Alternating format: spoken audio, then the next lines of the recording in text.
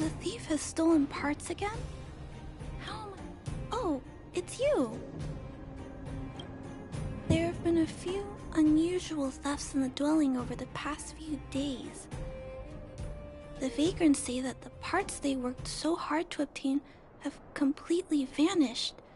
They're worried that there's a thief in the dwelling. Despite our investigations, no one has been able to track down the thief. What's even stranger is that the thief appears to be only interested in stealing parts and doesn't care about other valuable items. The vagrants had no choice but to ask Mr. Svarog to look into it, but he still hasn't found anything. I investigated the matter myself, but I came up empty-handed. Jeez, I'm baffled. What a strange thief.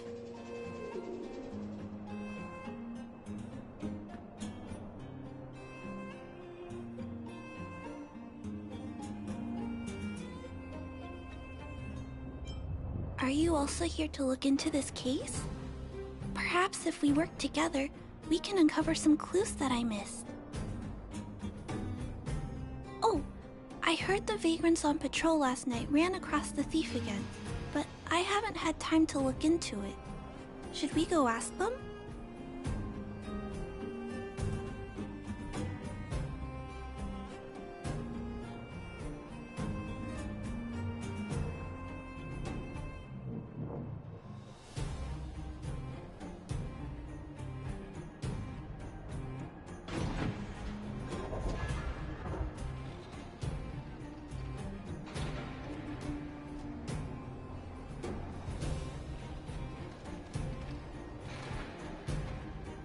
That sounds kind of weird. But actually, I think it's cool too. Now, let's get started.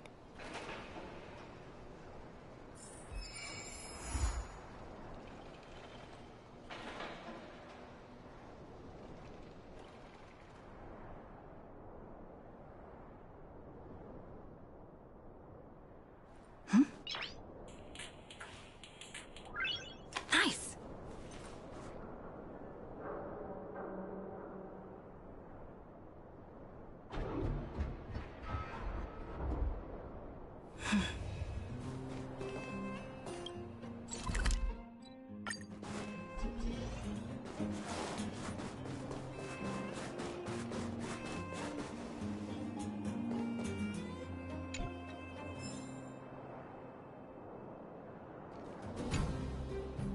Sir, how are you? I heard you saw the thief who stole the parts last night. Can you tell us what happened? Ah! Who's there? Oh, Clara, it's you. I thought it was... You scared the living daylights out of me. I did see the thief last night, but who is this person next to you?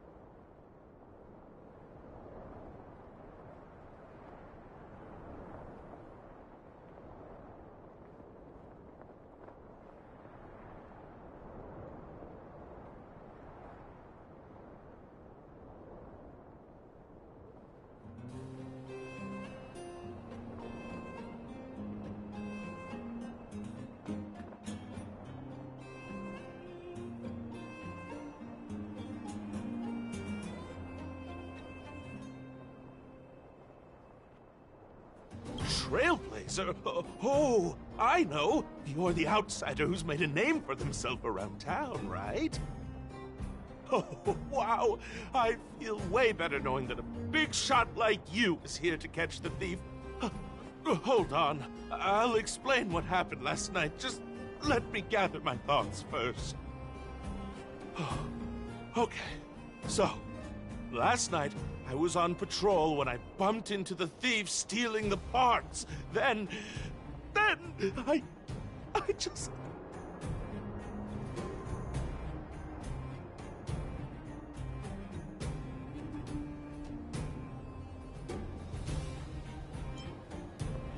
Goodness! Okay, I'll explain slowly. I was cold and hungry while on patrol last night, so I decided to return to the dwelling and heat up some leftover canned food for a snack. But when I entered the tent, the thief's silhouette scurried across my vision. I couldn't see the thief's face because the tent was so dark, but I could tell he wasn't a nice guy.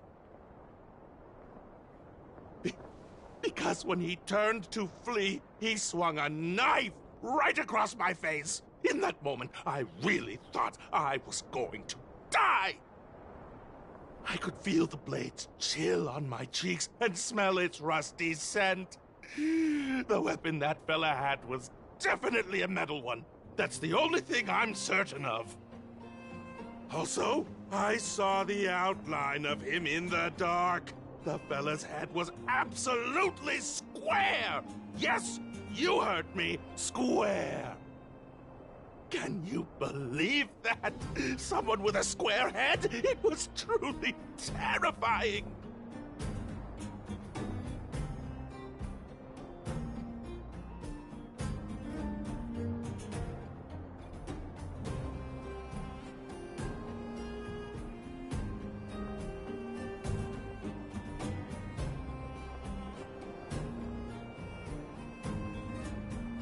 It sounds bizarre, but it could be a clue.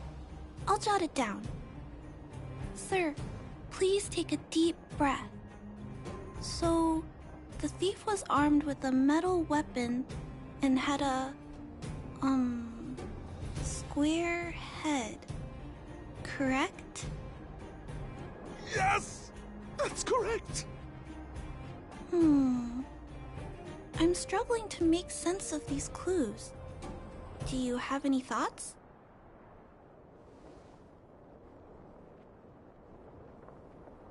I'm sorry. I was too scared. When a shadow leaps out at you, who could possibly pay attention to such tiny details? It seems that's everything. We now know one of the culprit's physical traits, and that he is extremely violent. But how can we track him down? Yes! I remember something! While the culprit was hurrying to escape, he knocked something over. He may have left some clues or something. This is a crucial clue. Let's go investigate the crime scene together. I think he ran that way. No one has touched the crime scene, so any traces he left behind should still be there. Please, catch the thief for us.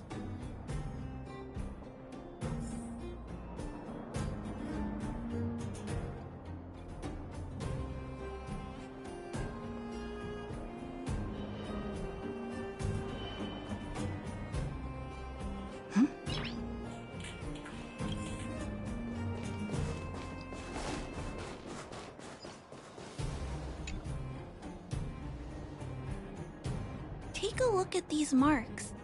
These are very suspicious. Could they have been left by the culprit? They point in that direction. Let's go take a look.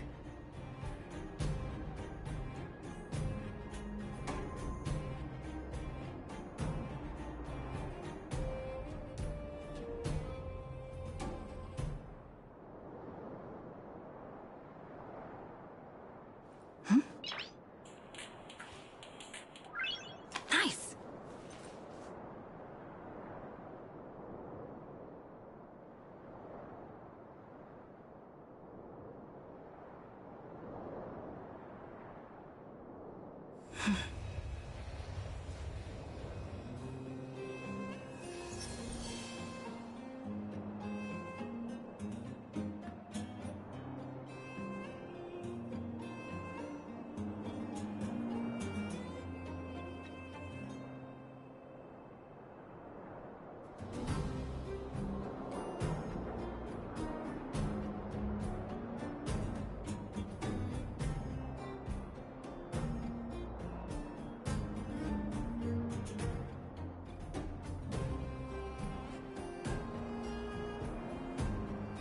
Nice.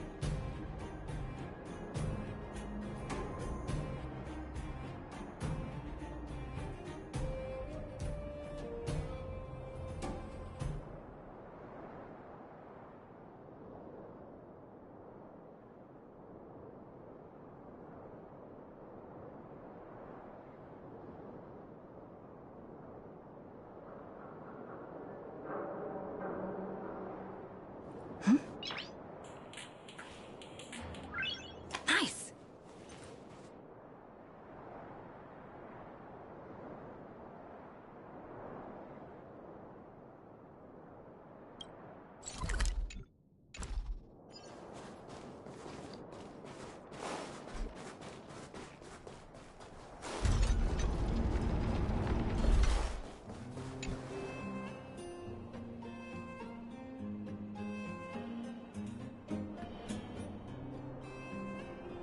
And look at these! How unusual! They don't appear to have been left by a human.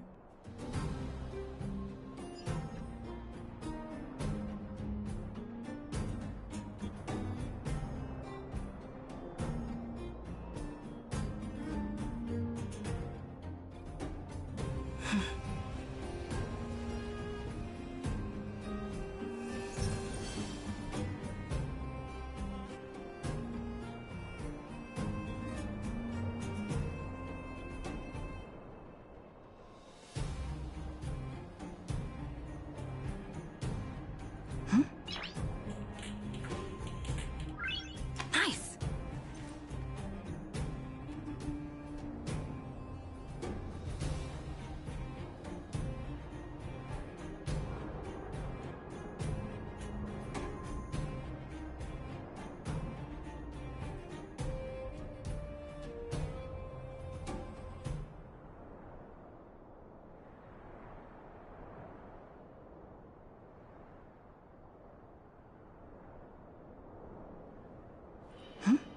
Nice! Nice!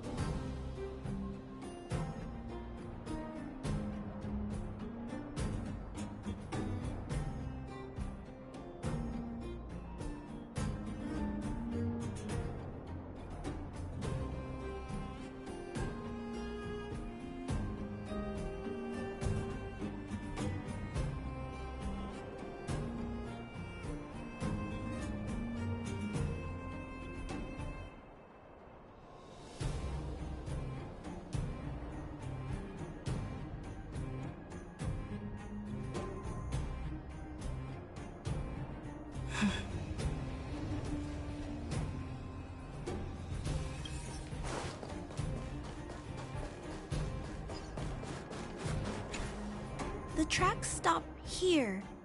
I guess we'll have to look around for other clues. This is where the mechanical waste is disposed of, though. Could it be?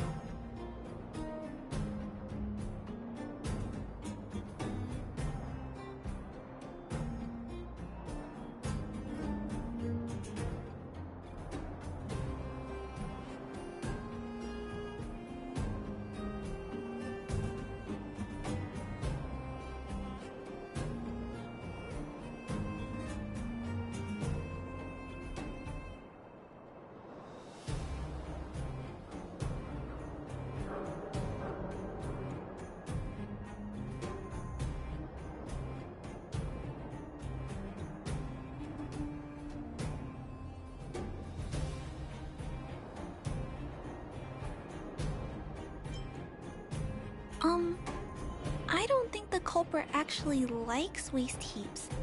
He probably uses them as a hiding spot. Oh, maybe he hid the stolen parts here too. Let's split up. Wait, what's that noise?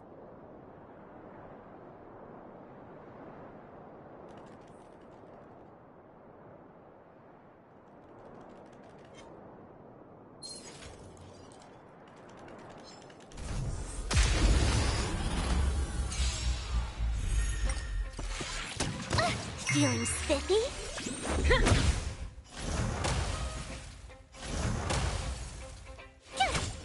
Earth shatters, heaven trembles!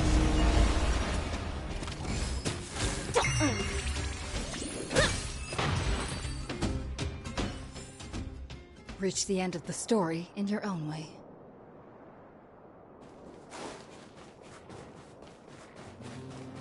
It's a tiny robot? Is it searching for something? But I don't remember Mr. Svarog issuing an order like this recently. It looks like it's carrying the vagrant's missing parts. And those tracks and metal scratches we noticed earlier.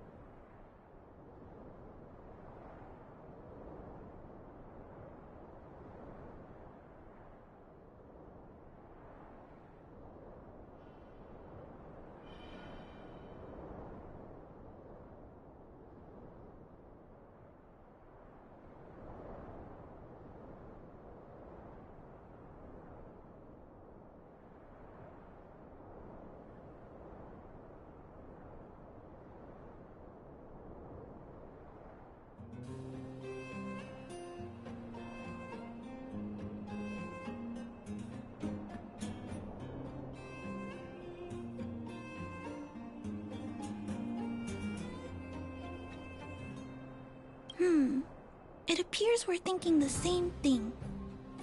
This small robot doesn't appear to be a Belobog creation. It looks like it's been welded together from random scrap metal materials. Huh. It appears to have a small mechanical arm. Ah! It's noticed us! Human. Injured. No. Hurt. Please don't.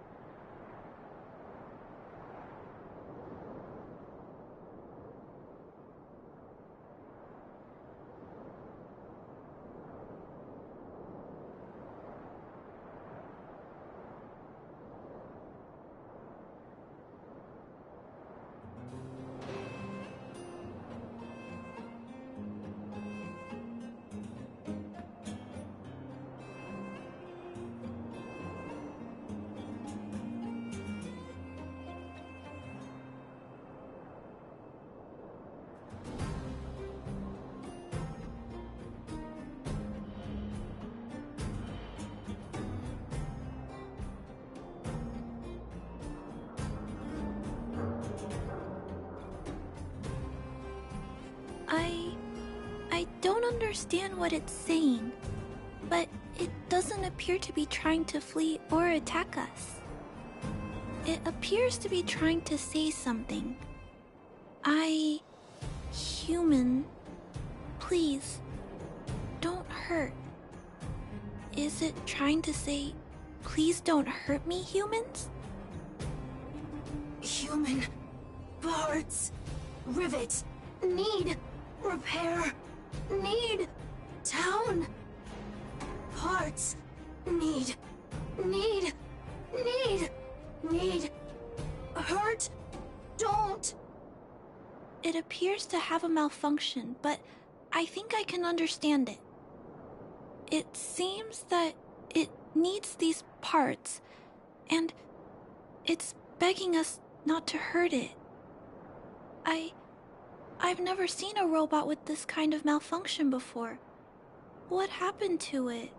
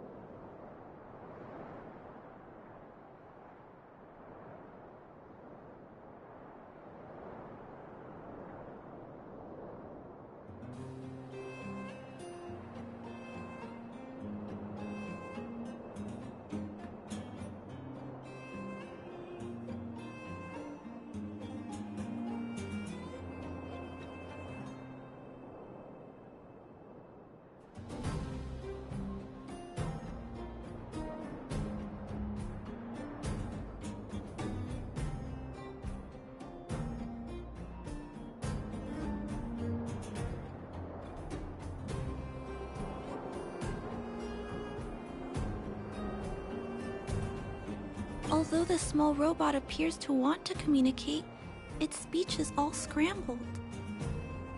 Perhaps there's an issue with its language module. This little guy probably can't understand what we're saying either. Run. Escape. Open. Fire. Workshop. Chase. Don't. It's running away! No, we can't let it escape. It still has the Vagrant's parts. What should we do? We gotta stop it. But please don't be too rough on it. I'll figure out a way to repair it later.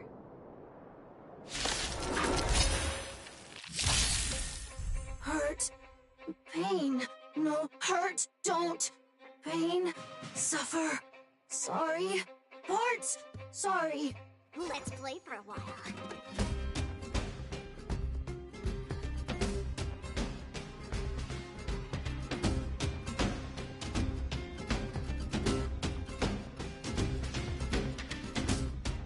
You have my turn! Can you find the answer? Earth shatters, heaven trembles! Sorry. Hurt. Suffer. Pain. no. Pain. Sorry. Sorry. Pain. Hurt. Sorry. Suffer. Sorry. Sorry. Pain. Sorry. Ouch. Pain. Sorry. Why? Sorry. Pain. Suffer. Sorry. It seems to have stopped working.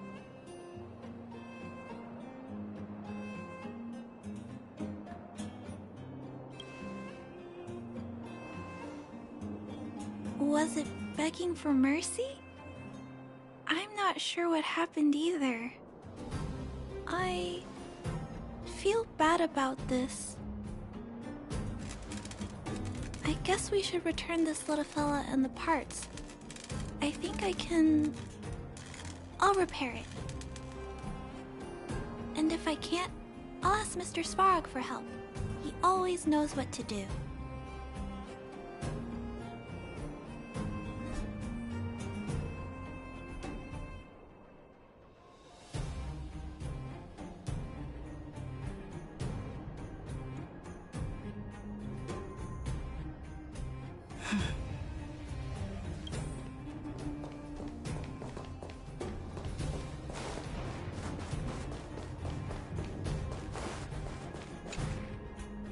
Initiating assessment of the robot's condition. Please wait, Clara. While Mr. Svarog is assessing this little fella, let's give it a quick checkup ourselves.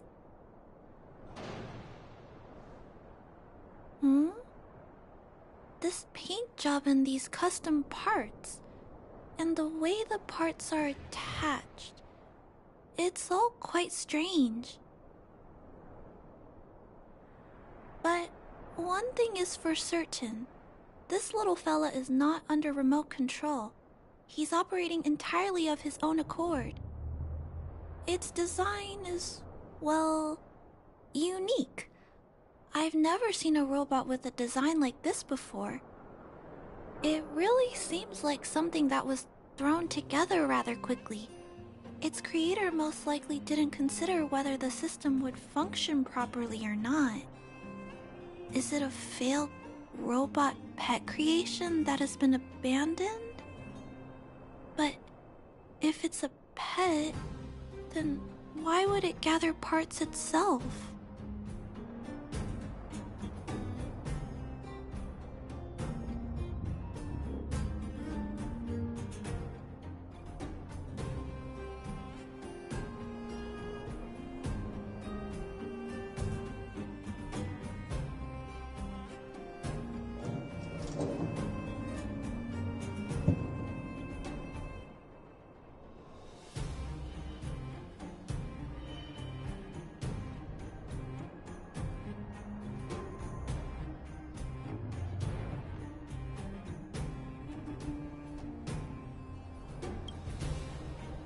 I've heard that some vagrants in the dwelling keep the little robots they find as pets.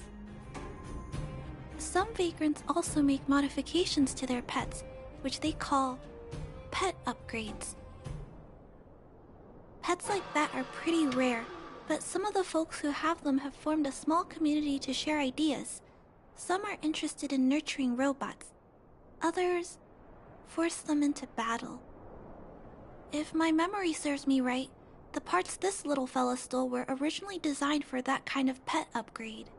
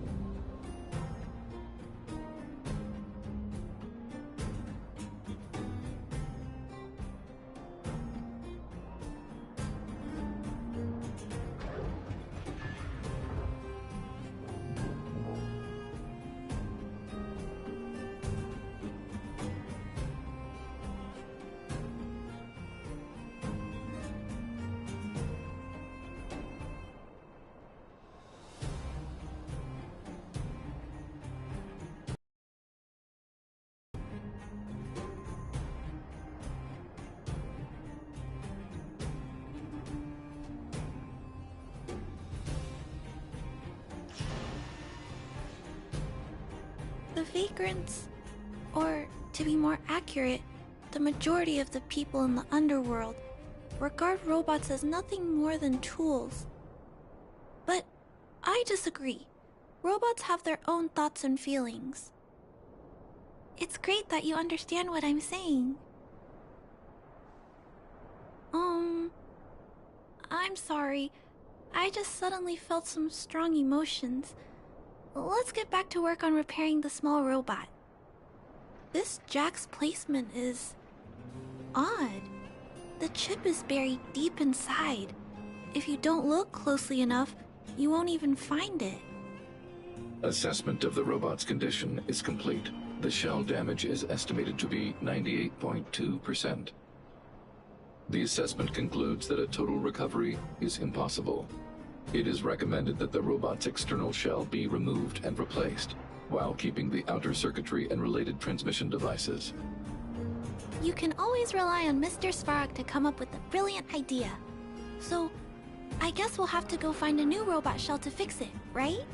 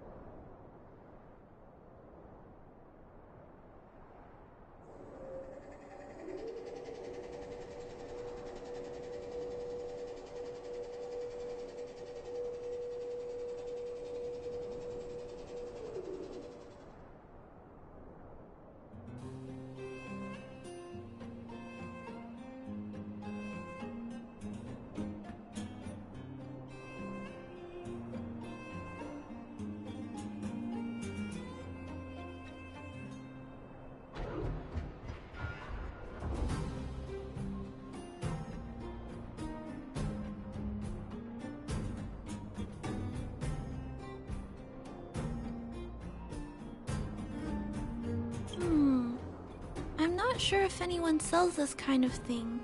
However, there must be some robot shells lying around the machine graveyard.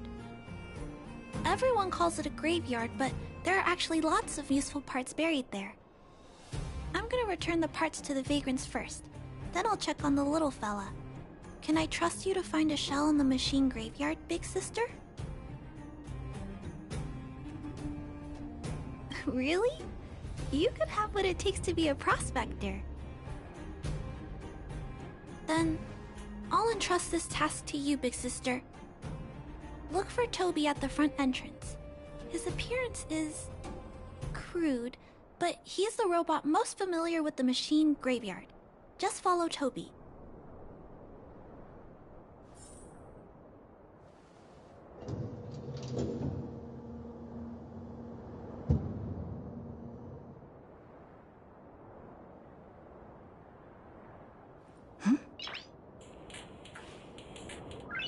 Nice!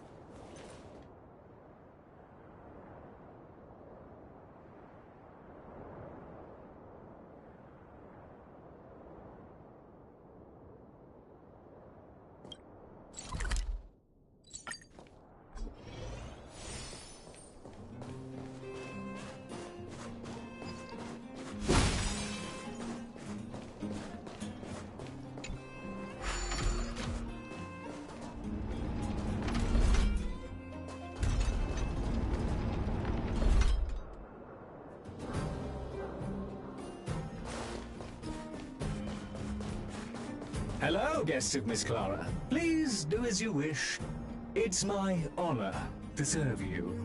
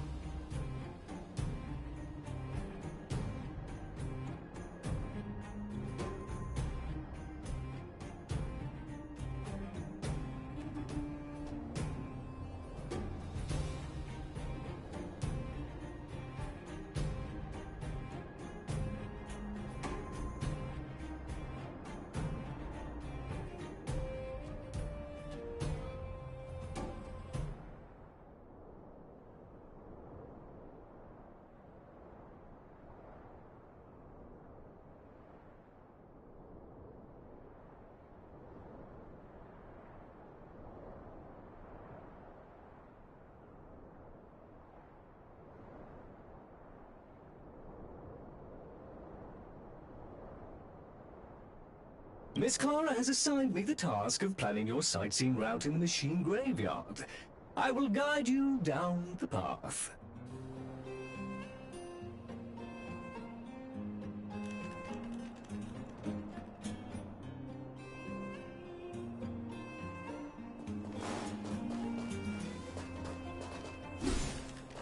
Would you like to engage in super speed mode?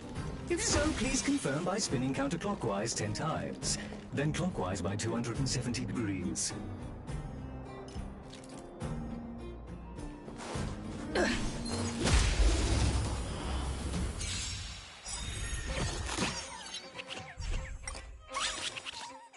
Rules are made to be broken.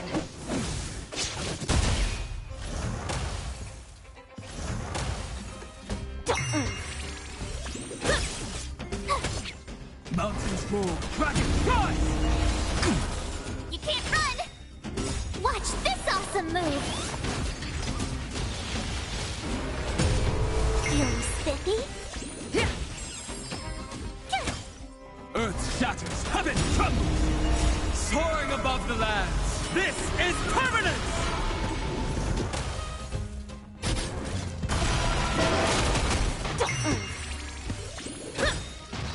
Rules are made to be broken.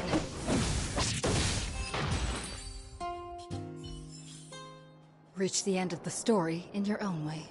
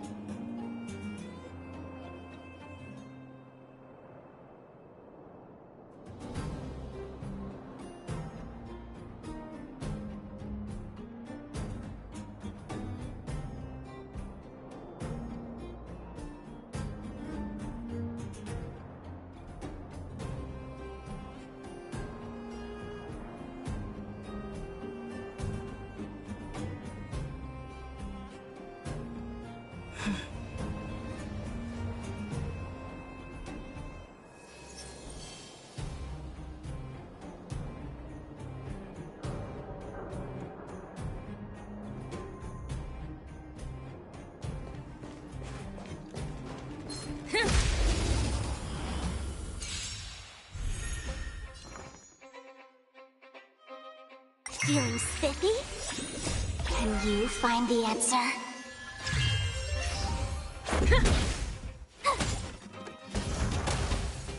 Mountains fall, dragons rise!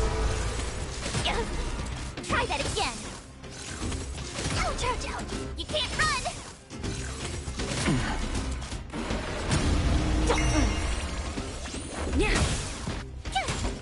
Earth shatters, heaven trembles!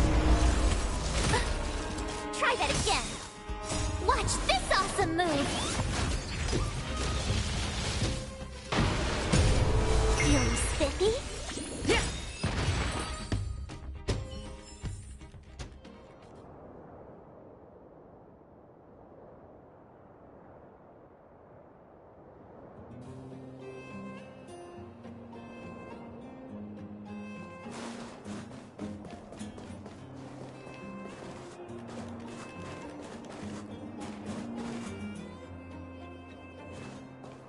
We have arrived at our first... Robot pet battle. The inside of the armor is... We are on our way to the second...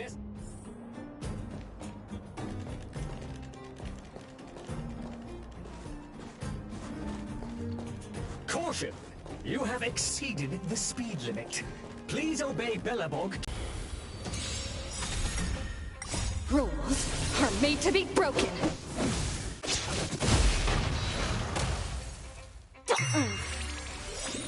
Can you find the answer? Mountains fall, dragons rise! I'll endure. Run! Soaring above the lands, this is permanence! Reach the end of the story in your own way.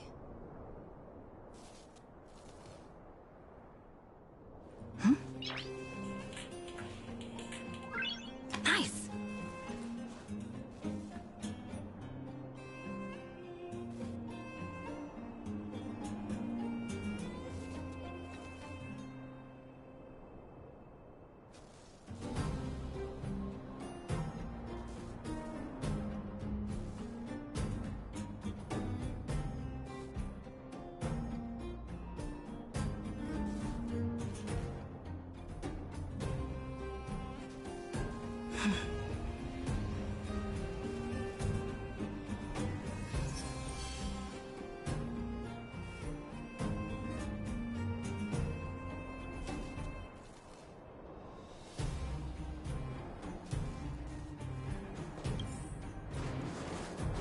We have arrived at our second destination. This module is called the Beetle, which is the same as mine. This machine was scrapped because it accelerated erratically for 7.1 kilometers after it incorrectly interpreted a command, causing the engine to catch fire and the core module to melt down. That is such an odd reason to be scrapped. However, the shell appears to be in good condition, so I'll bring it with me. Your trip has concluded. Please keep an eye out for vehicles approaching from the back or sides, as well as enemies and automatons. Your trip has concluded. I appreciate you putting your trust in Toby. A 5-star review for this trip has been automatically generated for you. You're welcome.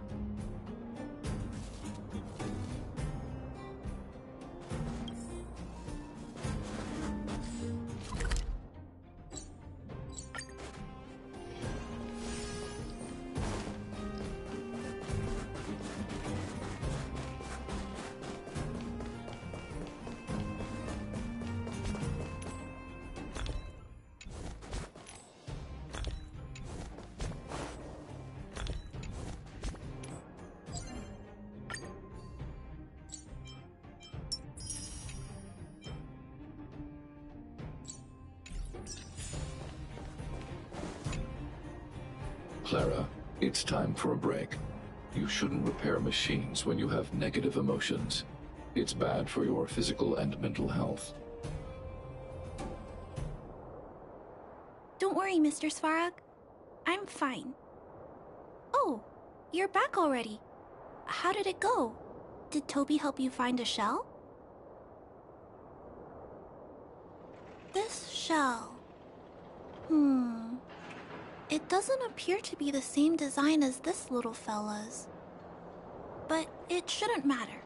The structures of these small robots are nearly identical. Thank you for bringing this to me. I finished extracting that chip from the small robot. Now, all that's left to do is move all this circuitry into the new shell.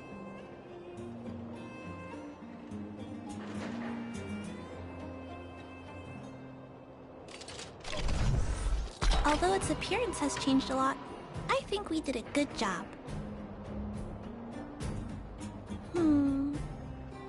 But what I just did... Is it any different from those pet upgrades that the Vagrants perform? Not compatible. Incompatible? It's making a strange sound. Incompatible. What's going on? Is it malfunctioning? Incompatible. Incompatible.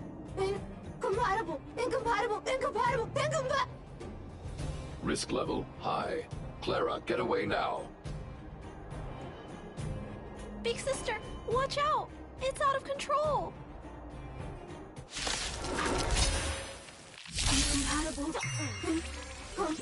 Incompatible.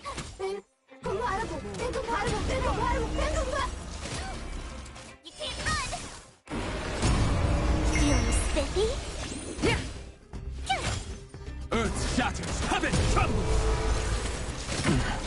Try that again! Watch this awesome move!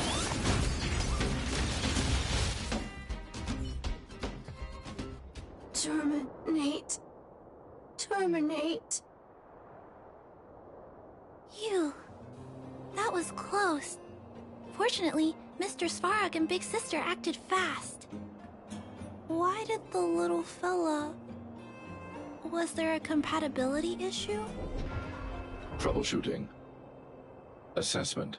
The system on the chip and the new hardware are incompatible, causing the robot to behave erratically. The current issue has been resolved. Risk level low. Alert lifted. It appears to have adjusted to its new shell after the battle. That's great! But I'd like to keep a closer eye on it for a while. Compatibility tests should take a few days. Hopefully, it'll be all back to normal by then. I'm also curious about where this little fella came from. Could you please come back later, Big Sister? I need to look into something. I may require your assistance.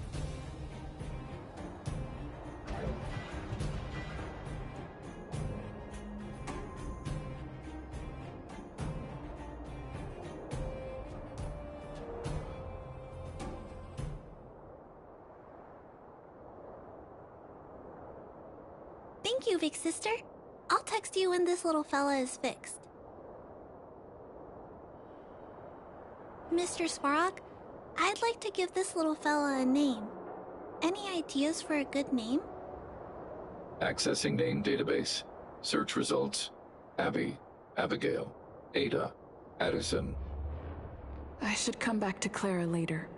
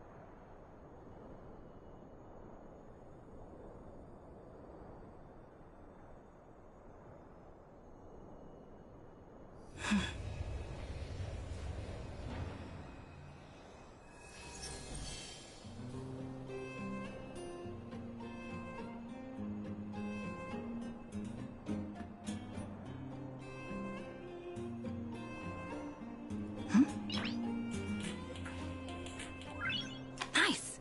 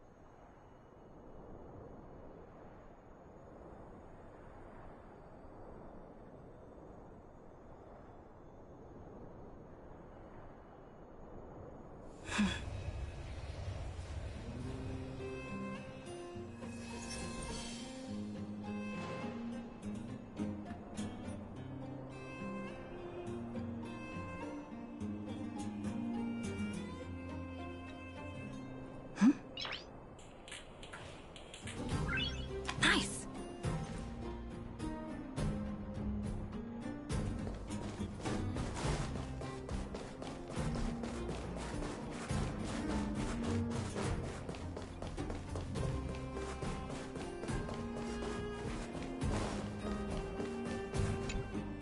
You, Pascal, very like Clara.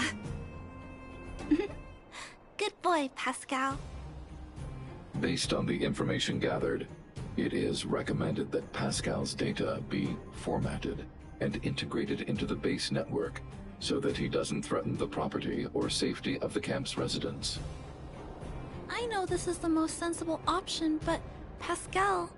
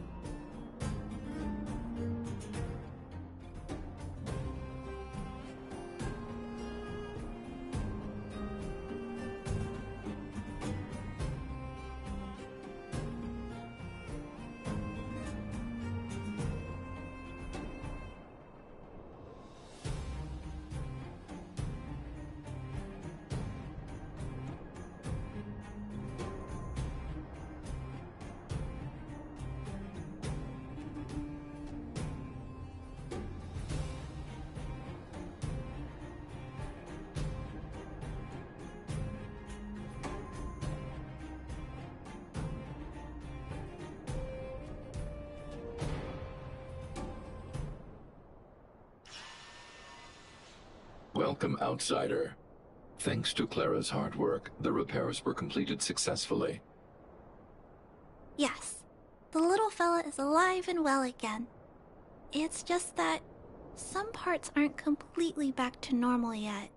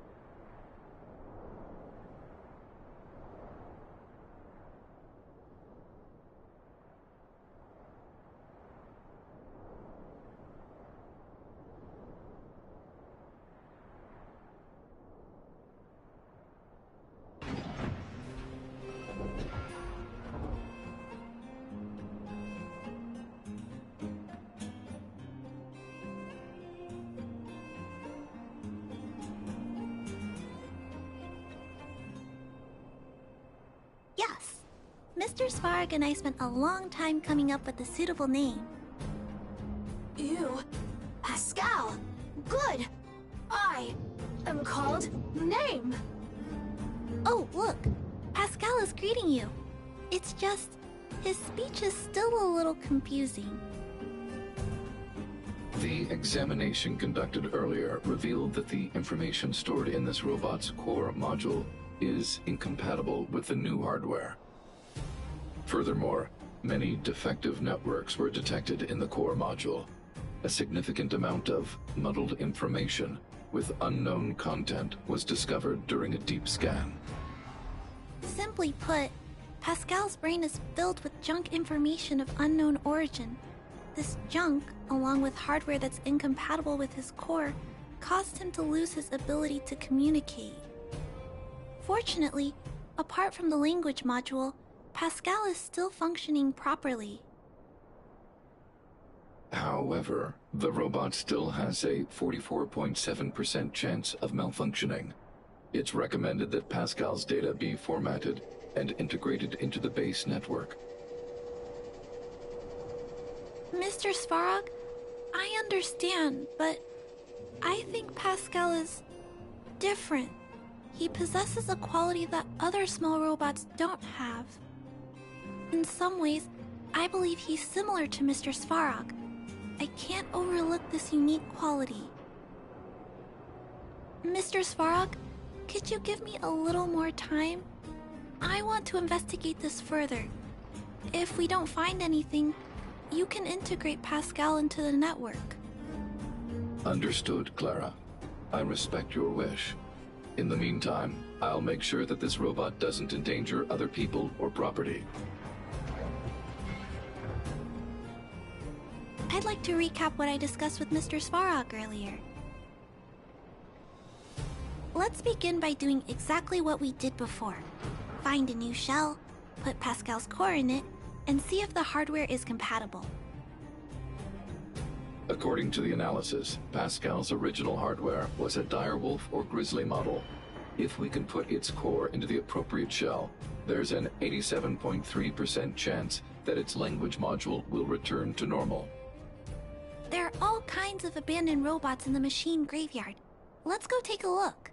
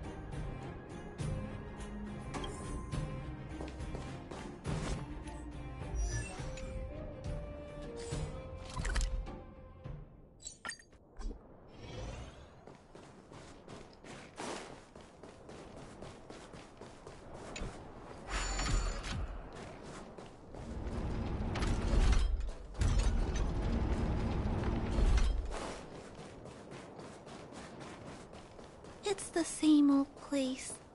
Everywhere you look, Hey, big sister, take a look. This is an automaton direwolf, but it appears to have been modified. It's most likely another abandoned robot pet. Although it doesn't seem to be functioning, you should still be cautious when approaching it.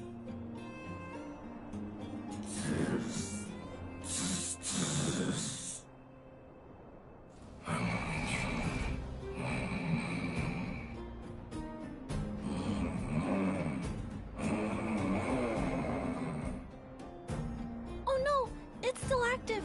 Watch out!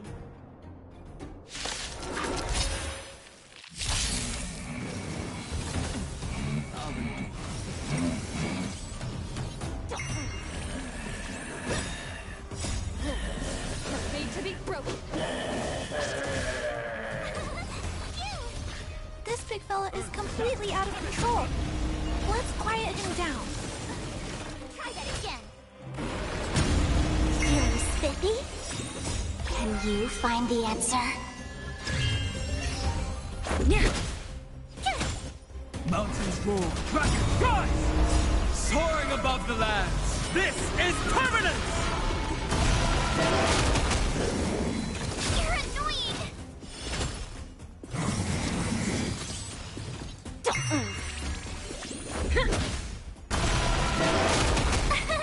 Here!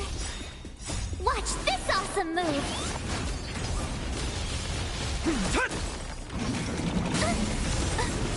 Try that again! Feeling spiffy? Just a scratch. You can't run! Earth shatters, heaven trembles!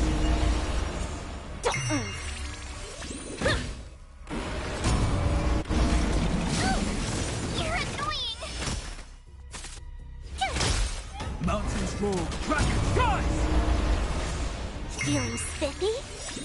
Can you find the answer?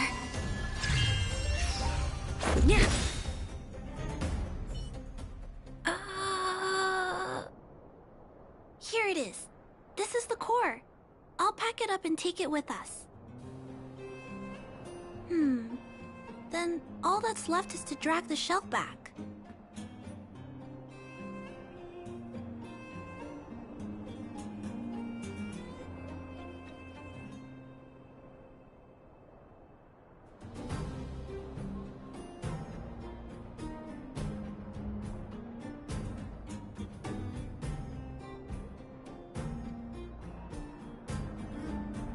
It's okay.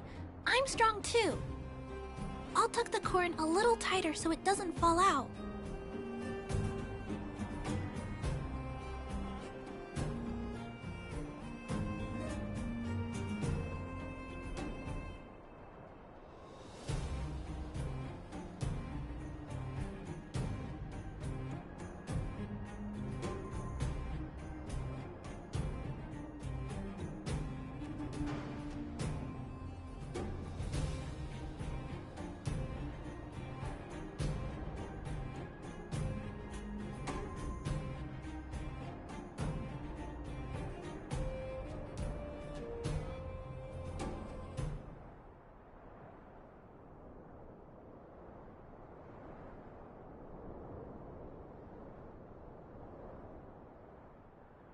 Judging from how active the robot was, its core isn't just scrap metal.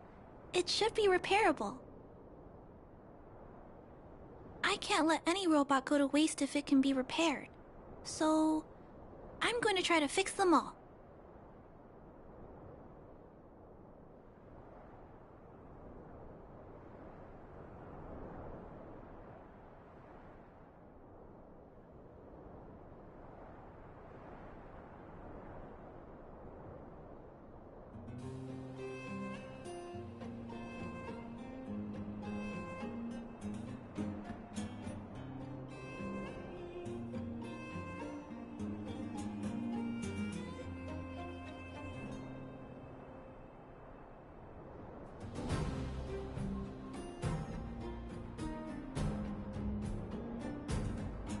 Thank you for understanding me. You know, I have a large safe full of core modules that I've gathered around the underworld. Every day, I try to figure out how to repair some of them and return the robots to normal. Except, there are a lot more than Mr. Svarg and I can handle on our own. But I'm sure I can fix them all one day. We can't relax yet. We must work harder.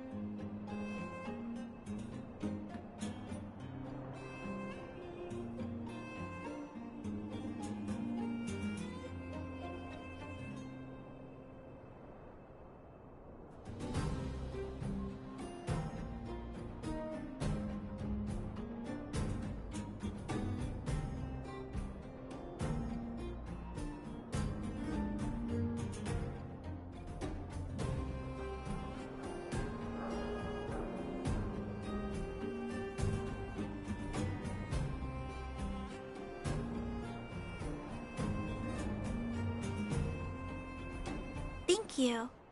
It makes me happy to hear that. I was talking so much that I totally lost track of time. Let's head back. Otherwise, Mr. Svarog and Pascal will get worried.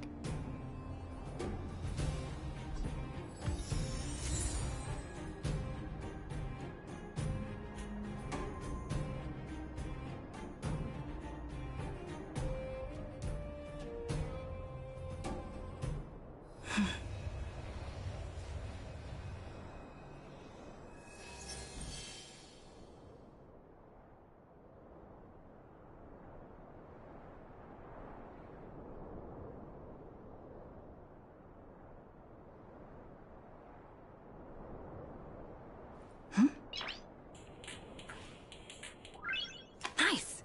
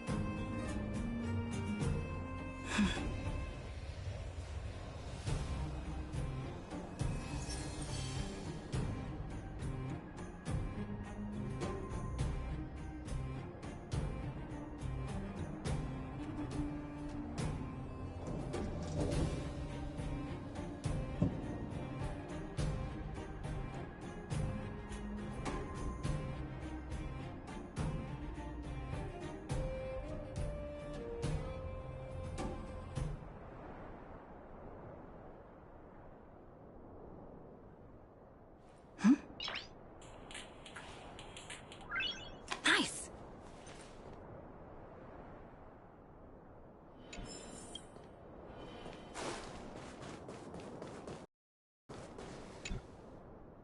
Mr. Svarog, we're back!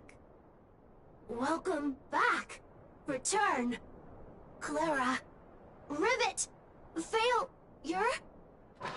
Welcome back, Clara. I've completed my further analysis of this robot.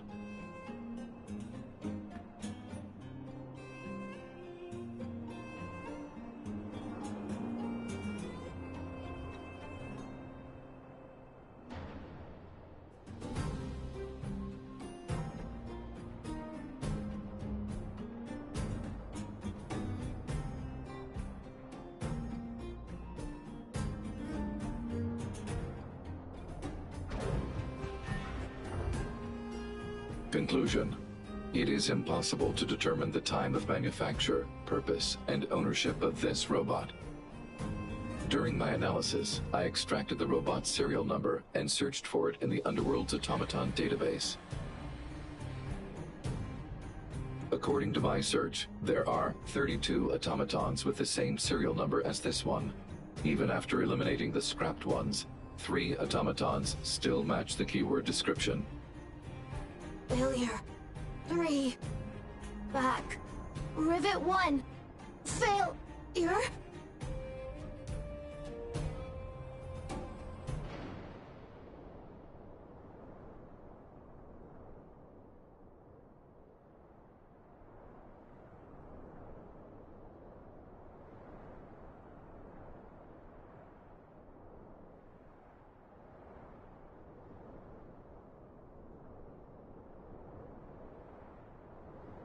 Assessing.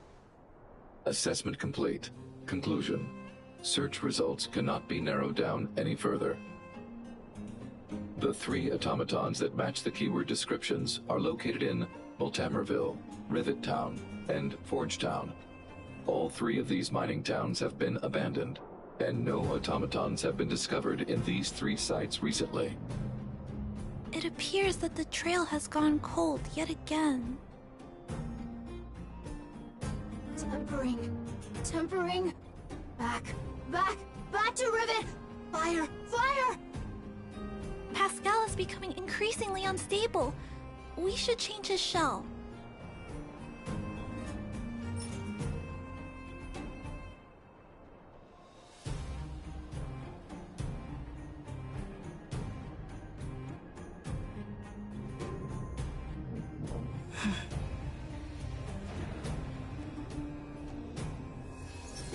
Pascal, I'm going to change your shell. Don't worry, it won't hurt.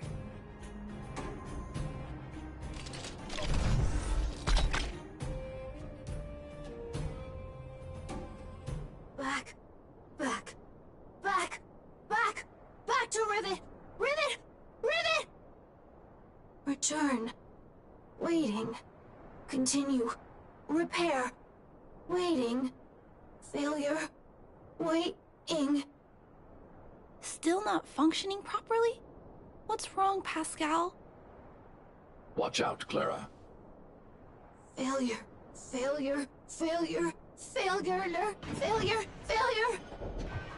Pascal? No! He's running away! Clara! Pascal! Did he run off towards Rivet Town? Let's follow him!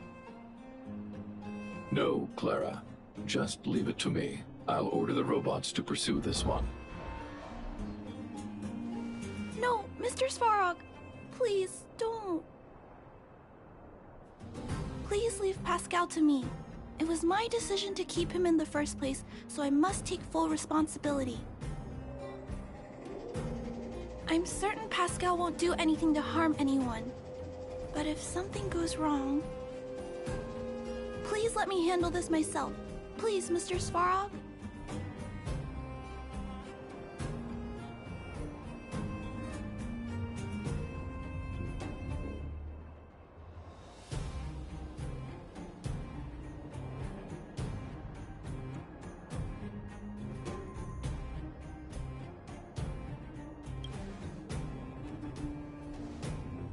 I can't shirk my responsibilities.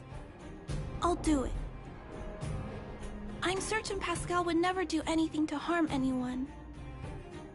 Clara, please tell me how you came to this conclusion. Pascal possesses a quality that other small robots lack. It's kind of similar to the emotions we humans have. I've only ever seen this quality in Mr. Svarog.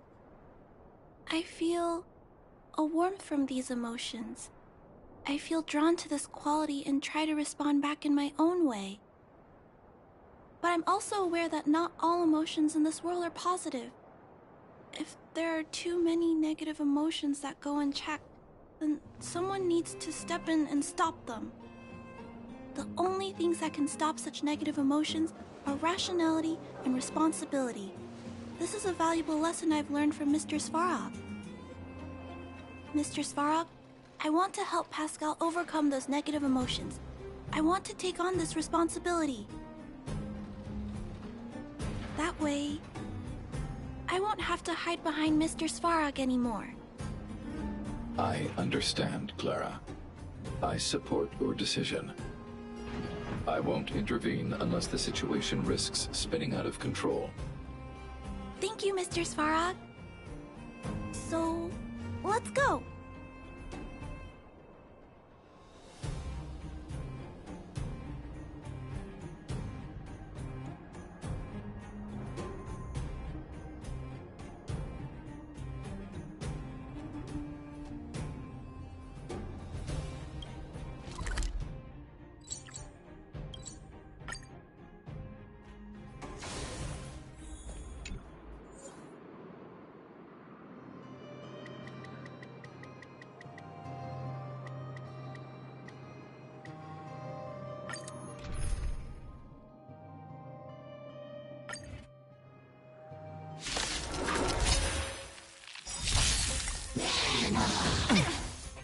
Rules are made to be broken.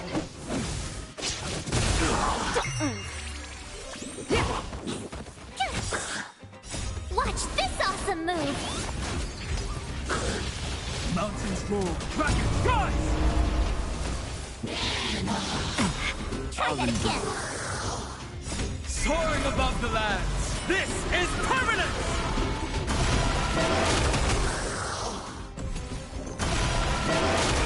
Feeling spiffy? Here! You can't run!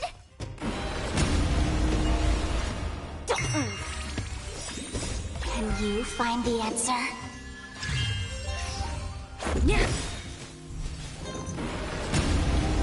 Rules are made to be broken. Feeling spiffy?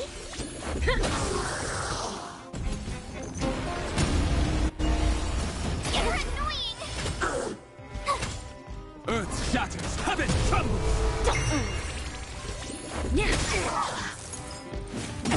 You can't run! Try that again! Watch this awesome move!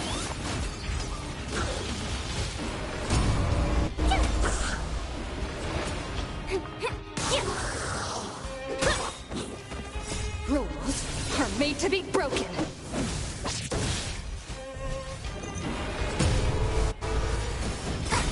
You can't run! Can you find the answer? Try that again! Feeling spiffy? Mountains roar, dragon rise! Soaring above the lands, this is permanent!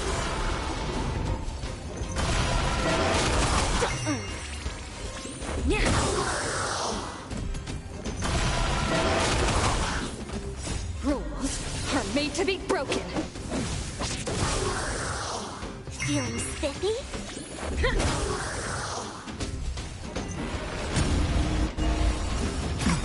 You can't run! Can you find the answer?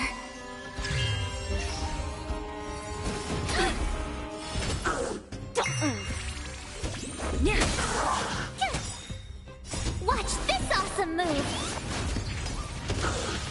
Earth shatters, heaven trembles!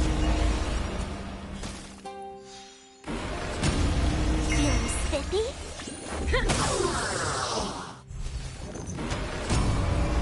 Rules are made to be broken.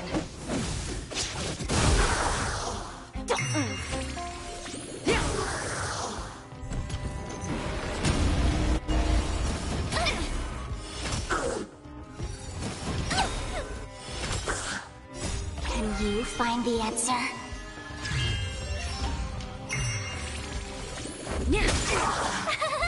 Phew! Mountains roar, dragon rise!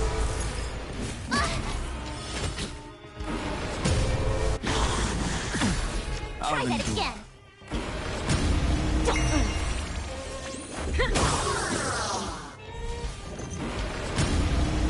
Rules are made to be broken. Feeling spiffy?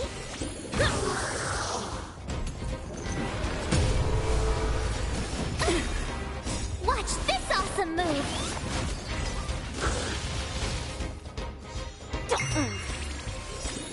Can you find the answer? Earth shatters, heaven trembles! Soaring above the lands, this is permanent!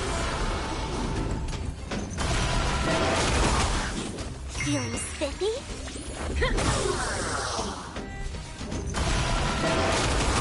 Rules are made to be broken.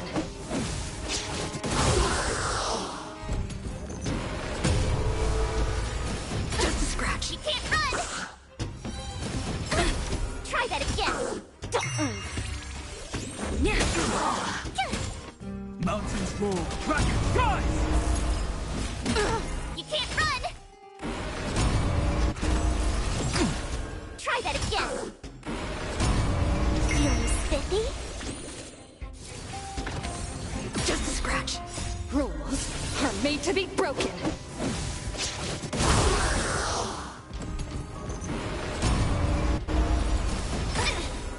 Watch this awesome move!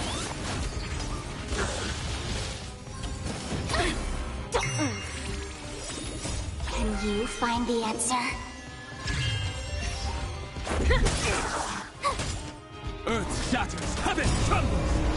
Soaring above the lands, this is permanence! Feeling spiffy?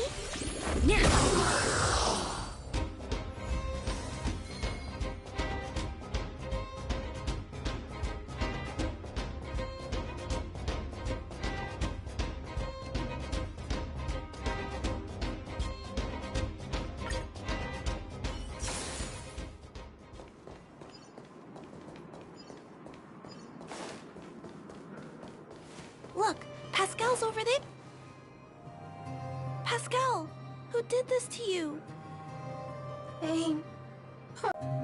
Clara, get away. This is a fragmentum creature. It's extremely dangerous. A fragmentum creature? What are you talking about?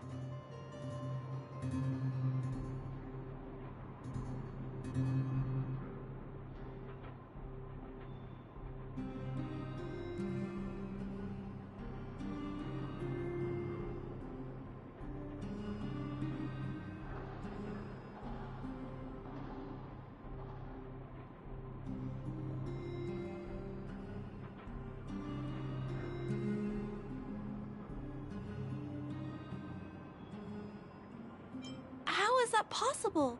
Pascal is obviously a robot, just like you. Could it have malfunctioned? It appears to be normal. Please step back. I shall eliminate this fragmentum creature. No, it's going to attack Pascal. We have to stop it. Hostility detected. Commence elimination protocols. Oh no! Made to be It broken. seems to think we're its enemies as well.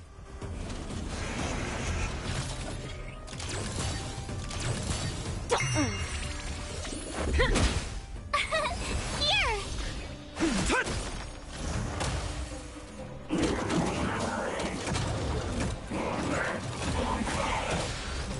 Feeling spiffy? Mountains roar, dragon rise! Try that again. Can you find the answer? Watch this awesome move!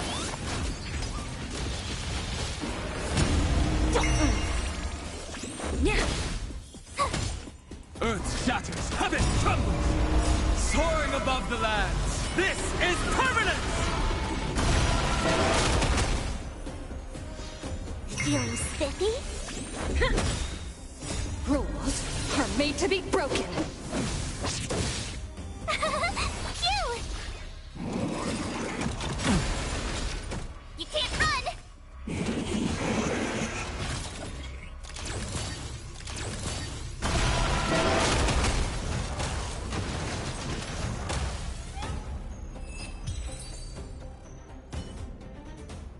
Phew.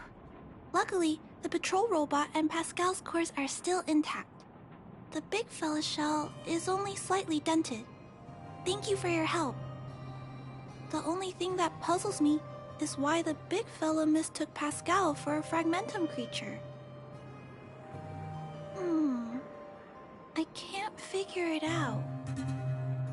Well, let's not worry about that now. Anyway, I'll take this core back and examine it. Now, let's insert Pascal's core into the big fella's shell.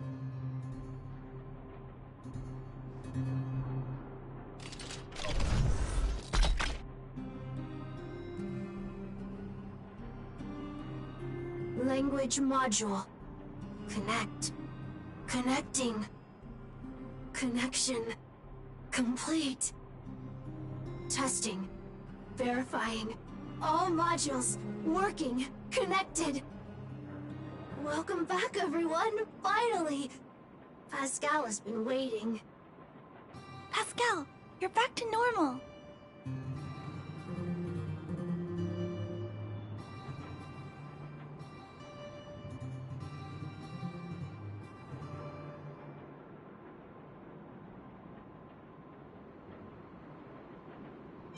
Oh, I almost forgot. Thank you for reminding me. Pascal, could you please, explain why you were stealing parts? Collecting parts, returning to workshop. Workshop? Oh, do you mean the tempering workshop in Rivet Town? Been waiting. Repair. Follow, please, Pascal!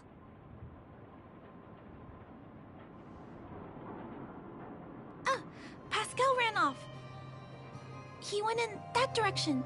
I think he wants us to follow him.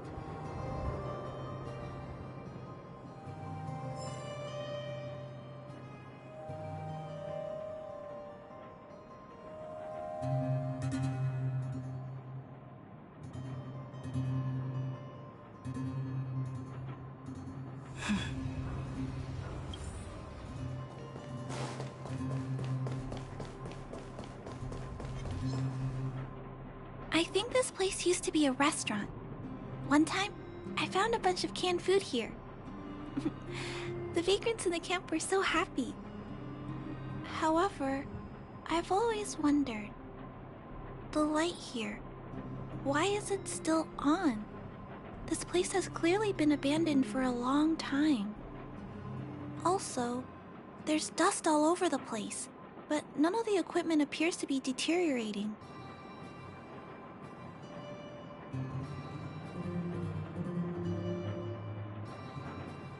Anyway, someone must be looking after this place. But who? And why?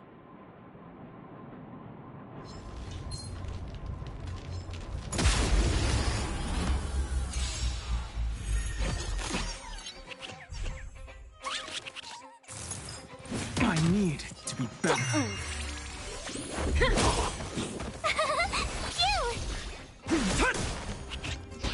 Feeling spiffy?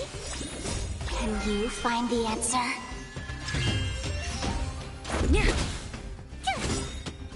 Watch this awesome move!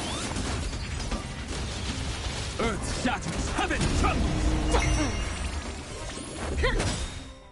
Rules are made to be broken.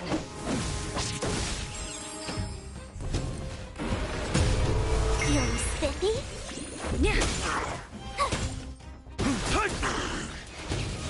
Go away! Reach the end of the story in your own way.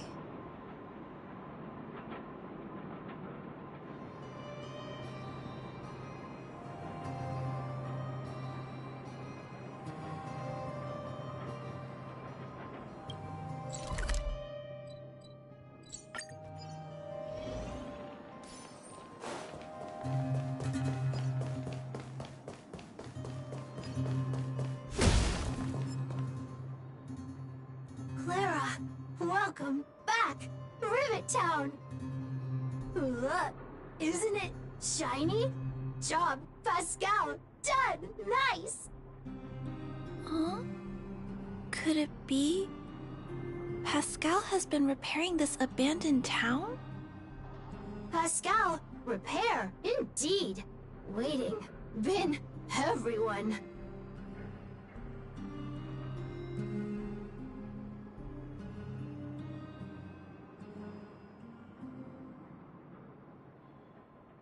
Parts, Pascal, collect, non-stop. Rivet Town, repair, non-stop. It seems that Pascal was stealing parts because he wants to repair the town.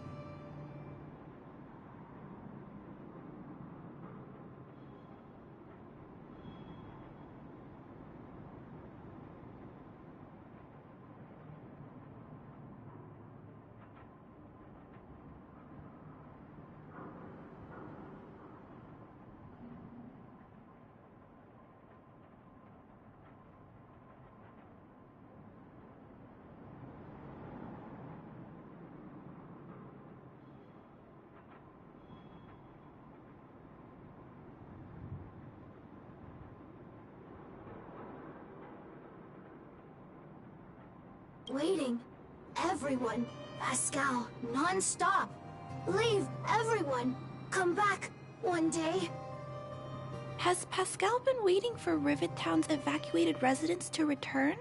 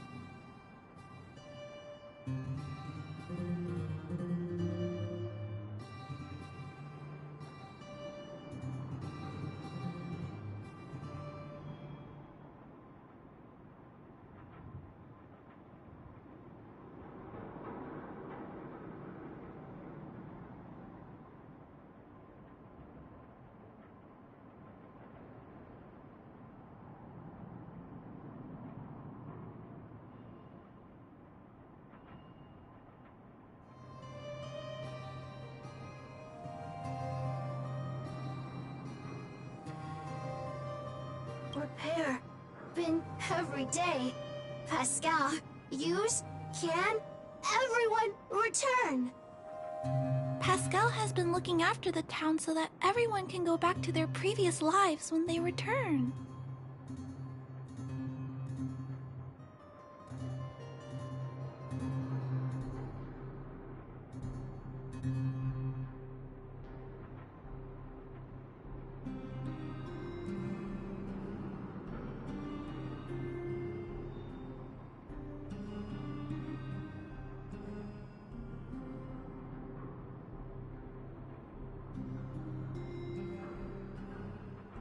Workshop.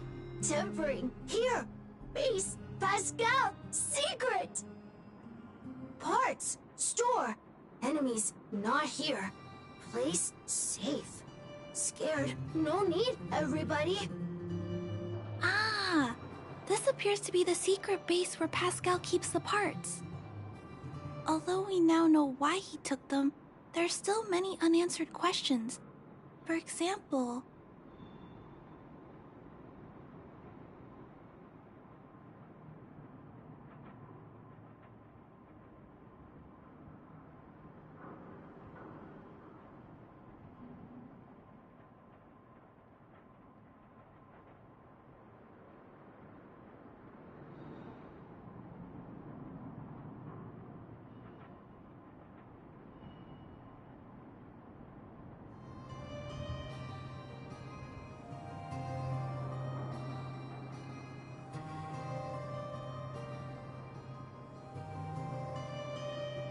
Right. But I don't think Pascal will give us a straightforward answer on this one. I wonder if we can find any clues here. Rivet Town. Live, Clara.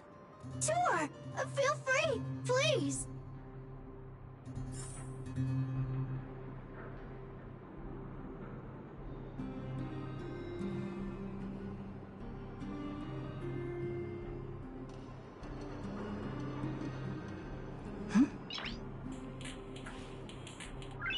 Nice!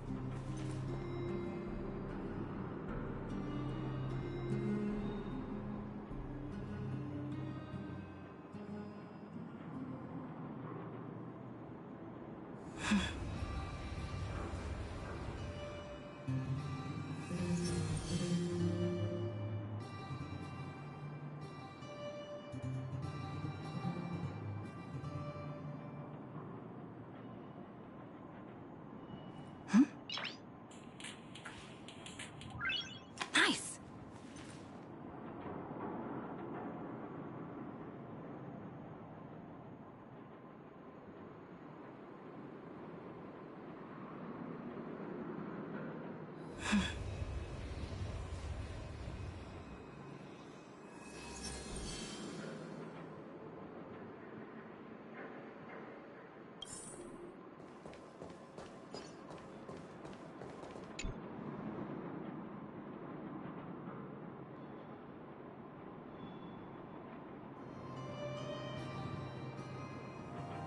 This must be the result of Pascal's meticulous repairs.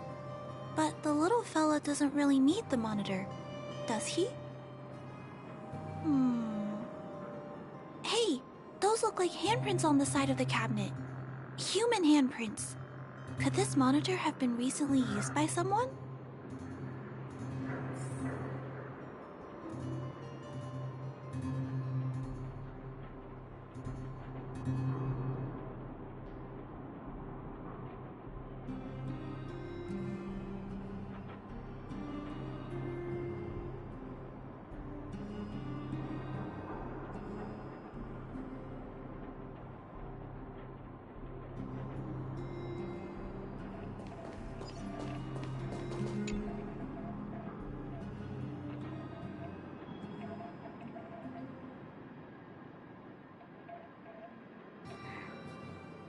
These pages are so neatly cut out.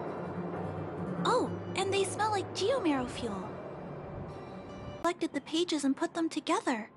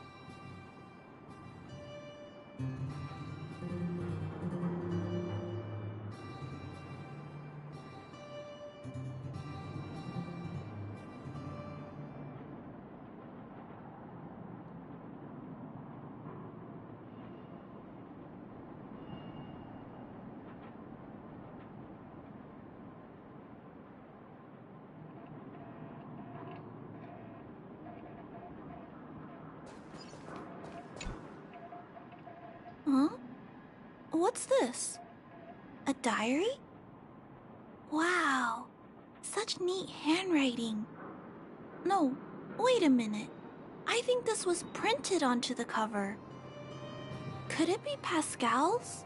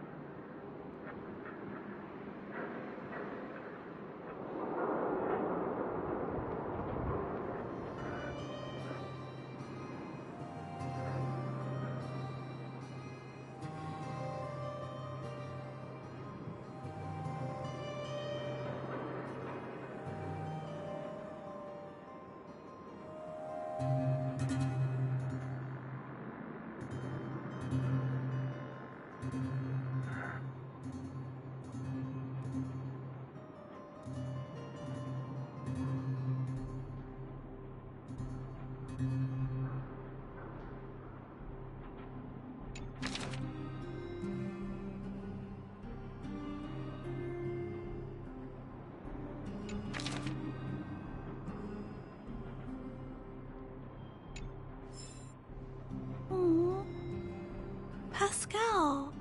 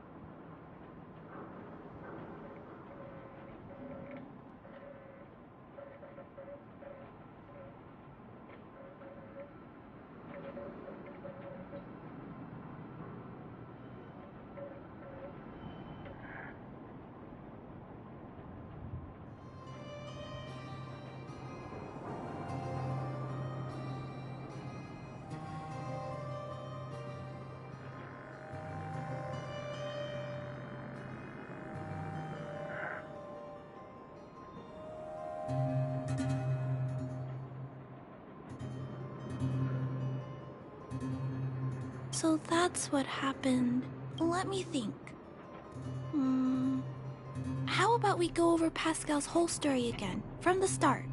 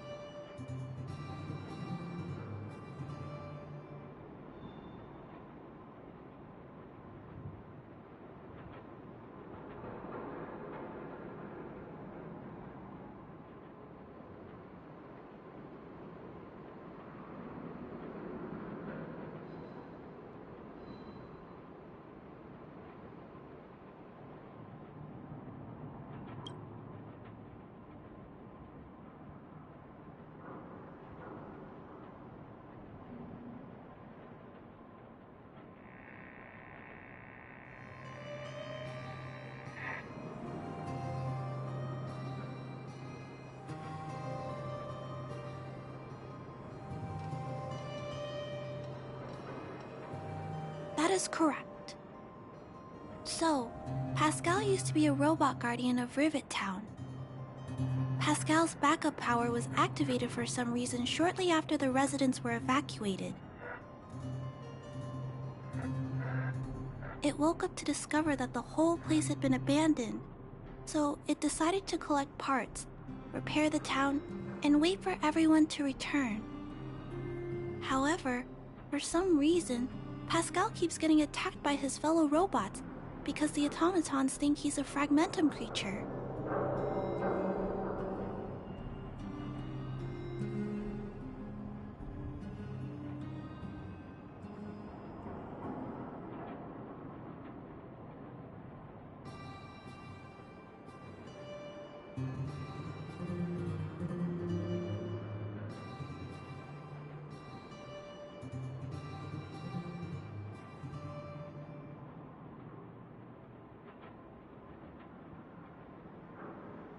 I'm not sure, but I suspect Pascal's tormented sense of self stems from him being constantly attacked by his fellow robots. The module used to detect emotions was frequently damaged, eventually turning him into a small robot that did nothing but collect parts.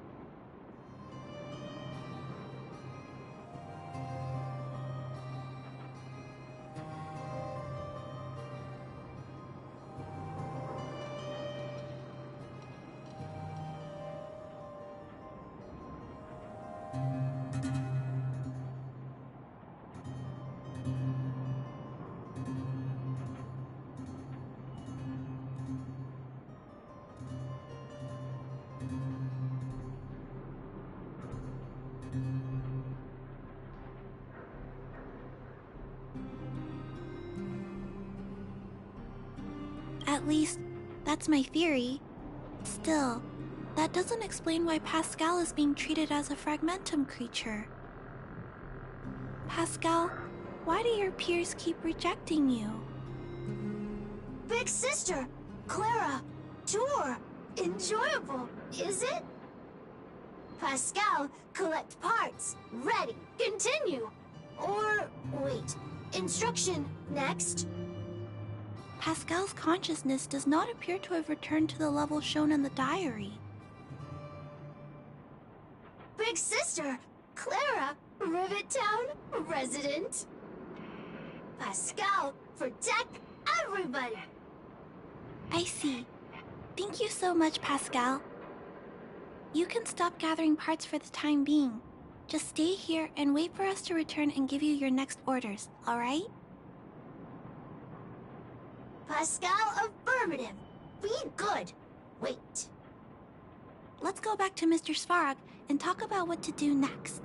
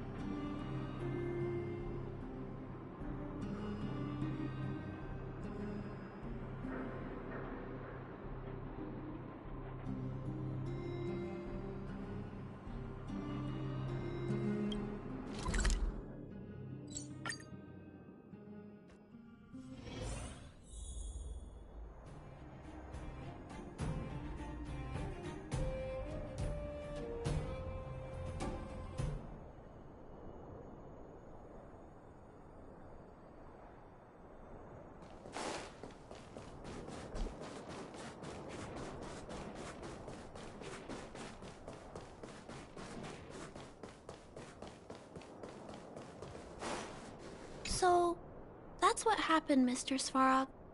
But there's one thing I don't understand. Why is Pascal being treated as a fragmentum creature? This robot has been repairing itself using fragmentum-contaminated components for an extended period of time. Therefore, automatons connected to the base network recognize it as a fragmentum creature. This is a minor issue that can be resolved by replacing components. Do not worry. I see. Has Mr. Svarog ever witnessed a similar incident anywhere in the network?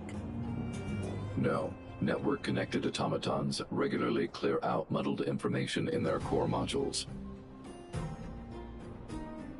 The likelihood of a robot gaining sentience beyond control is approximately 0.12%. For those that aren't connected to the network, the chance climbs to 3.23%. Please keep in mind that these probabilities are only estimates. Over the past 700 years, this has never happened in the underworld.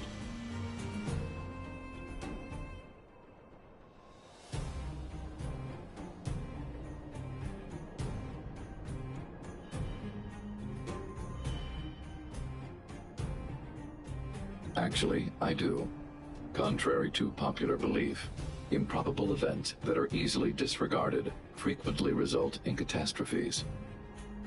Given that automatons can still develop emotion modules using their own processing power, I have a backup plan in place. Mr. Svarog always takes all factors into account and handles problems logically.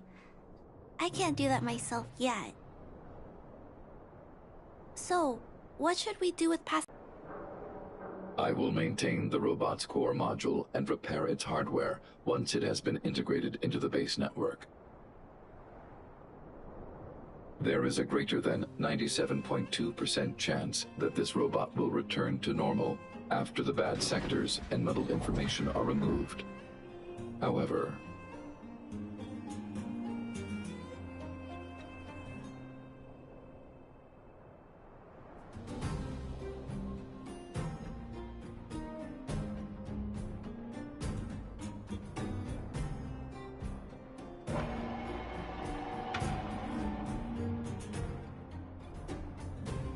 once the formatting is complete, the robot's emotional intelligence will vanish. Is there no other option? This option minimizes both internal and external losses. Although Clara's account indicates that the robot is relatively stable, the assessment based on the computations shows that both the risk of Pascal crashing and the amount of muddled information are increasing when it approaches 100%. I understand. But I don't think I'm ready to give up on Pascal just yet. We've helped Pascal find compatible hardware. If we can eliminate the muddled information without damaging the sectors linked to his emotional intelligence... You know the chances of that are incredibly low, Clara.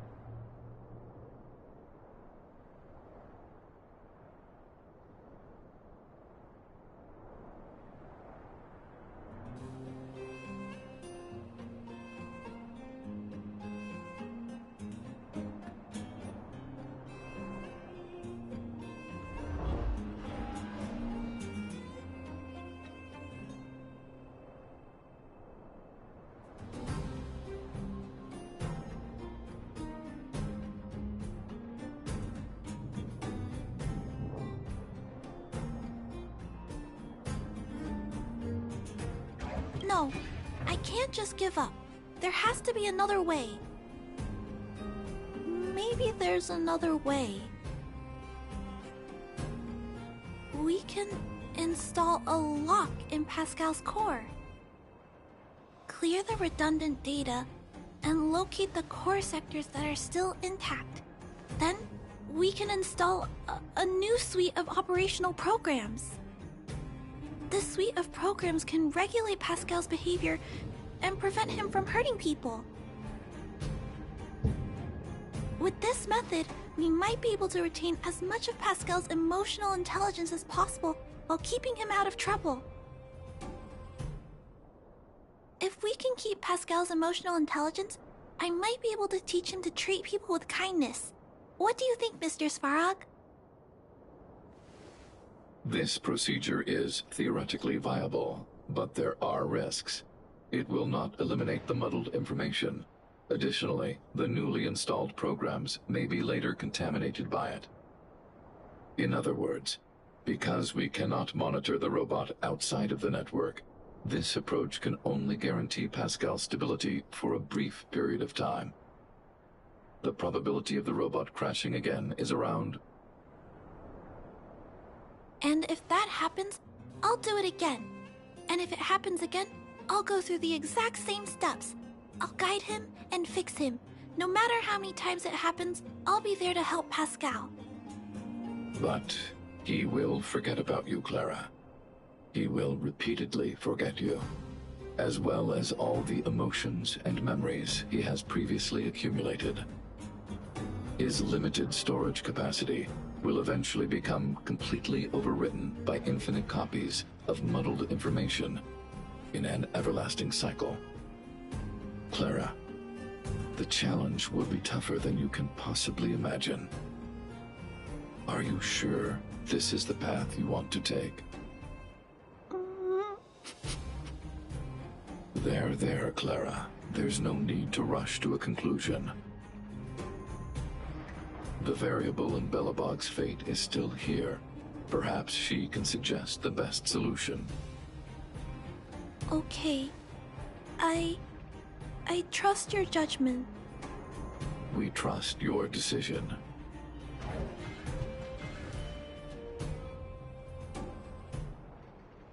Both have provided. Svarog thinks that formatting Pascal's data and integrating him into the base's network is necessary.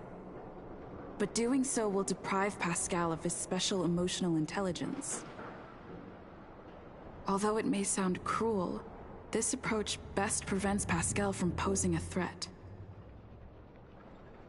Clara thinks she can use programming to control Pascal's behavior and prevent him from causing harm while keeping his emotional intelligence intact. However, this doesn't address the root of the issue, and it also requires Clara to devote much time and effort to Pascal. Although Clara will use Pascal's emotional intelligence to help guide him in the right direction, Pascal could still go out of control in the future. In addition, Pascal has a history of stealing, even though he never caused any harm to anyone. This is also a major concern. What is most important here? I need to think carefully and choose one solution, and then persuade the other person.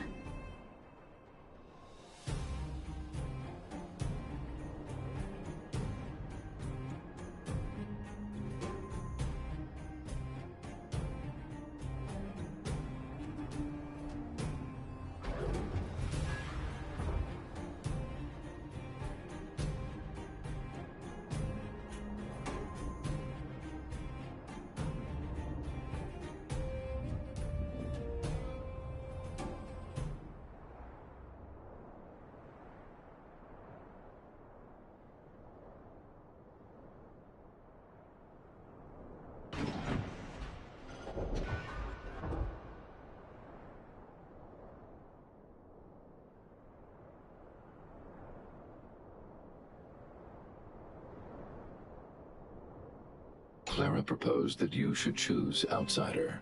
I respect her wish. Have you made a decision about how to handle Pascal?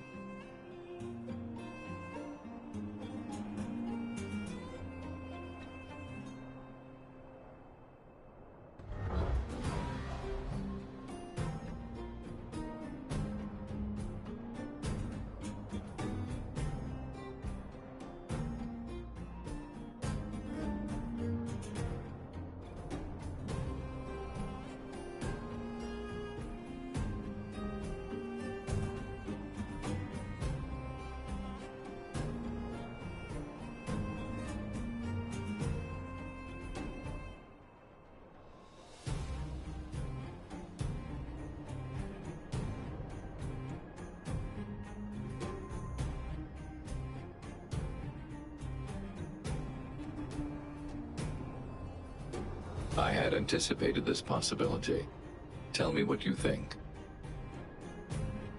I understand.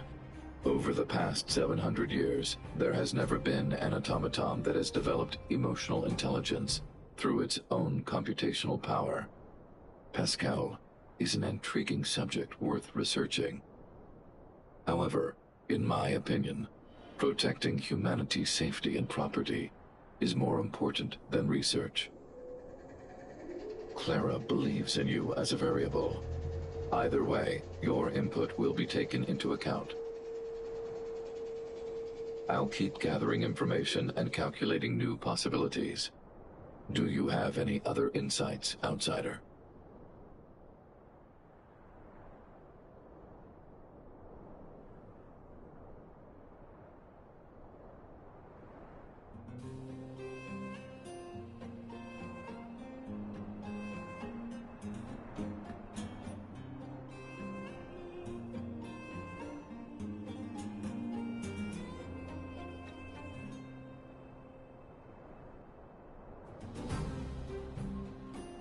Clara's determination.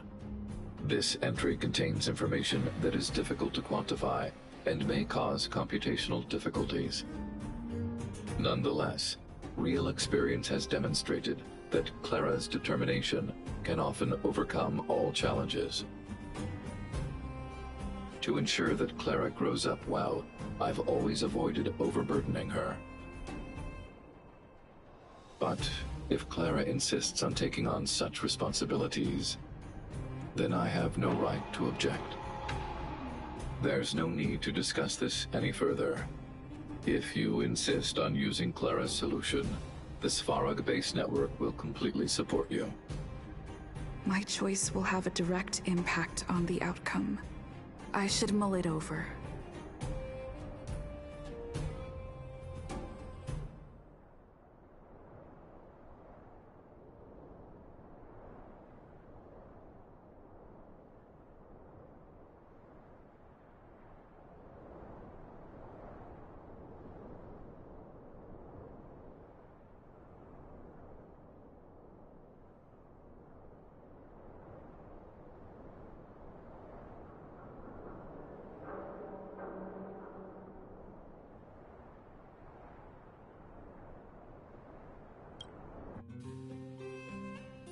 Pascal, we're back. Pascal, good. Waiting. Waiting. Further instructions. Now, please be a good boy and don't move. Pascal, we've got Mr. Svarog to help treat your illness. He'll help you recover. Illness? What is illness? Honkai está raio. Pascal not move? Recover. Health. Mr. Sim, a Svarog, Honkai está raio. let's get started. Understood. The protective programs are ready for installation. I hope I made the right decision. Is it done? The programs were successfully installed. The rope. I see. I think it's over. Para eu só.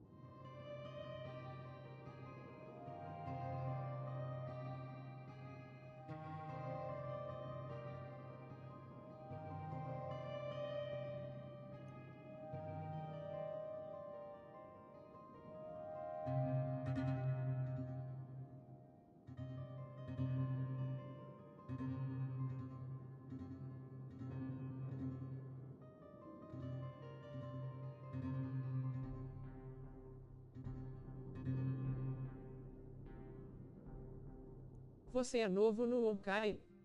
Ou é conta secundária? Não, eu sou novo. Eu tô jogando pela primeira vez ele. Só aproveitando o joguinho.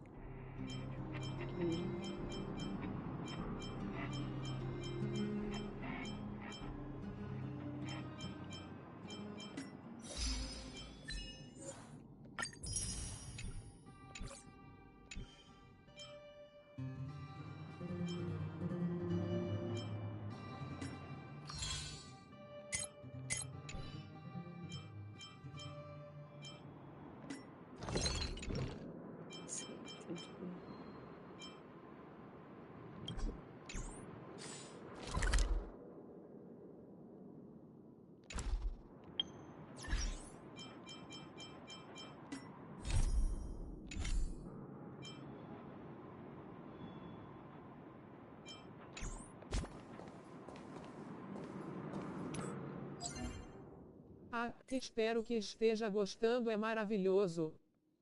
Eu já curto bastante jogos da MiHoYo.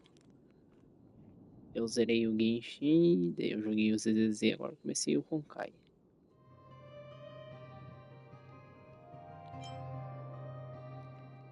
É um estilo de jogo que me agrada.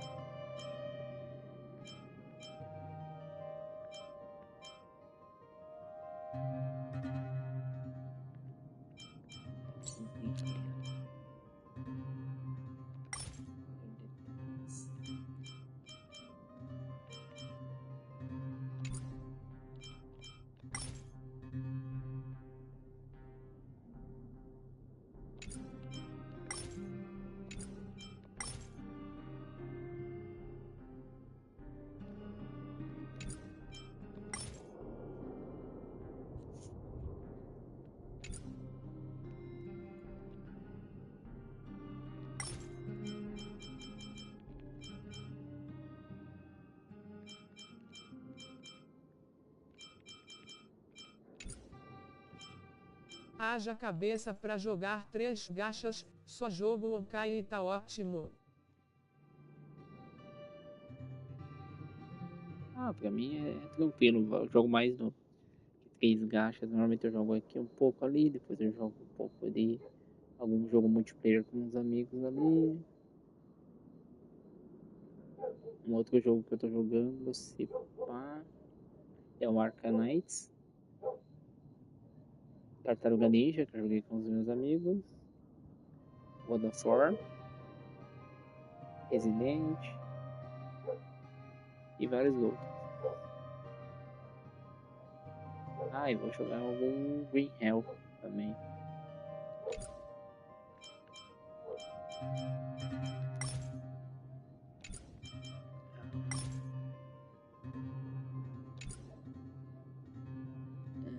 Deixa eu ver.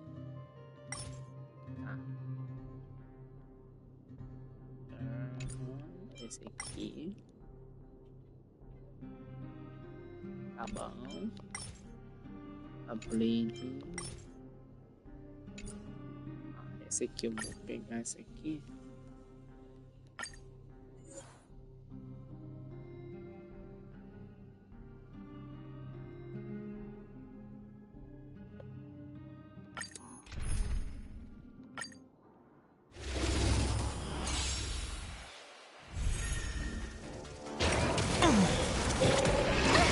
It'll take more than that. Feeling spiffy? Here! Mountains move, dragon rise! Soaring above the lands, this is permanence!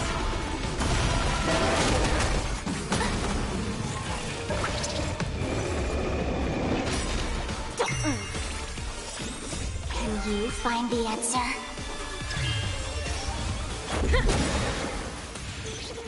Rules are made to be broken.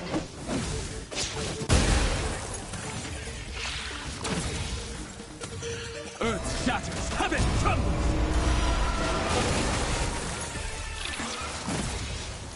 Watch this awesome move!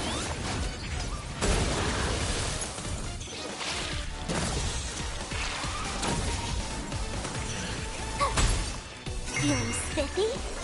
Yeah.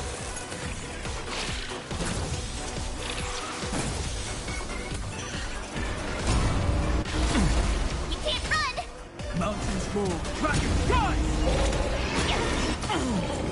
Try that again. Phew! You can't run! Watch this awesome move! Try that again. Don't move.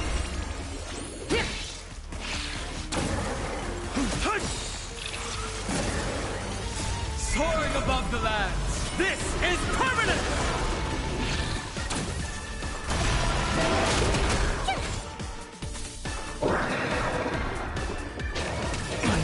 You can't run! Like that. Try that again. Feeling spiffy? Can you find the answer? Rules are made to be broken. Earth shatters, heaven trembles!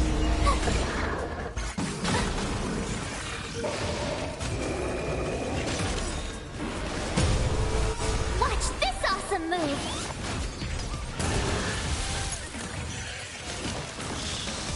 Don't move. Yeah. Mountains roar, dragons rise! You can't run! Feeling spiffy? Phew!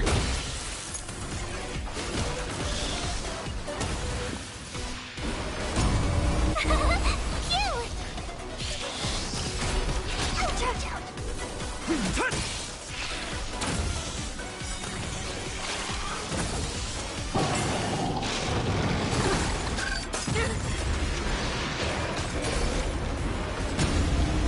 Soaring above the lands, this is permanent!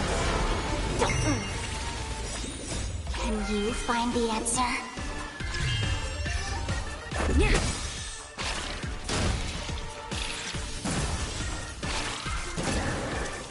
Rules are made to be broken. Watch this awesome move! Earth shatters, heaven trembles!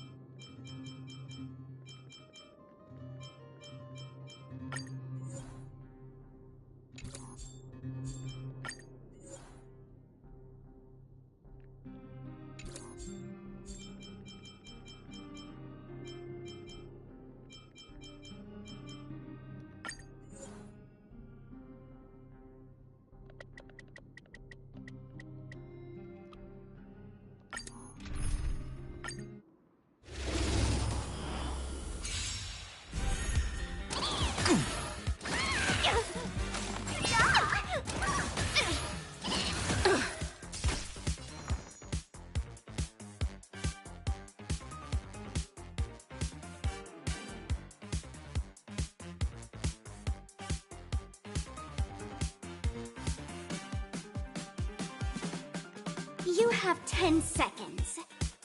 10, 9, 1.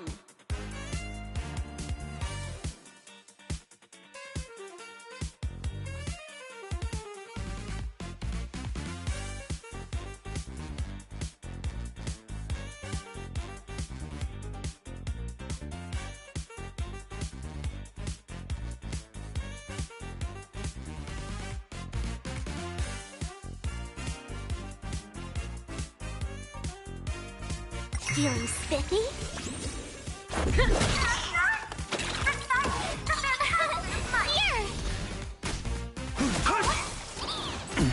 Try that again.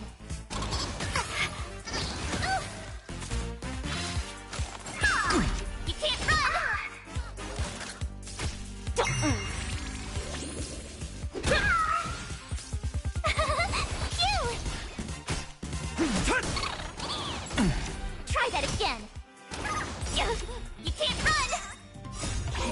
find the answer? Watch this awesome move!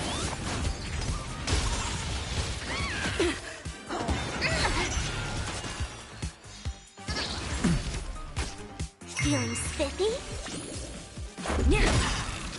Rules are made to be broken.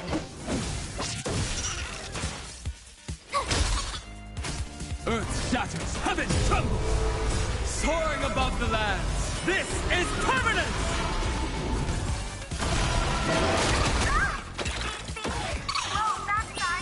Try that again!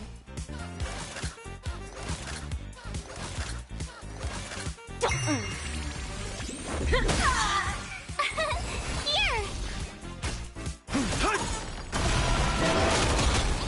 Ouch, ouch, ouch! You can't run! Try that again! Ouch, ouch, ouch! Can you find the answer? Feeling spiffy? Watch this awesome move!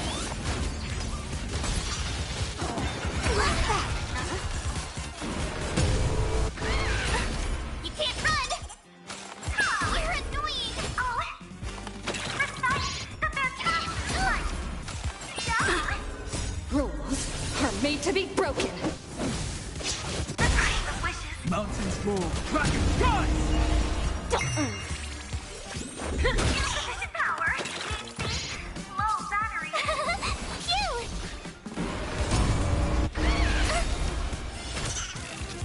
Watch this awesome move! You're annoying!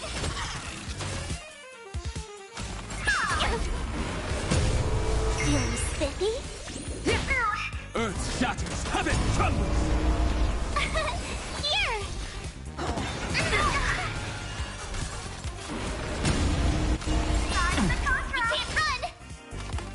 Transform!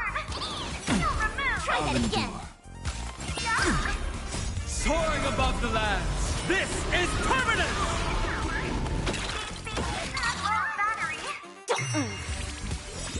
Can you find the answer? Rules are made to be broken.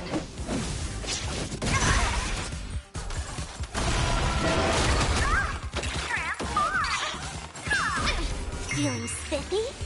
Phew! Watch this awesome move!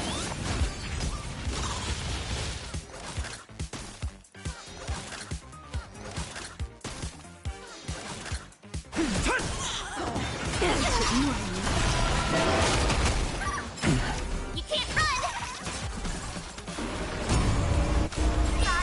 Try that I'll again! endure.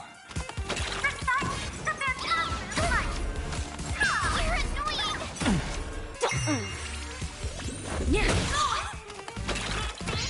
Low battery! Here! You can't run! Watch this awesome move!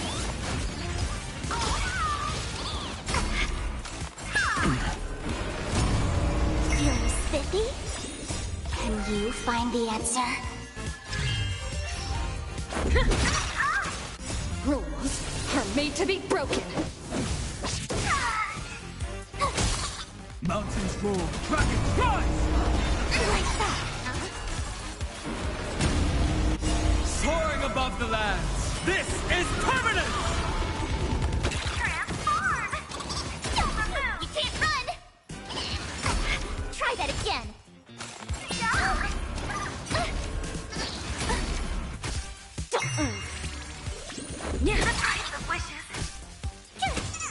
Earth shatters, heaven trembles! You can't run! Watch this awesome move!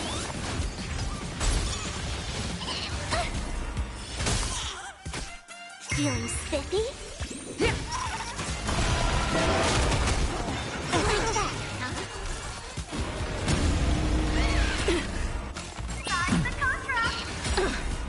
Rules are made to be broken.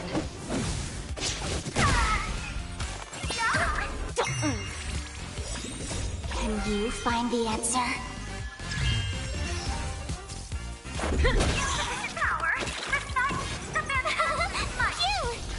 Mountains roar, dragons rise!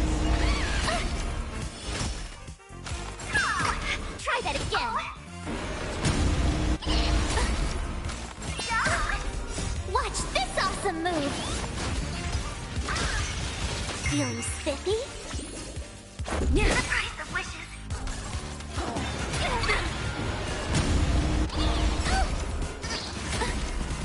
Sorry the contrast. You're annoying.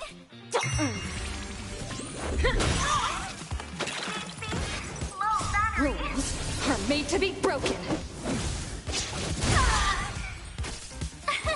Here.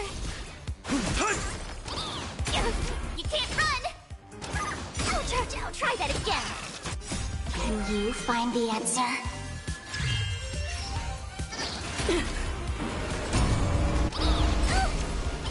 You're annoying. Watch this awesome move. Feeling spiffy?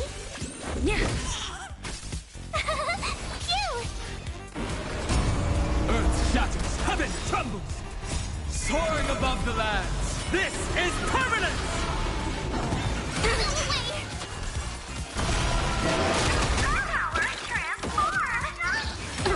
You can't run.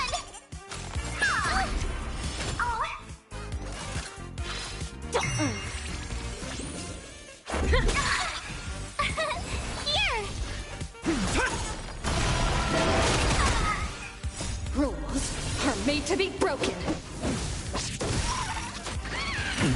You can't run.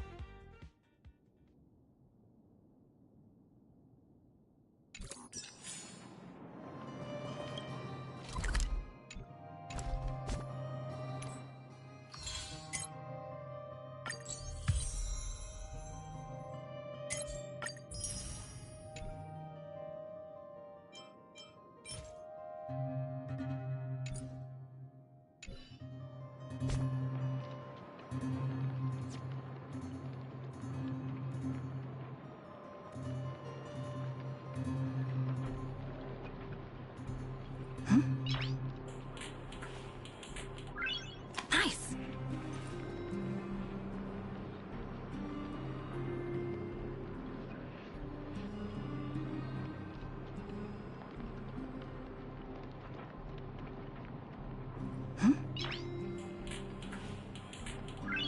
Nice.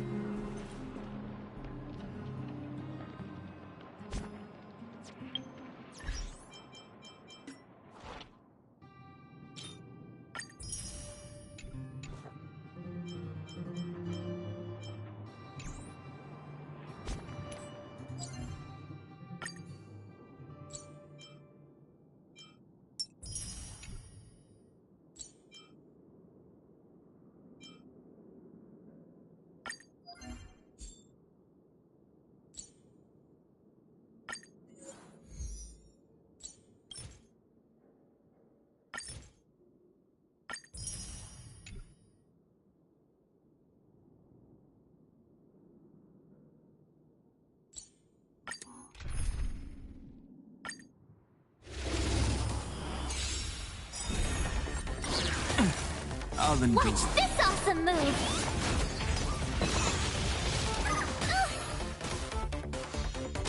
Just a scratch. Feeling spiffy? Yeah. Here. You can't run. Try that again. I'll endure. Can you find the answer?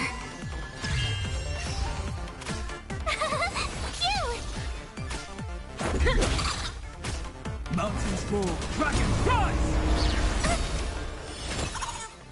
Watch this awesome move!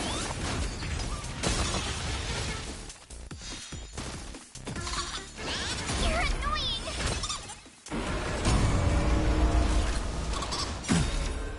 Soaring above the lands, this is permanent! Rules are made to be broken.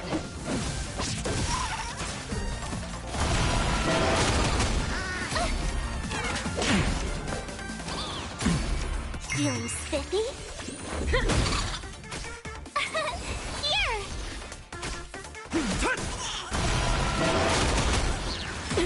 You can't run! Try that again! Phew! Watch this awesome move!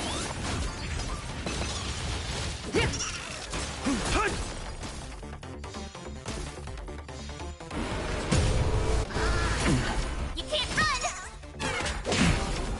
Try that again! Can you find the answer? Rules are made to be broken. Earth shatters, heaven trembles! Soaring above the lands, this is permanent! You can't run! Try that again! Feeling spiffy?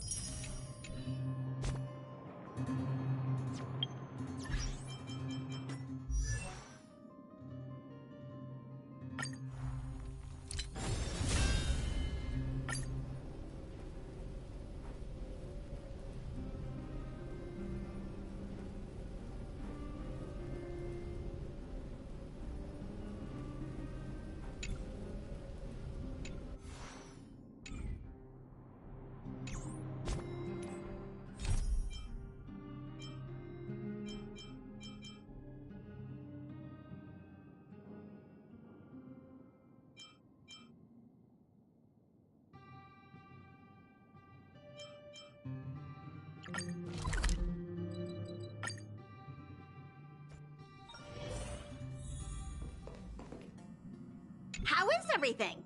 If you're ready, let's head to the washroom.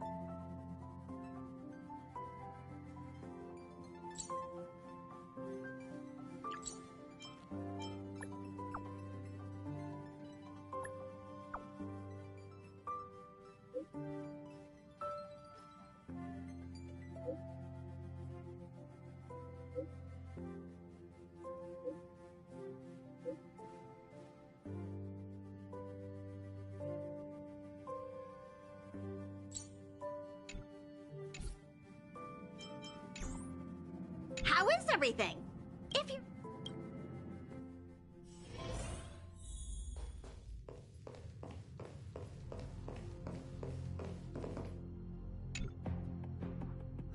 What is it? Here to cheer me up? Save your breath. Your intentions might as well be written on your forehead. I'm just a small-time IPC worker. That Argenti rescued me. I don't know anything, and I can't help you guys. I want to go home and have dinner. Once we're out of this jam.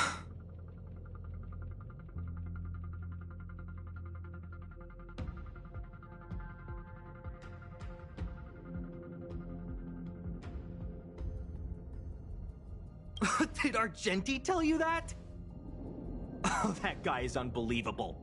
Before he rescued me, he said something like, "You must pledge to acknowledge Adrilla, the beauty, as the most peerless beauty of all." I told him I'd marry her if he'd liked, as long as he got me out of that stinking cave first. And he refused! I couldn't believe it. My life was on the line, so I just repeated after him. Adrilla the beauty. Then he corrected me. It's Adrilla, not Adrilla. Who came up with such an awkward sounding name? I'm a pencil pusher. What the heck do I know about the Eon of Beauty? But of course, I repeated it again in order to survive. Adrilla the beauty, the most peerless beauty of them all! Just like that.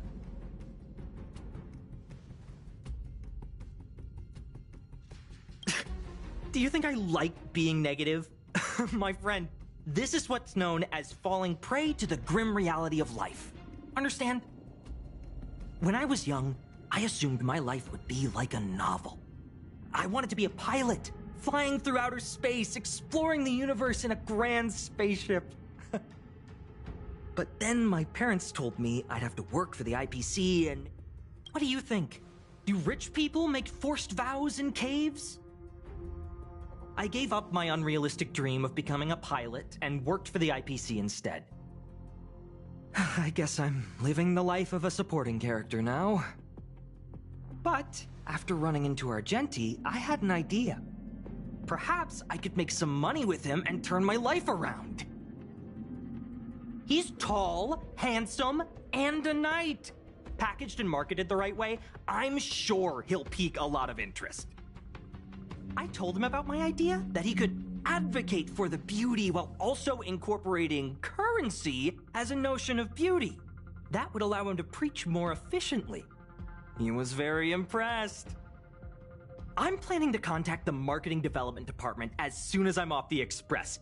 He'll make a great IPC product spokesperson, and I can be his agent. Now, the question remains, will this guy shine brighter as an image-focused idol, or should we showcase his formidable talents and mold him into a powerful star?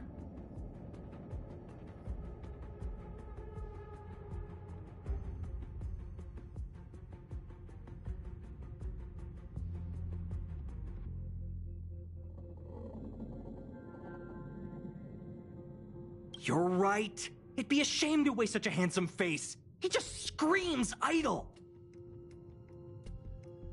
So when can I get off the express? I need you guys to solve this traffic jam problem ASAP.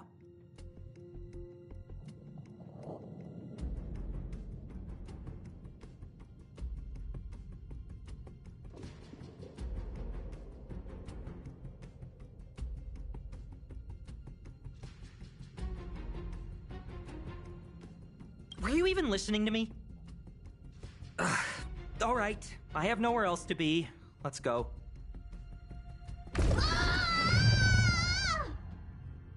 Huh? What was that sound? Did someone scream?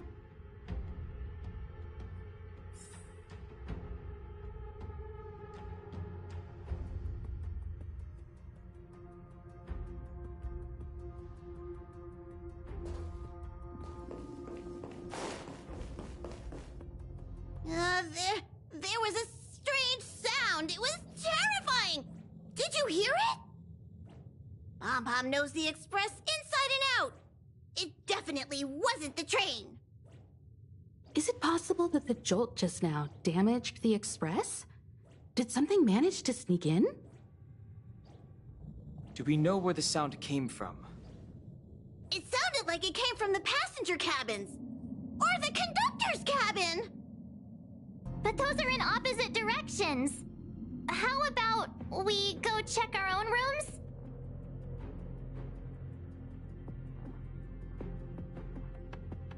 Hey, don't scare me. I'm sure there's a scientific explanation for this, right? Now's the time for action. I'm gonna go check my room. If there's a problem, I'll let you know. March has a point. Pom-Pom will go check the conductor's cabin.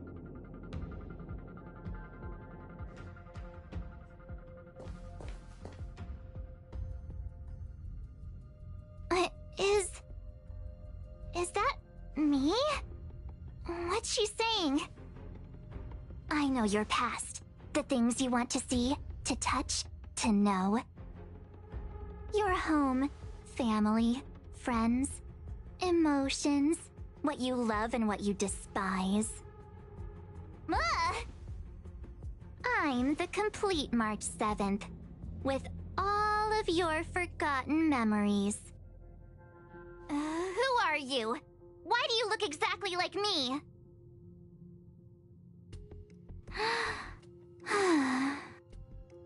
Why did you stop talking? Oh, what kind of creepy... March, can you hear me? Huh? My phone. Himeko, there's something really weird happening. I know. March, get out of there right now. But...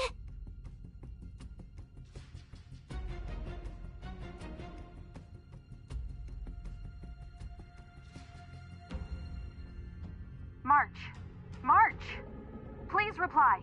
Have you left the room? Did something happen to March?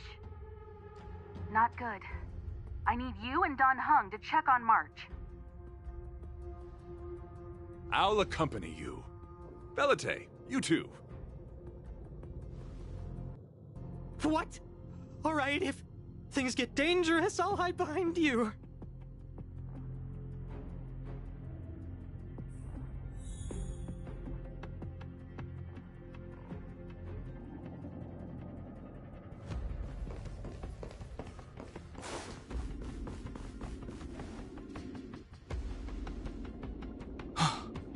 It's an insect? Ugliness. The inharmonious pitch has surfaced.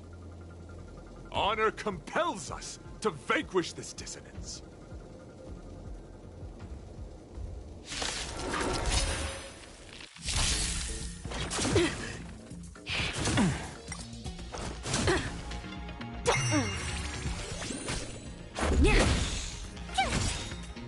Watch this awesome move! Mountains roar, dragons rise! Ouch, ouch, ouch! You can't run! Try that again!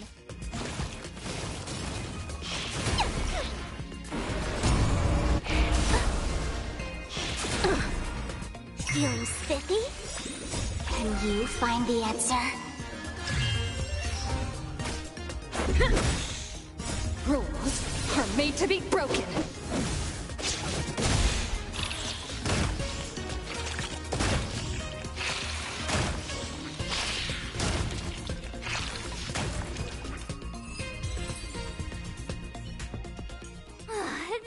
That was so scary! It was like a long-lost twin sister had suddenly appeared out of nowhere. I can't believe it was only a bug. I did not envision seeing true stings again. Huh? There was a whole bunch of those bugs chasing me when Argenti found me in the cave.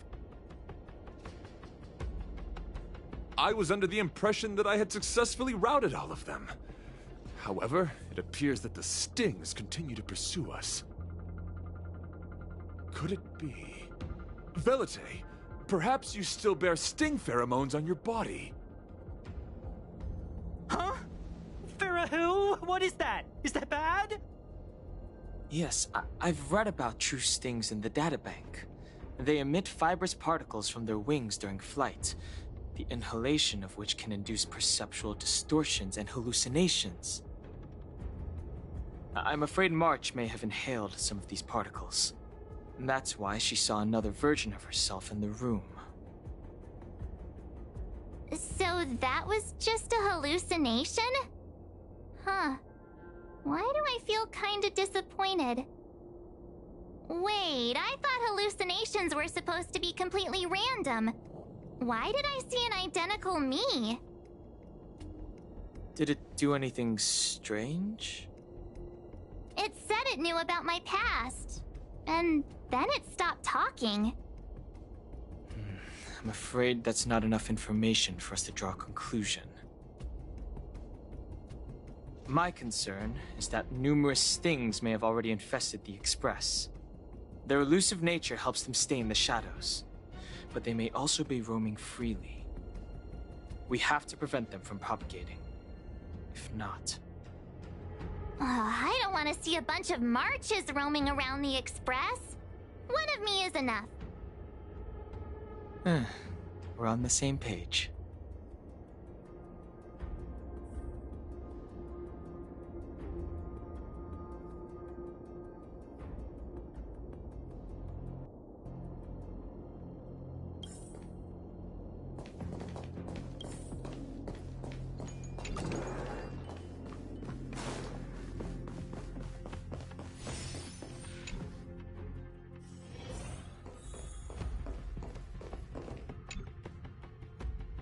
This isn't good.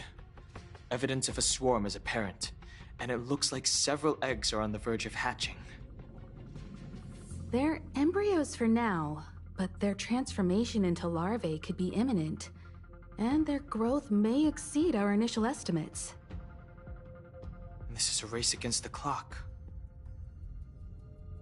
Check around the Express.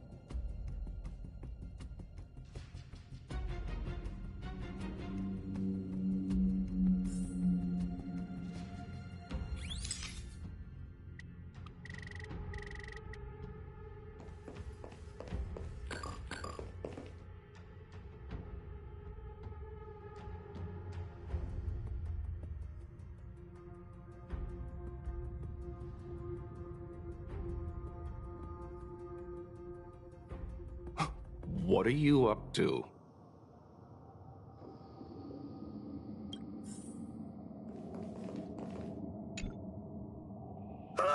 More eggs!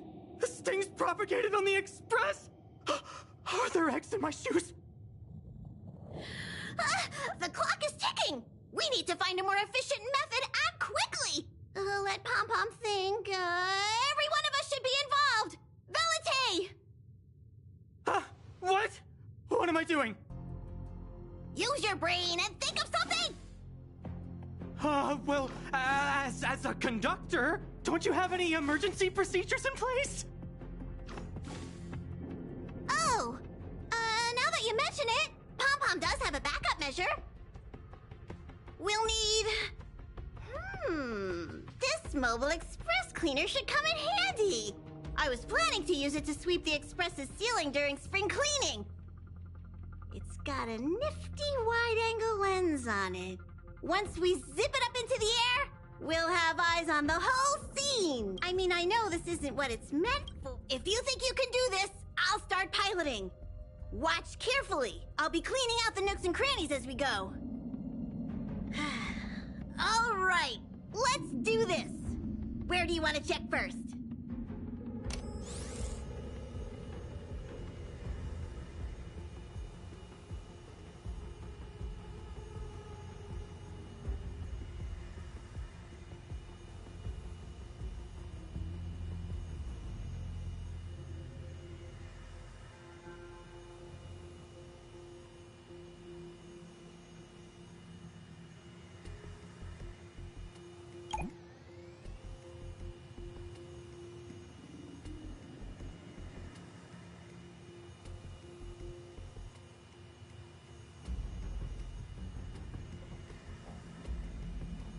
Stay alert! Now's not the time for relaxing.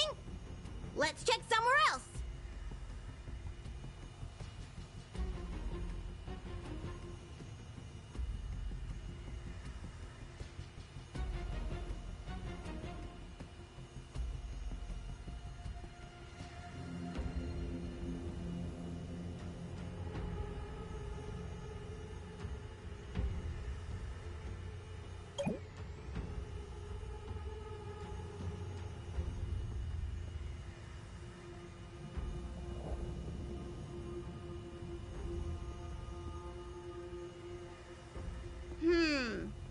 Nothing out of place here.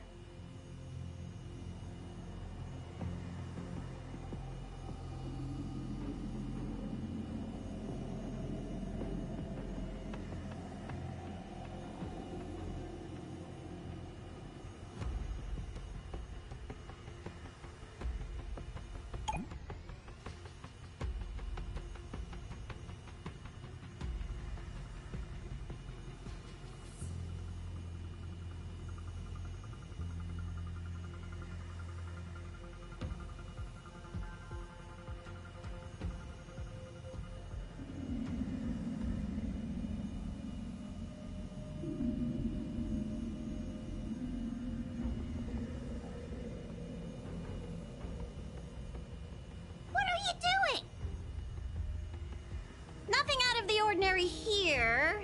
Maybe we should check the faraway. Stay focused. You need to check every corner. Mind if I take it for a spin?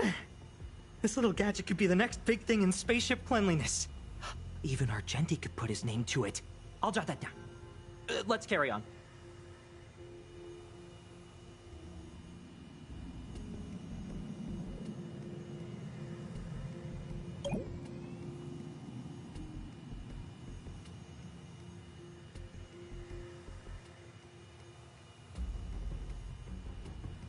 You still awake?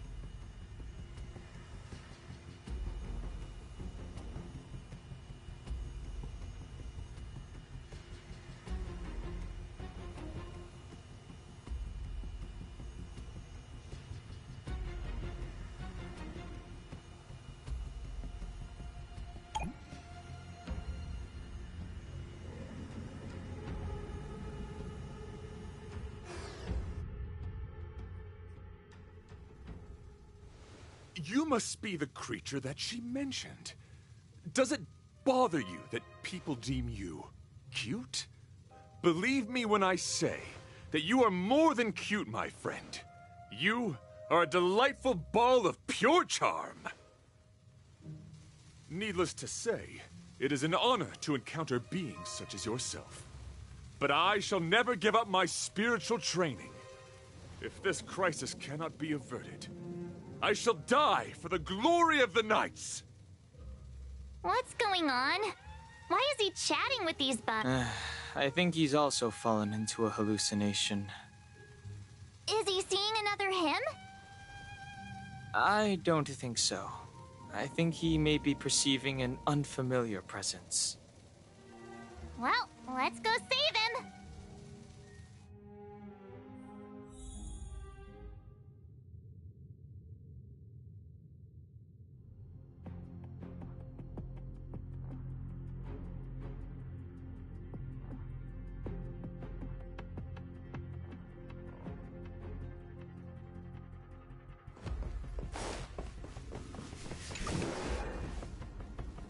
beautiful beings! Are you disciples? He looks beyond saving. He could be in considerable danger. Let's proceed.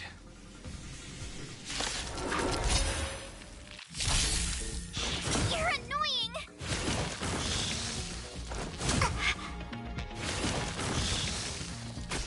Feeling spiffy? Mountains move, dragons rise! You can't run!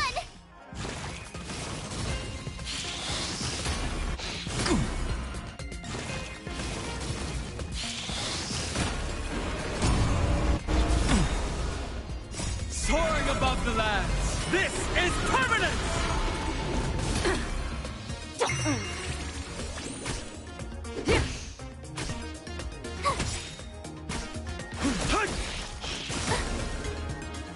You're annoying!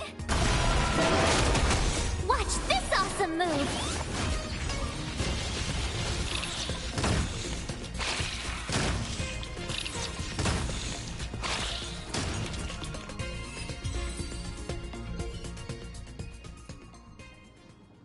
I must apologize. I cannot believe that such a beautiful creature was merely a hallucination. Its deceptive and threatening nature is much uglier than its appearance would suggest. You mentioned this thing transformed into an object of beauty, something that she once spoke of, that you never personally encountered. Yes, it was something she mentioned that I wanted to see in person.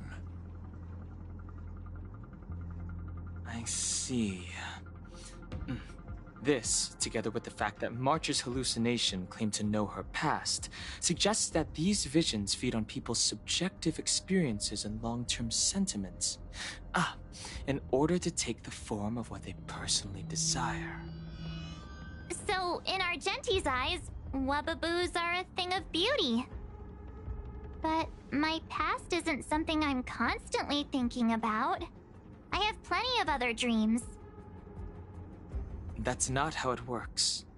The desire to know your past embodies purity itself, a thing of immense value. I wonder if the dying words of those ugly menaces can be trusted. As the saying goes, even an insect speaks kind words when death is near. Are you implying that the insect imparted you with a message prior to its demise? Correct. Its final words were, "Celebrate this superficial victory, for you will never be able to acknowledge the existence of the Overlord."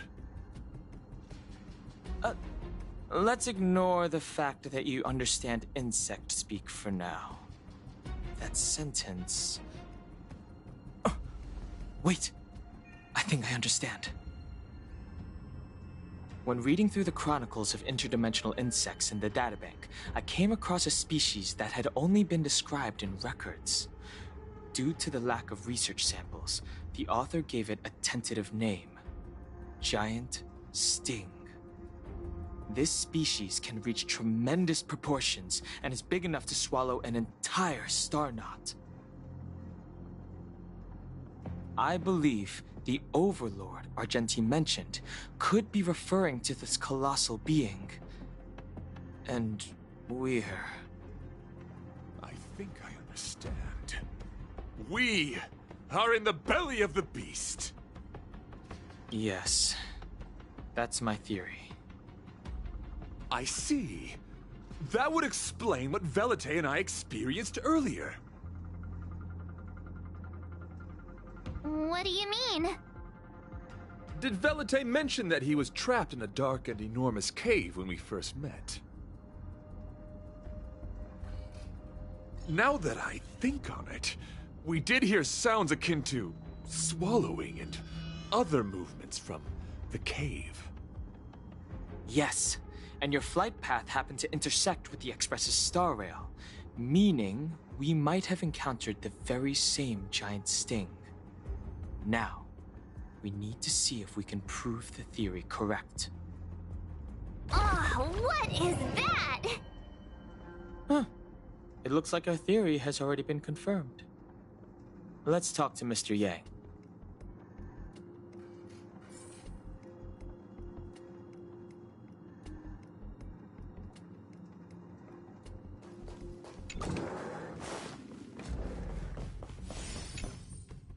Oh, it's so quiet. Someone say something. How's it going? Has there been any progress? Let me explain the situation.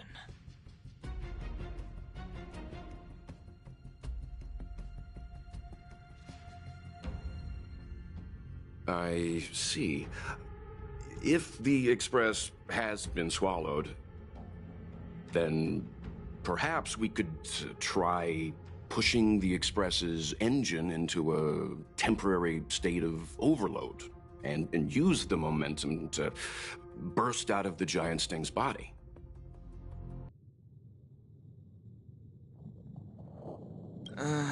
Warp jumping requires a lot of preparation, and it might alert the swarm. It would be risky. The engine might overheat and burst into flames. Still, I don't have any better ideas. I am not fond of this idea.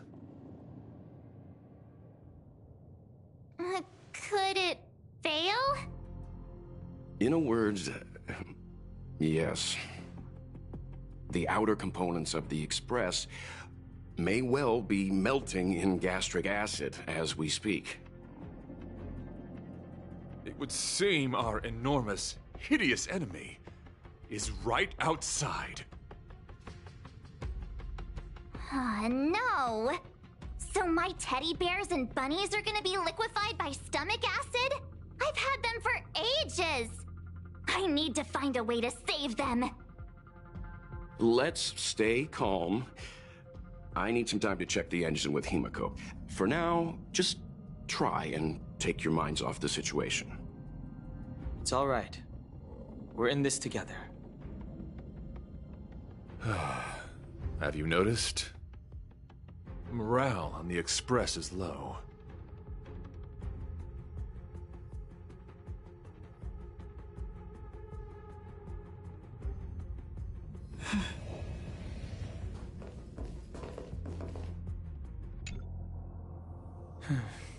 It's rare to see March genuinely worried. But given the circumstances, maybe you could try reassuring some of the crew. The Express has faced all kinds of obstacles on its journey. Today is just another one. It's no reason to stop trailblazing. Such is the very essence of trailblazing. It is through these trials that we find wisdom and maturity.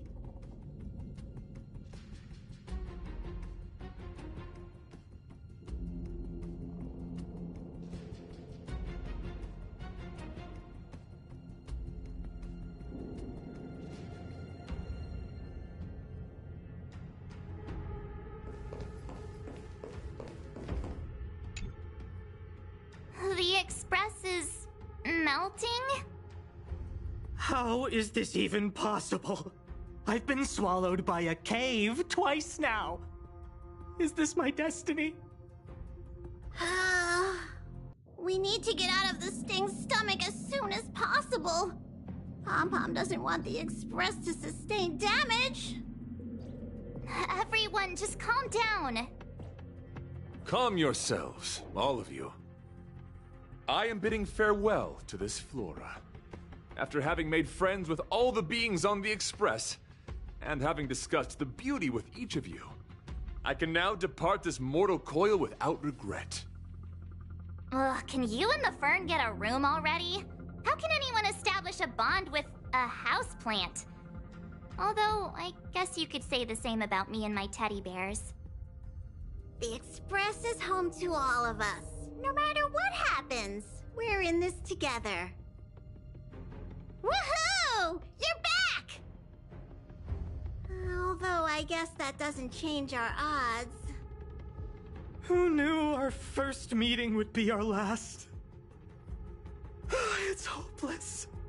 I'll just spend the rest of my short life listening to your ramblings about the Express, I suppose. Nonsense. This won't be our last meeting. But I'm happy the Express has started to grow on you. Now, where should Pom Pom start the story? Are you really about to tell a story? Look, it's been nice meeting you and all, and I'd love to shoot the breeze. But are you people really just going to give up? Velite, I will escort you to your destination. A knight always keeps his word.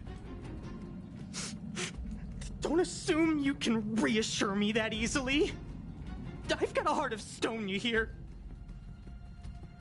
Okay, that's enough. In times like this, we should be trying to give each other hope.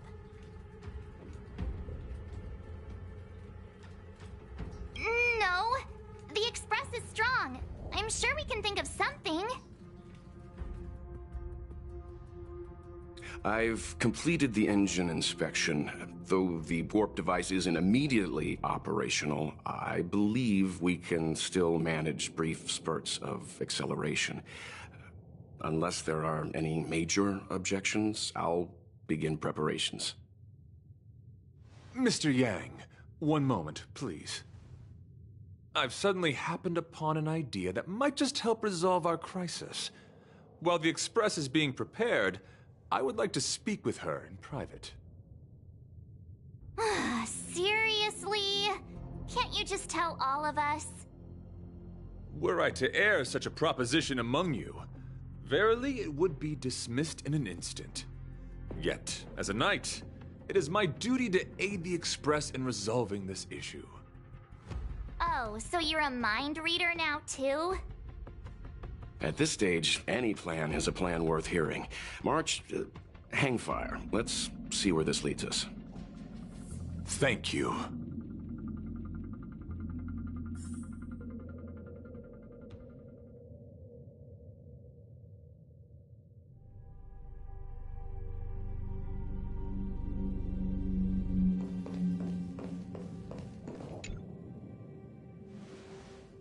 I apologize for being so abrupt. You must find me strange for wanting to speak with you alone. I will tell it to you straight. I have a strong sense that as a knight of beauty, I have a duty to fight this battle. I propose that I disembark from the Express to confront the giant Sting directly.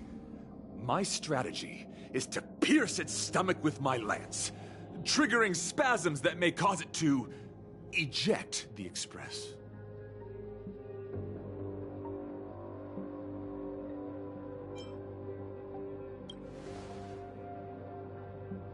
It is challenging for me to articulate this phenomenon. Yet when I observe certain entities, an indistinct sensation of beauty arises from my core, discernible only by instinct. Perhaps my long solitude traversing the cosmos has made it difficult to discern where these sentiments originate. But as a knight, I realize my obligation is to safeguard the seed that embodies beauty, standing as a bulwark to defend it against all. The Astral Express is that seed. It feels warm, like a home to me. I am certain that this is thanks to the strong friendship you have with one another. That is why I must swear to fight to protect this warmth, rather than be protected by it. I am willing, time and time again, to protect these seeds of beauty, to allow them to bloom into pure and radiant flowers, to demonstrate my devotion to them. It is an inherent part of the journey of Argenti.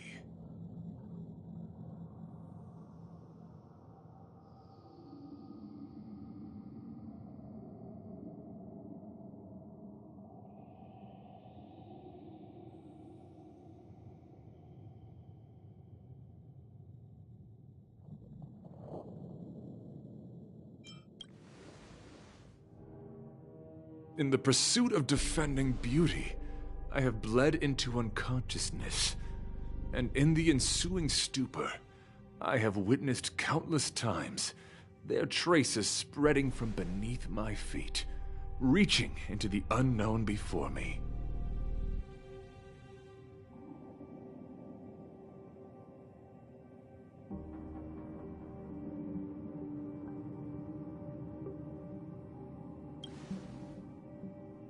My rational mind tells me no.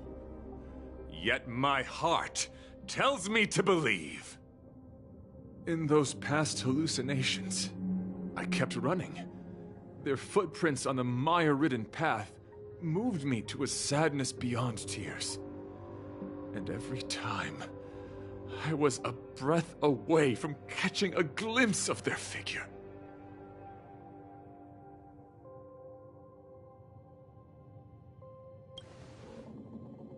Yes, this is my duty. It is a never-ending cycle of falling and standing up again. Each time I wander closer to death, it gets me closer to the path the beauty once walked. This is my vow as a knight of beauty.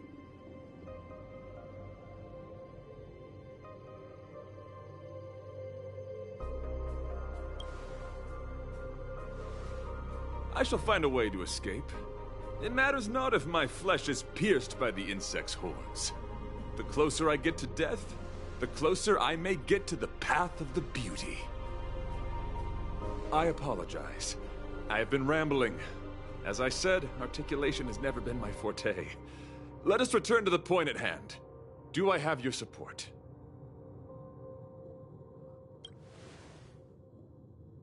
You do. Thank you. Your understanding is more precious than any treasure.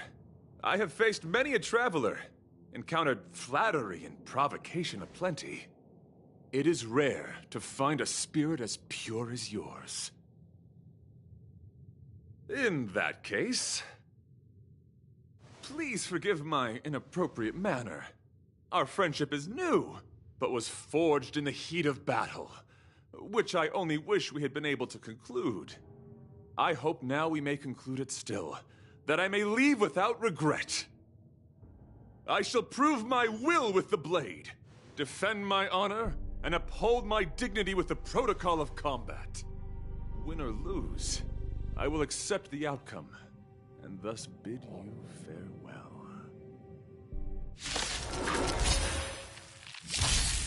My friend, it is an honor to fight against you. Just a scratch.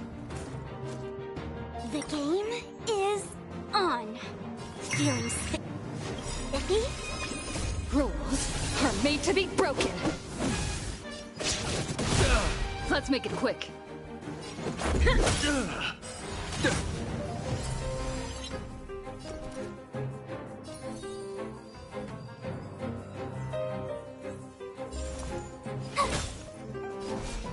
Mountains move, dragons rise! Let's shine forth. Put forth all your might. You can't run! Let's play. Can you find the answer?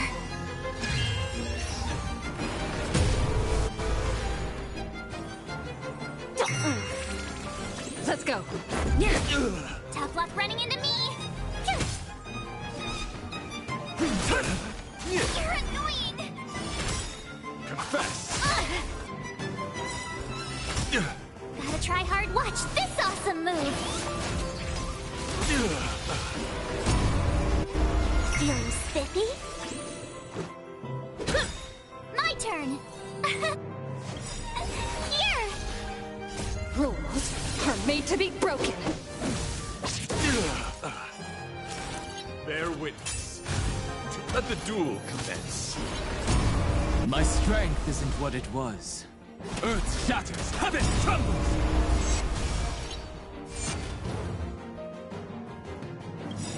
Dragons, soaring above the lands! This is permanent! The flesh wound.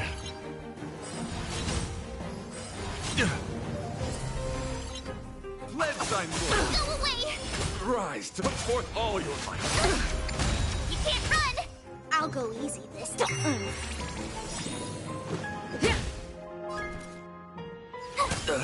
My purpose is to protect. Can you find the answer? Mountains move, dragons rise! You're annoying! Gotta try hard. Watch this awesome move! Put forth all your might. You can't run! Rise to the Let's challenge. play for a while. Feeling spiffy? Tough luck running into me!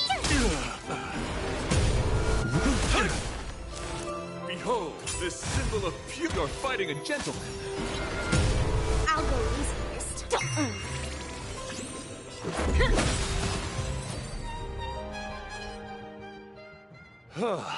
Your demeanor, strength, and the etiquette of your combat. I admit, you have won me over.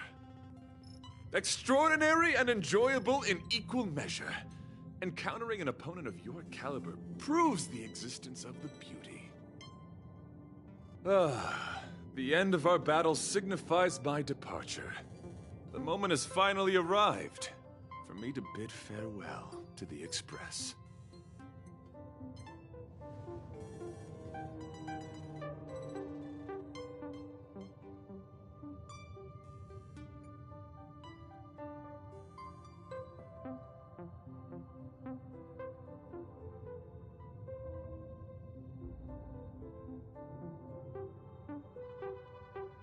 Dear friend, I assure you, I am not a reckless person. I will ready myself for the opportunity to escape.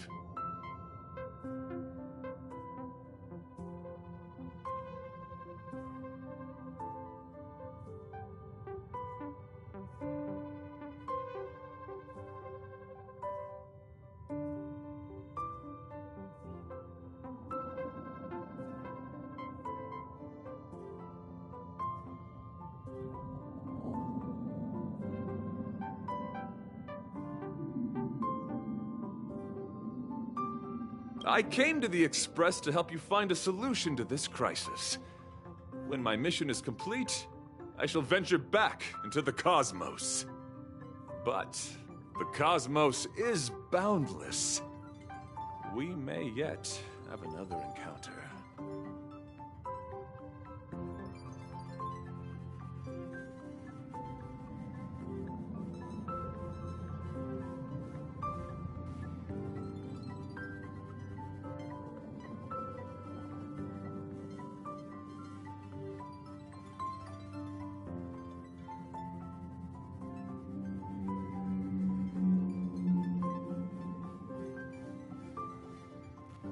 Excellent, dear friend.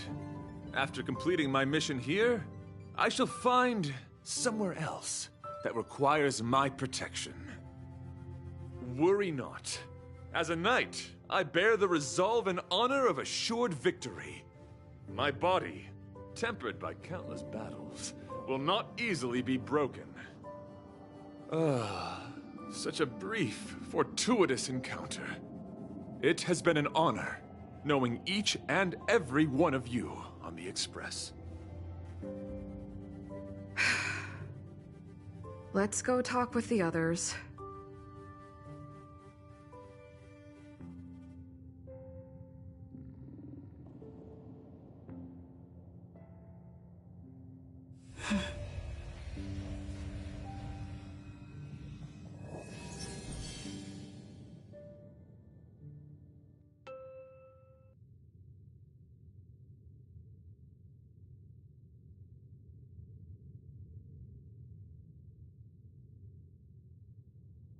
So brief, so unexpected.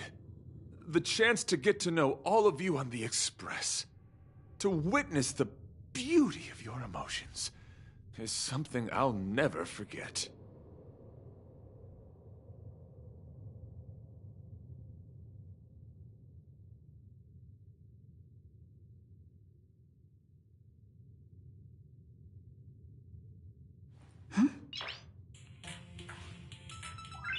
Nice.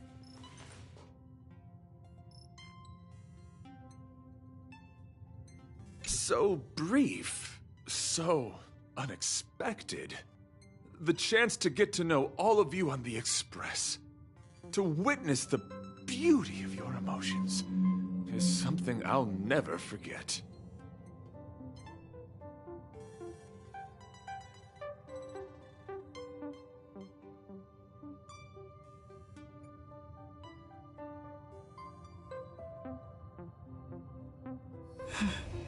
So brief, so...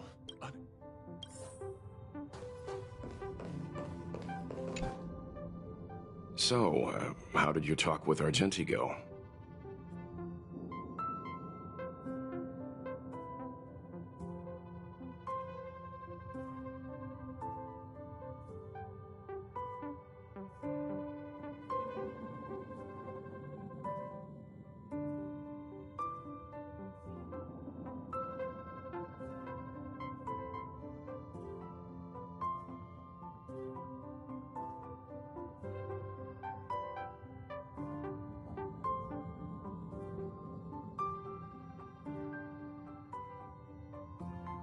I see.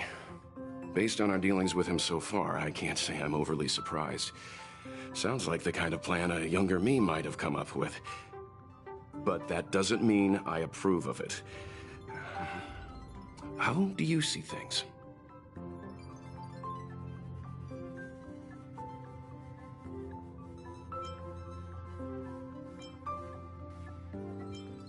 I suppose it all depends on whether you support his understanding of and devotion to the beauty.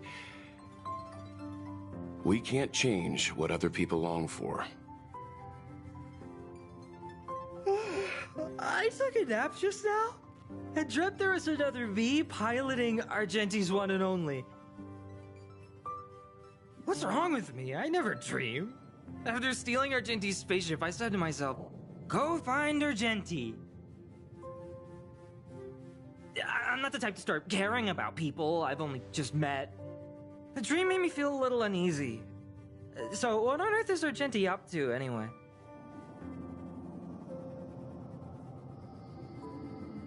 Huh? What? He wants to fight that huge bug on his own? So all that talk of departing the mortal coil and bidding farewell to a plant, that was all serious?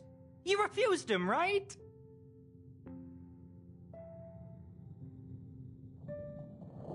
That's a suicide mission! And for what? Don't get me wrong, I don't really care. But if he dies, how am I going to turn my life around? Alright, fine, I care about him. Ugh, why is he so difficult? Are his beliefs more important than his life? No way, I've gotta talk some sense into him.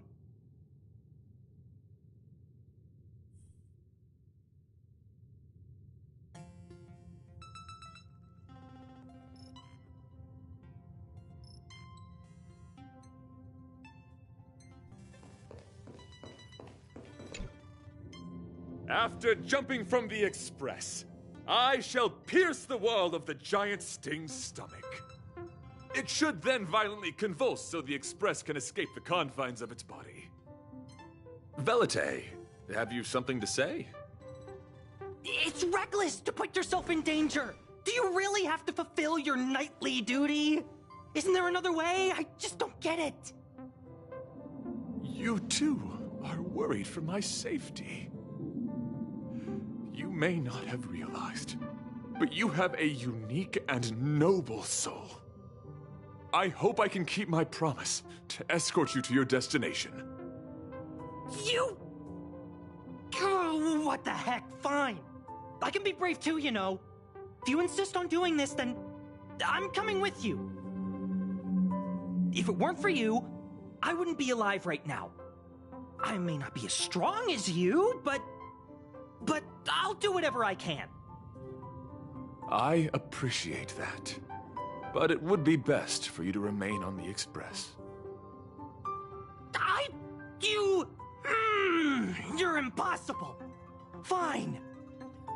It suddenly struck me that if it weren't for this accident, we would never have met, let alone become friends.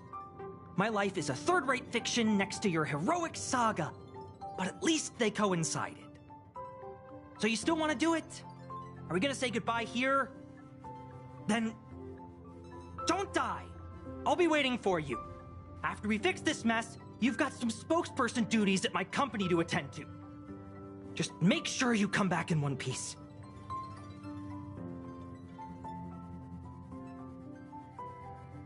Do not worry. You will hear my shout. Adrilla the Beauty is the most peerless beauty of them all. Once the Express is safely out, I will devise my own exit plan and navigate my way to safety. Until next time. Having witnessed this spectacle, I am sure you will come to grasp the depth of my convictions. In the sanguine, eternal night of the universe, my existence professes a loyalty greater than the guileless.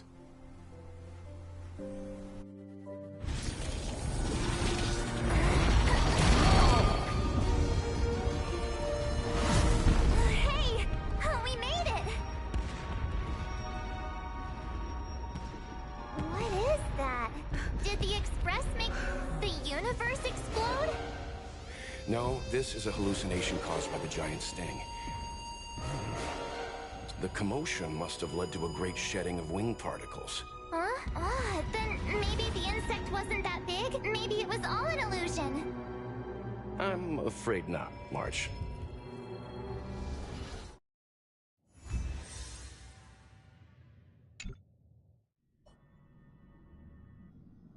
I bet Argenti would think these fireworks were really beautiful.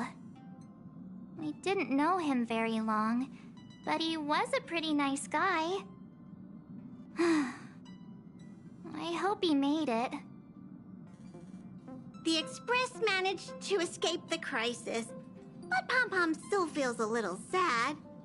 Pom-Pom wonders what happened to Argenti. Velite just left the Express too. He looked really upset. I guess he didn't know what Argenti was thinking either. The Knights of Beauty are made up of individuals who are used to traveling through the cosmos alone. They're difficult to understand, and the starry sky is their home. Perhaps this fireworks show is a symbol of his honor. But the fireworks... And the starry sky! He didn't see it. He has his own goals. And struggles. After all, the Eon of Beauty has likely already fallen. You mean Adrilla? The one he wouldn't stop talking about? But he said he'd find them and fulfill his duty to protect them. The fact that Adrilla has fallen is tacitly acknowledged by some Knights of Beauty. Naturally, there are others who don't want to believe it. Like the one you met. He probably thinks that Adrilla is simply missing, hiding somewhere beyond the reach of mortals. The crisis is over, and our unexpected guest has left. But I think there's still something we should talk about. In your opinion, what is beauty?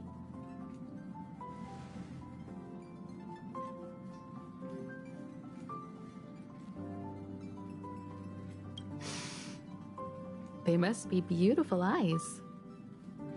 Beauty takes many forms, and different people have different answers. I wonder what exactly it is that the Knights of Beauty are pursuing through the cosmos. Let's assume that Argenti finds the missing Adrilla. Will he be able to recognize them with his human eyes? Or, obsessed with his version of them, will he turn a blind eye and not even see them for who they are? It did seem like he had a kind of tunnel vision. And it sounded like he was holding himself to unreachable standards to attain his dreams. I didn't quite wrap my head around him. I guess if we're ever back in Belobog and see a red-headed knight shouting into trash cans, "Idrilla! Are you in there? Idrilla!" I won't be surprised. But so what? I still think he was a nice guy. even if he was a bit weird. Where were we supposed to be going again?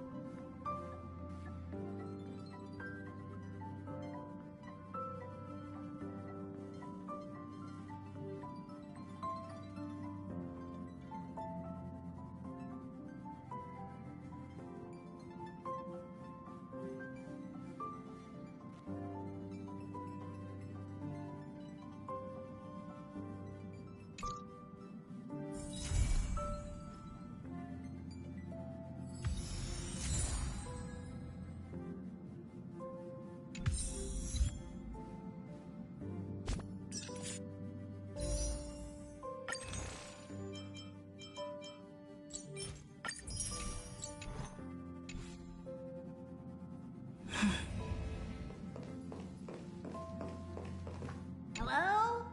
Hello? It's about time we hit the road, passengers. Thanks to the compound, we'll dispatch the express.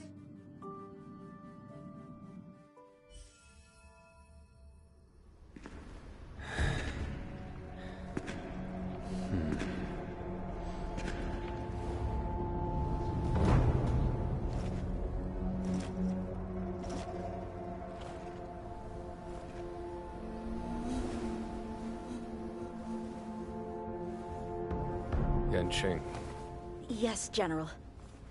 watch this person carefully.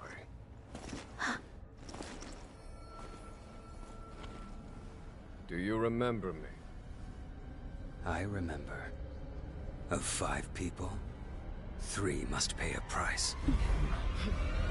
You are not one of them, Jin Yuan. Of 5 people, 3 must pay a price. You are one of them.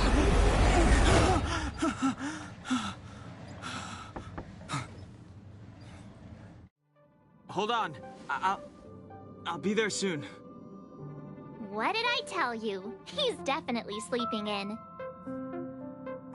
We trailblazers can go days without sleep, but when we do hit the hay, we have to make up for it.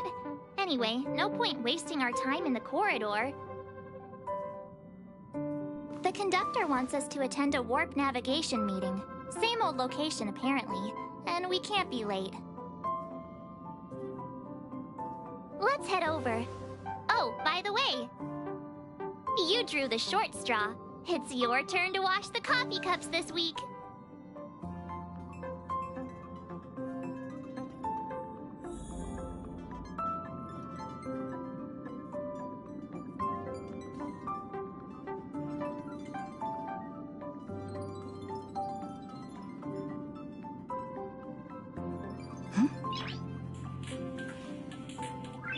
Nice.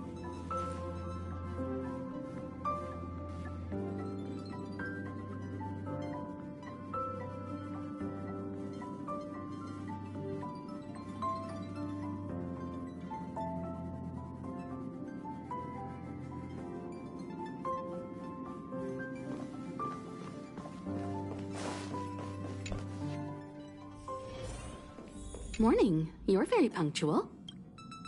Oh, I can't remember the last time I got such a polite response.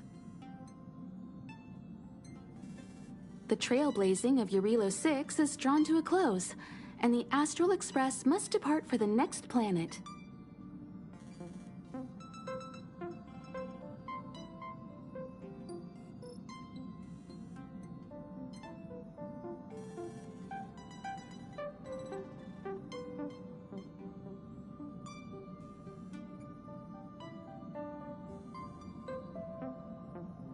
Not telling yet. We'll make an official announcement in the meeting, but I'm keeping you in suspense for now. The meeting will start soon.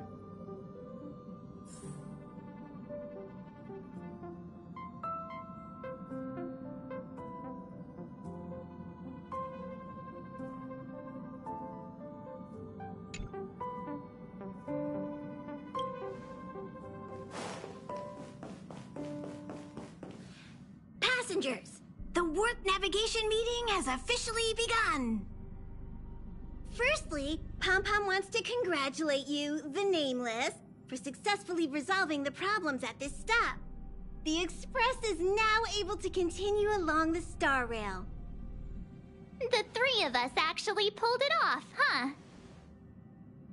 It's time for your conductor, that's me, to reveal the name of our next stop. Long time no see, Astral Express crew. It's Kafka. I came at a good time. You're all here. Every single one.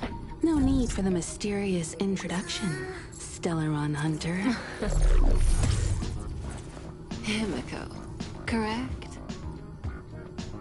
Apologies for interrupting your little get-together, but I'm sure once you've heard my request, you'll forgive me.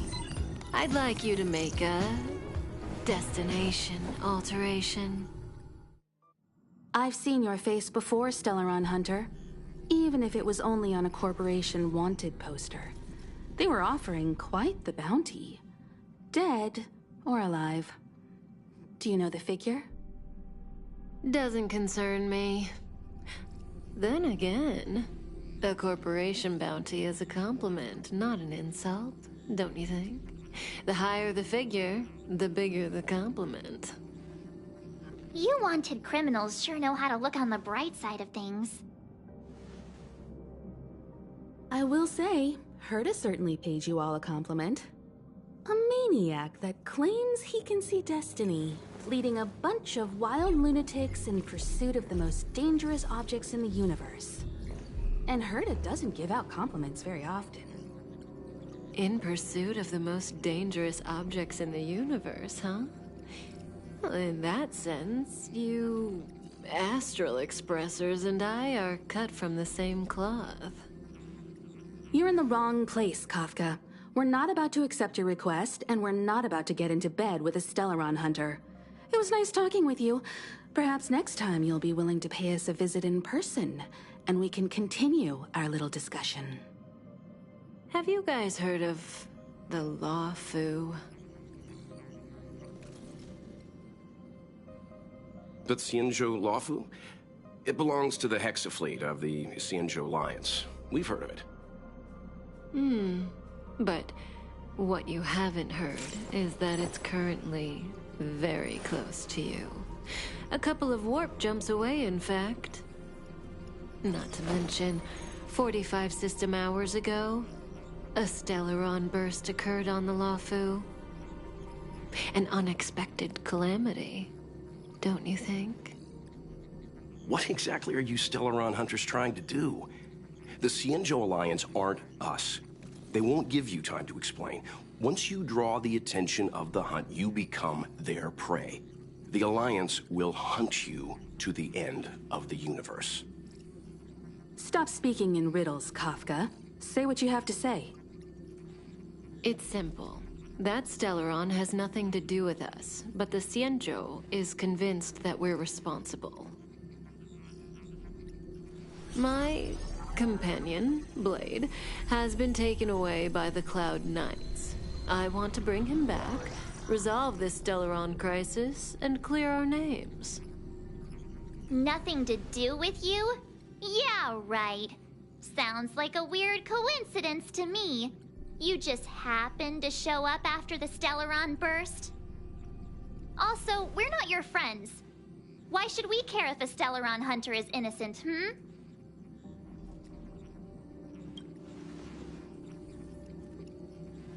No! Why are we listening to her? The Alliance is strong. Is a single Stellaron burst really too much for them to handle? We're the crew of the Astral Express, not some squad of Stellaron-stealing super specialists.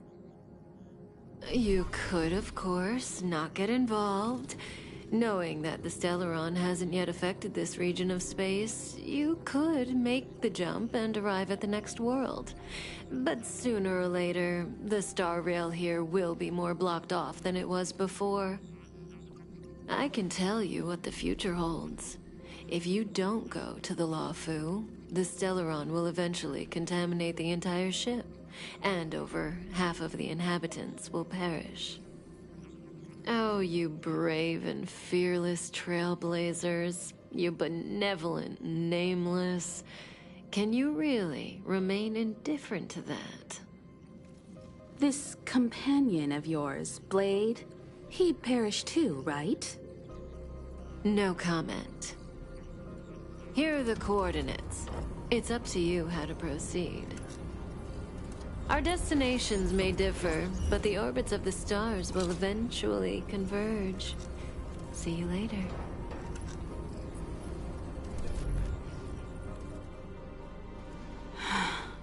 March, get Dan Heng.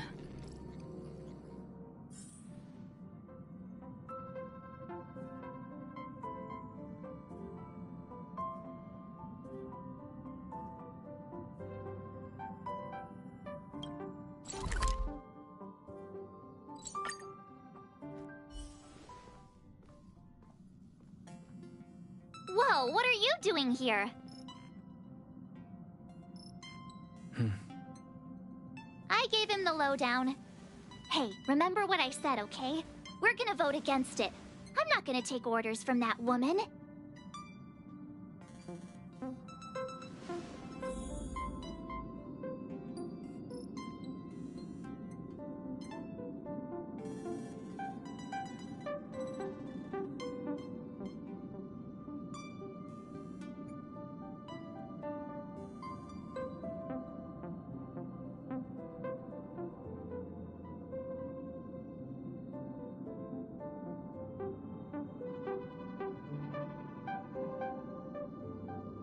It's way too much of a coincidence. A Stellaron hunter shows up at the site. Oh, I'm so mad. We don't need another. Oh yeah, I just spoke to. Trust me, she'll hold a democratic vote.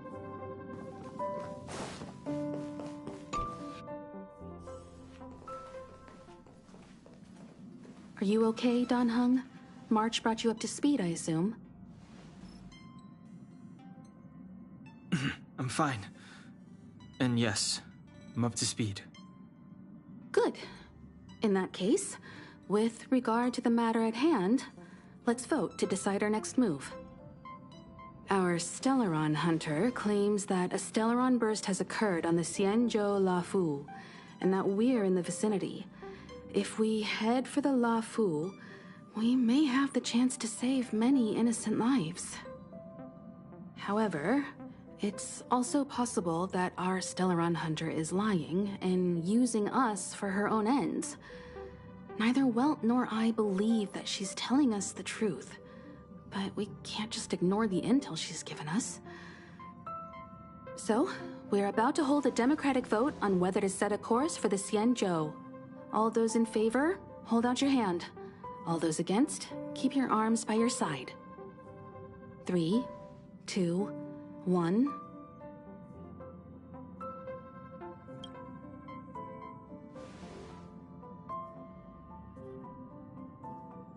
Four against 1.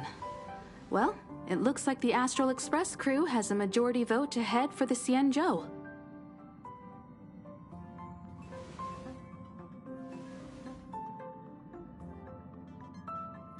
I calmed down and thought about it a bit. If it turns out that woman isn't lying, then a lot of innocent people are gonna get hurt. Now's the time for thinking about other people.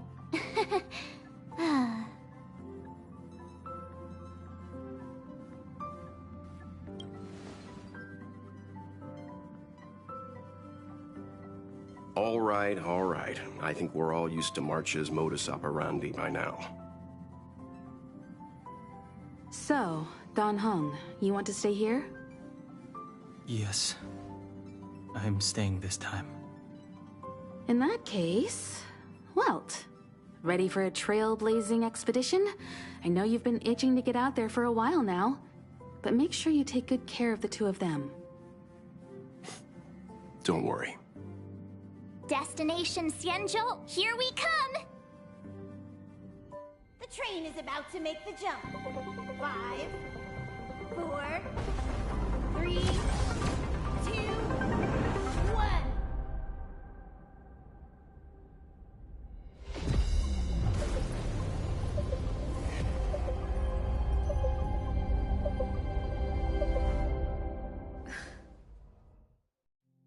Whoa!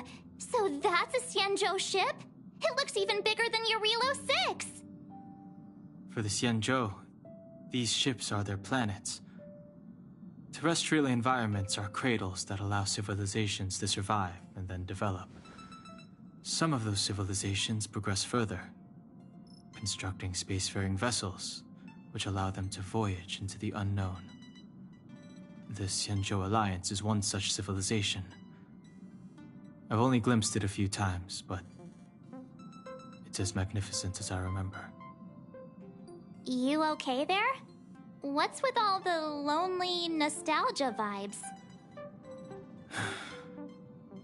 This is the Astral Express. I repeat, this is the Astral Express. We have arrived in Xianzhou territory. Requesting landing permission from ground control. From the bridge, I mean. Welcome to Lawfu Skyport, Starskin. Please await transfer. Please wait transfer. Please wait transfer.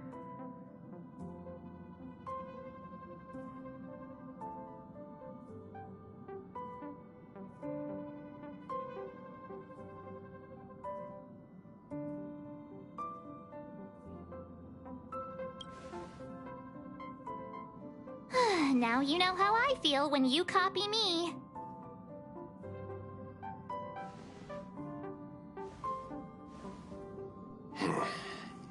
Something's not right. The signal is still repeating, but no one is guiding us into dock. Maybe the Stellaron hunters were telling the truth. It seems like something really did happen to the Xianzhou. A vessel arrives at a deserted spaceport. Isn't that how, like, loads of horror movies start? Let's not let our imaginations get the better of us. Please wait transfer. Please await transfer. Please wait transfer. Still the automated signal? Yes, it's still on repeat. Ah, there we go. The Jade Gate now opening. On behalf of the Xianzhou Lawfu, welcome, guests from afar. Please proceed to dock in accordance with the guidance. Huh? Is this still automated? The signal broke off. Seems that's all there is. We should get going. Himiko, stay vigilant back here on the Express. Relax. I've got Don Hung here with me.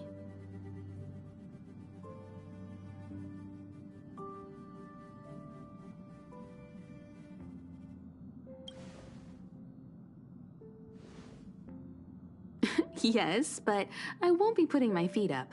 There's a lot to take care of here on the train. Make sure you're properly prepared before you set off.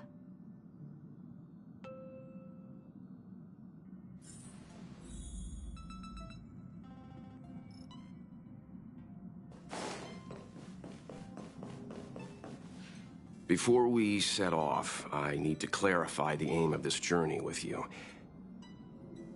The Stellaron hunters have given us a lot to consider, and a lot to doubt. But the most important part of this expedition is...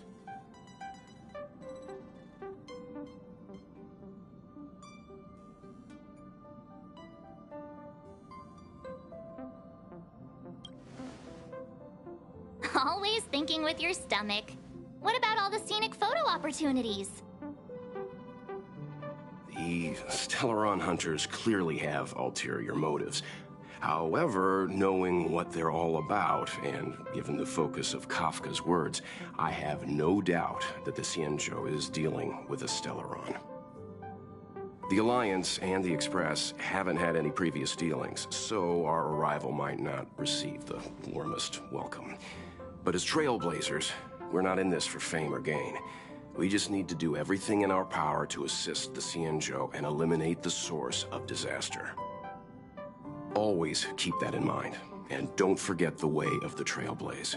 Explore, understand, establish, and connect. Yeah! Let's go.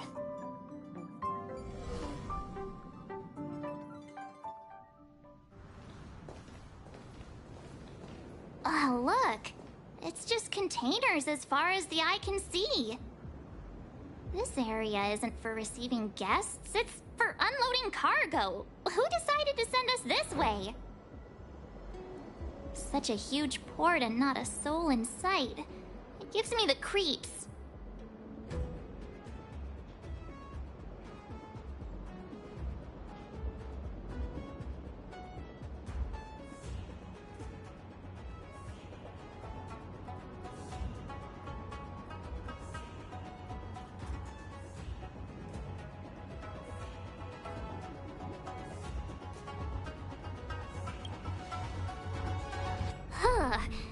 Stop talking. If there is someone here, they're in my bad books already. Mr. Yang, what should we do? We should start with the person who opened the Jade Gate. If it turns out they're not friendly, then at least they've already made things easier for us. If it turns out they were just doing their job, then we can ask them what happened here.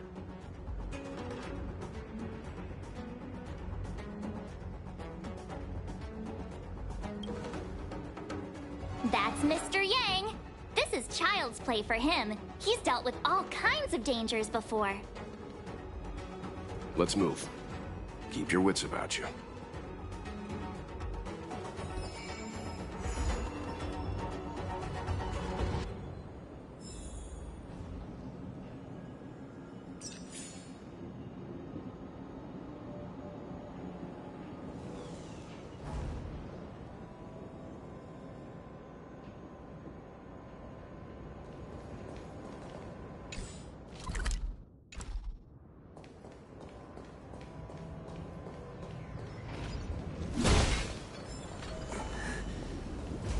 Mr. Yang, someone's hurt.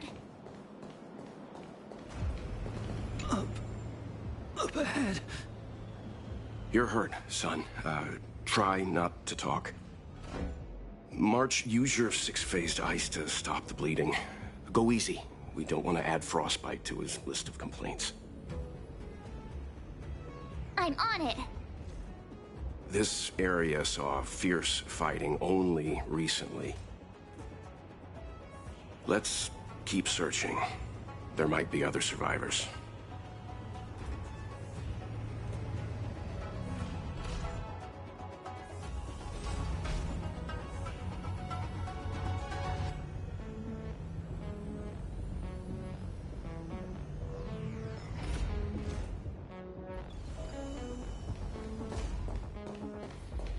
Up ahead.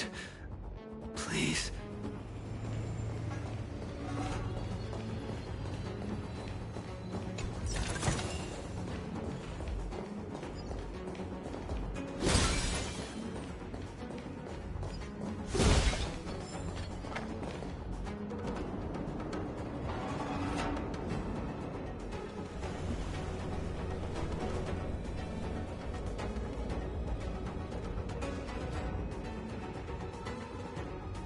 There are wounded everywhere.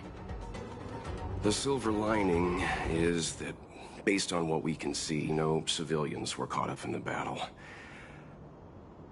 I'm guessing the Xianzhou must have evacuated the port immediately, leaving the soldiers to deal with the crisis.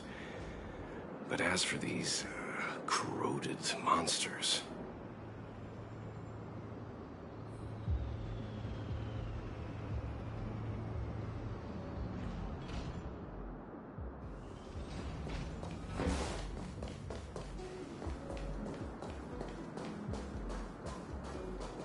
Up ahead.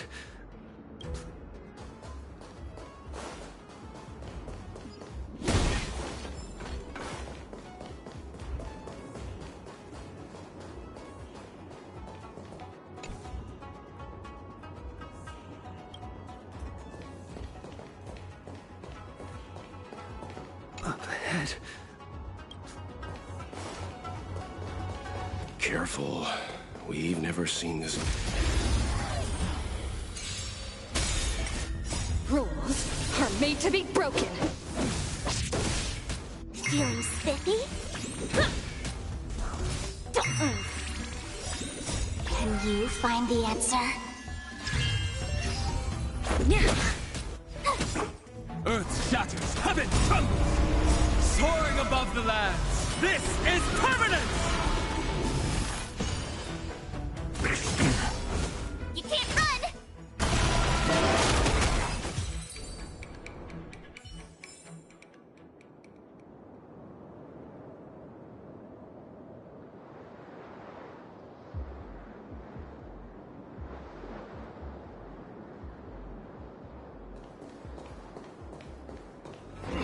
Miss Tingyun, fall back! They're Morris.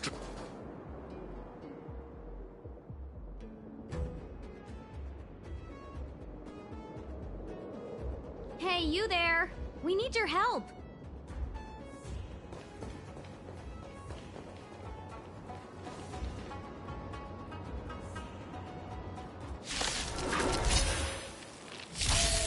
Thanks for saving Beauty from the beast. Pleasure. But are you thanking us or giving yourself a compliment?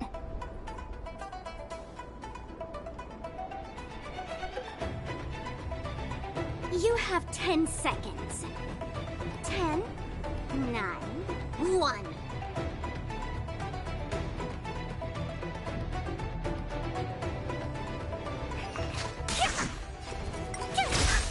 Mountains move, dragons rise!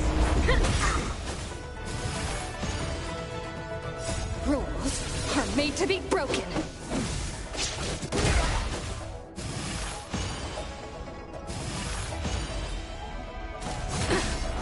Try that again.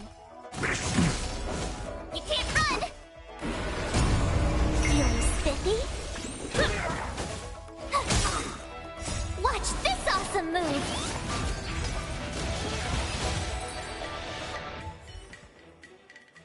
Miss Tingyun, the Mara struck have been repelled, but there could be other dangers nearby. The situation is serious. Allow us to escort you back to the Skyfaring Commission. Immediately. Calm down, I heard you. It'd be rude of me to depart without thanking our benefactors. My name is Tingyun. I'm the ambassador for the Luofu Skyfaring Commission Merchant Guild. May I venture to know the illustrious names of my heroes? Illustrious names? Sure. I'm March 7th. This is Mr. Yang. Oh, Mr. Welt Yang.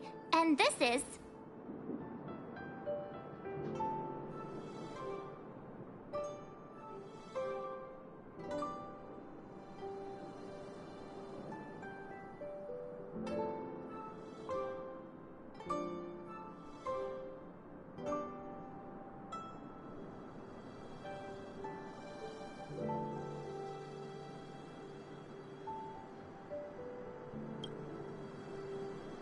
I see.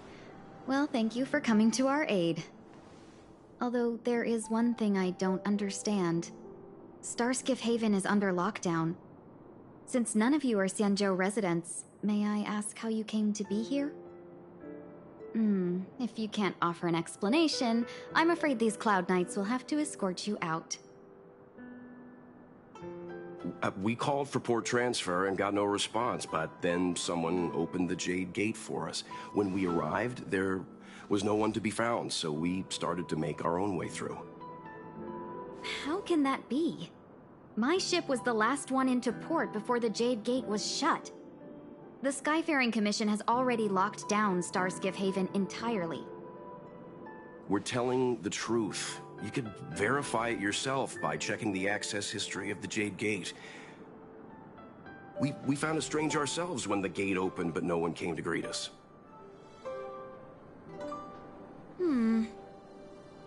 You're with the Astral Express? You've heard of us? Indeed, I have. You've arrived at a bad time. The Xianzhou has suffered an incident. Whether you're here for leisure, treatment, or trade, I'm afraid you won't be able to go through with it. For your safety, you should hurry to Central Starskiff Haven and take refuge. I'll take you to Madame Yukong of the Skyfaring Commission and let her decide how to proceed. We caught wind of the incident you mentioned. That's why we're here, Miss Tingyun. To help the Xianzhou seal the Stellaron. Your actions have already revealed your kind hearts to me. Sadly, I can't make you any promises. You're outsiders, and only Madame Yukong has the authority to consider your offer. Don't worry, Madame Yukong is kind-hearted too. Come on now, I'll lead the way.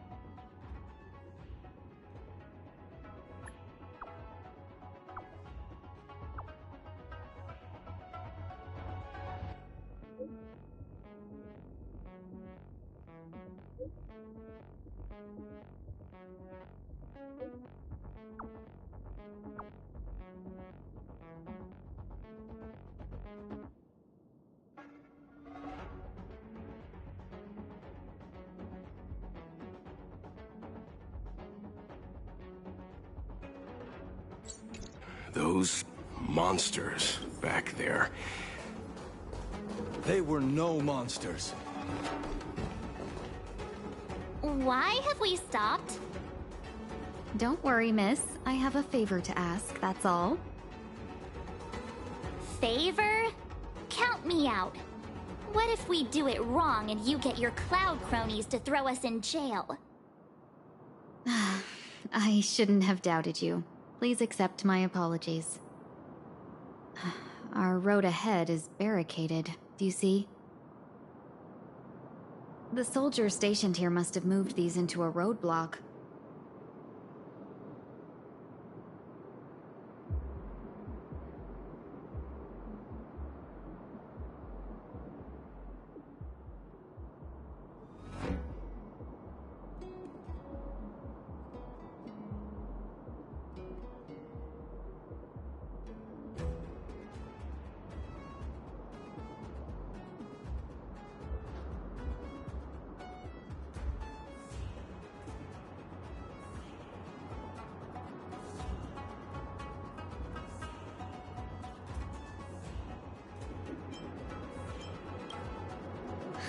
I'd like to see us try. They're extremely heavy. Even with all of us, we wouldn't be able to move one.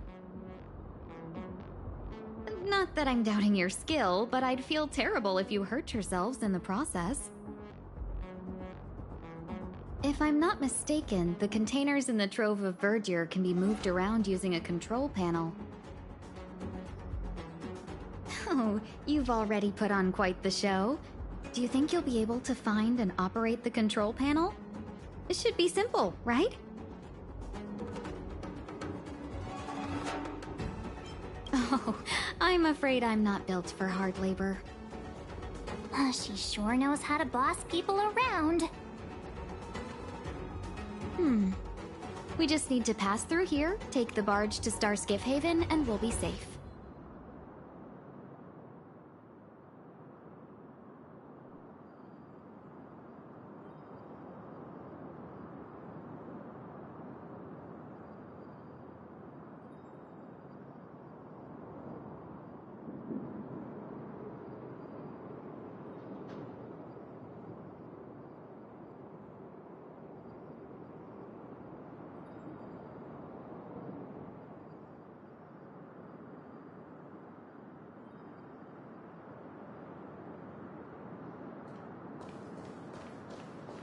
You know, you sound sweet enough, but you were talking about getting us escorted away by your Cloud Knights. If it weren't for Mr. Yang... Feeling spiffy? Rules are made to be broken.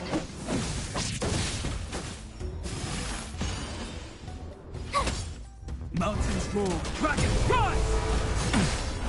You can't run! Try that again. Can you find the answer?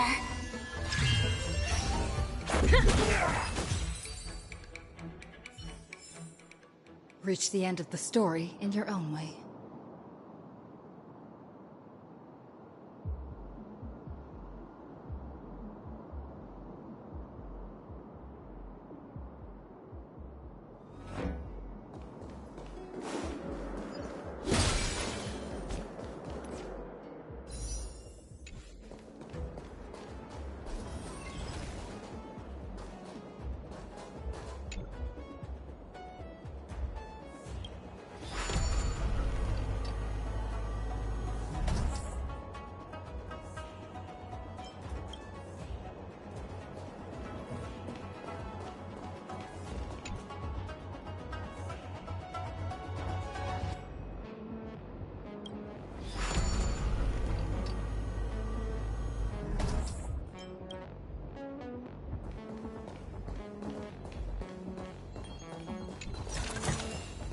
You mentioned the Stellaron?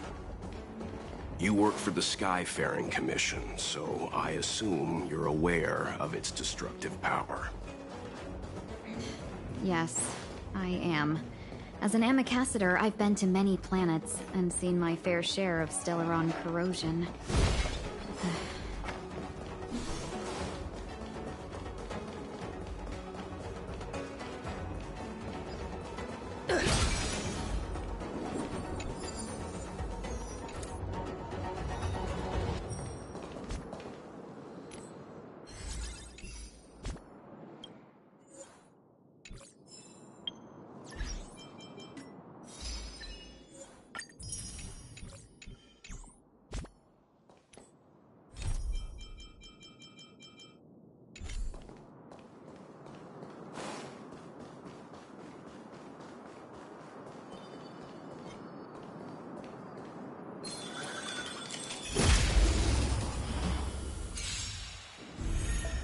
Feeling spiffy? Earth shatters, heaven trembles! Soaring above the lands, this is permanence!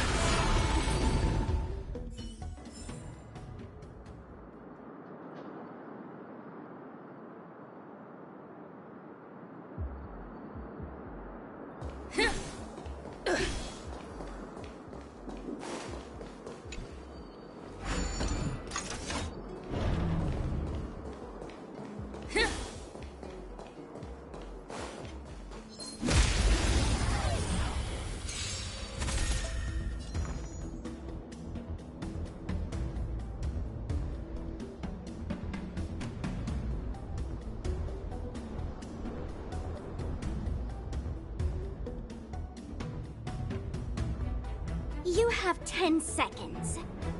10, 9, 1.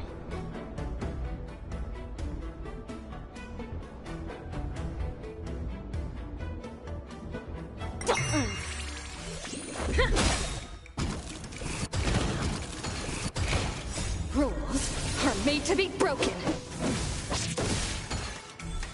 Feeling spiffy? Mountains roar, dragons rise! You can't run! Try that again.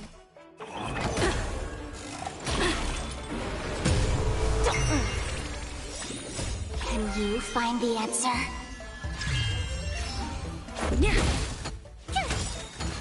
Watch this awesome move!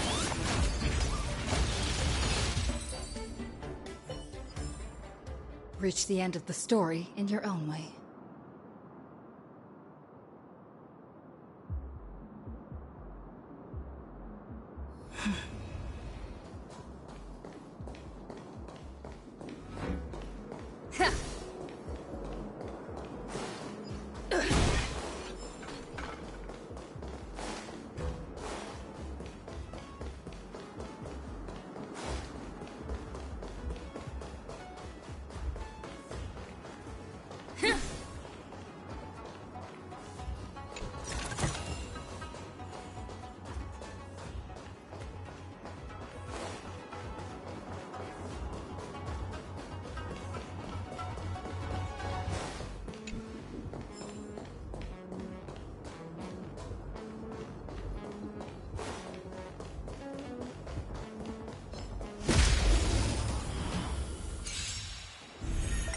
Feeling spiffy?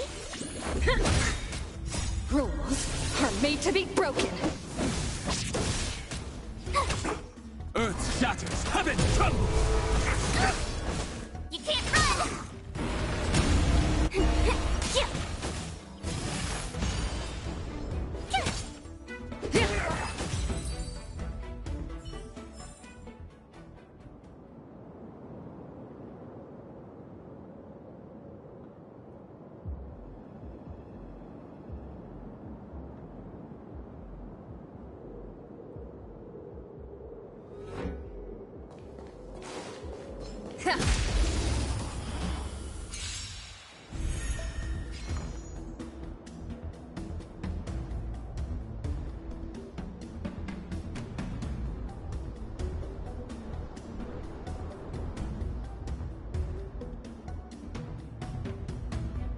You have 10 seconds.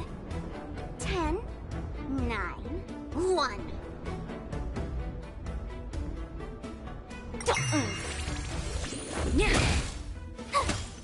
Mountains roar, dragons rise!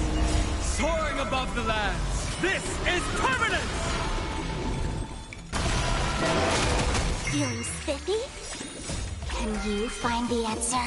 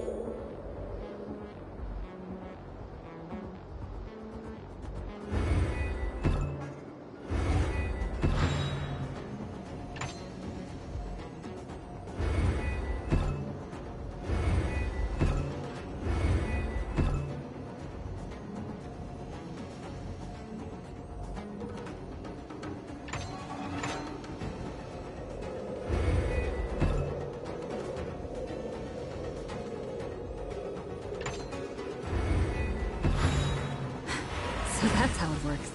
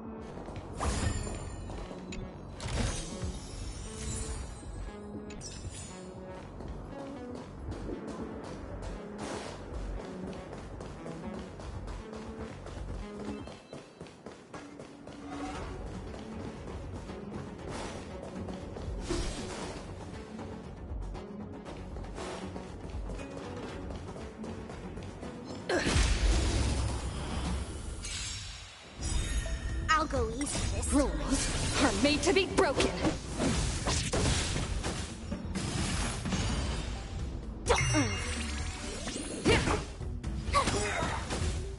Watch this awesome move! Earth shatters, heaven trembles! You can't run! Feeling spiffy?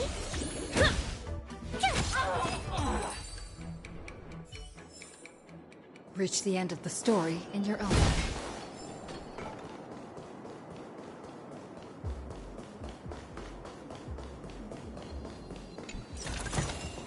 Is that all?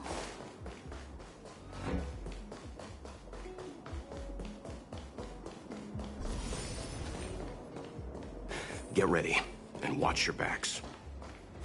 Leave it to me!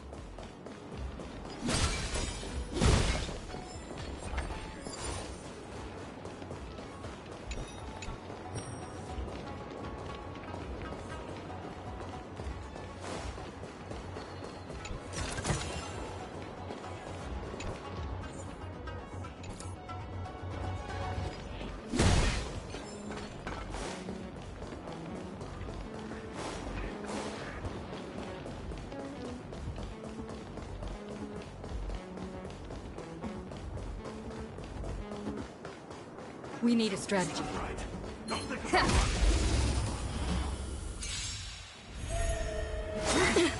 Immortality beings forever. Can you find the answer? Mountains roar, dragons rise! Try that again! A miracle. You can't run! Feeling spiffy?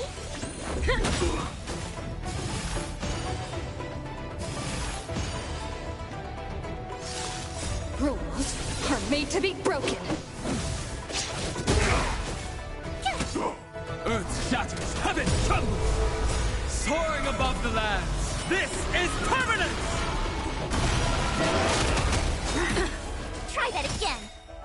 Watch this awesome move!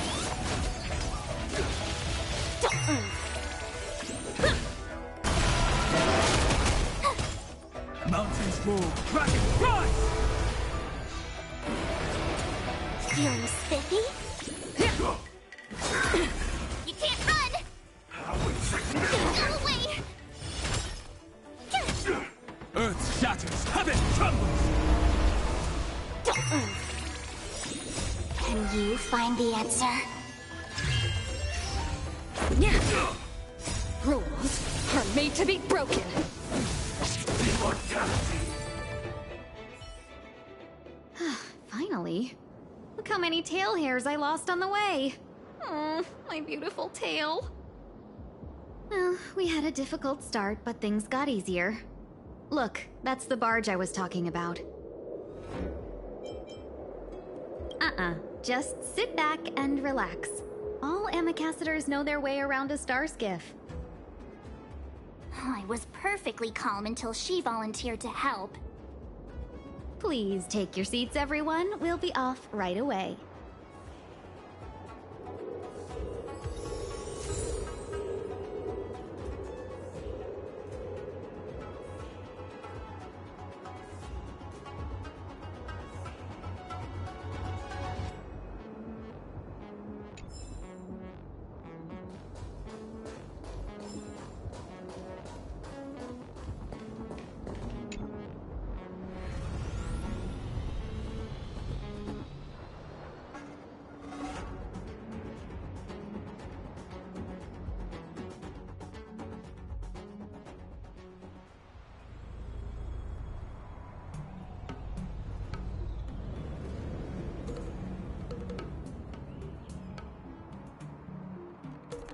On behalf of the Skyfaring Commission, allow me to welcome you to Starskiff Haven.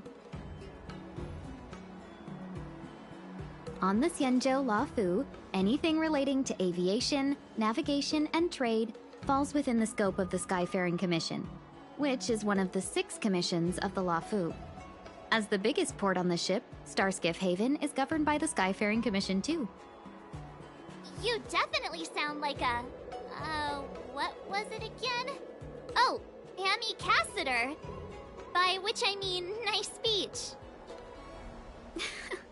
That's too kind of you. My job involves ferrying business delegates to and from Starskiff Haven, so I do this kind of introduction all the time. Anyway, we're safe now. Normally I'd be a good host and take you around, but these are difficult times. Let's head to the Palace of Astrum first and report your arrival to Madame Yukong. Palace of Astrum? Right there, the tallest building in the city. It's also the headquarters of the Skyfaring Commission. Let's hurry, we haven't got much time.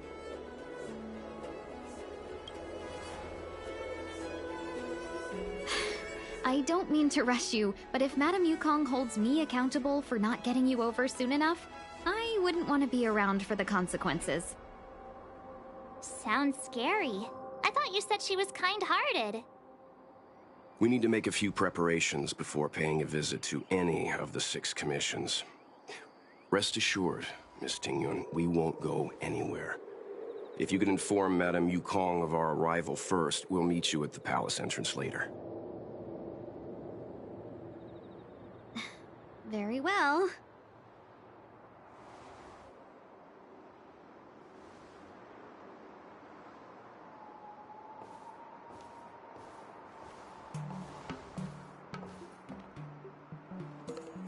Little Miss Fox moves at quite the pace. I can't keep up with her. I've spent too long on the bench. Let's catch our breath for a while, huh? We can expect a packed schedule ahead.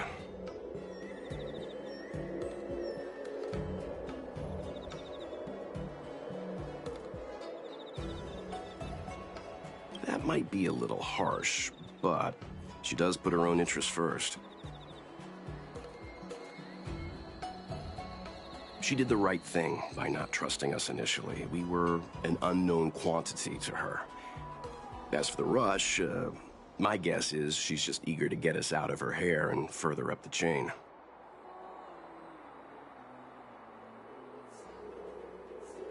It'll be all right. We're not trying to stand in her way. We have nothing to hide from her. We didn't have anything to hide in Belobog either.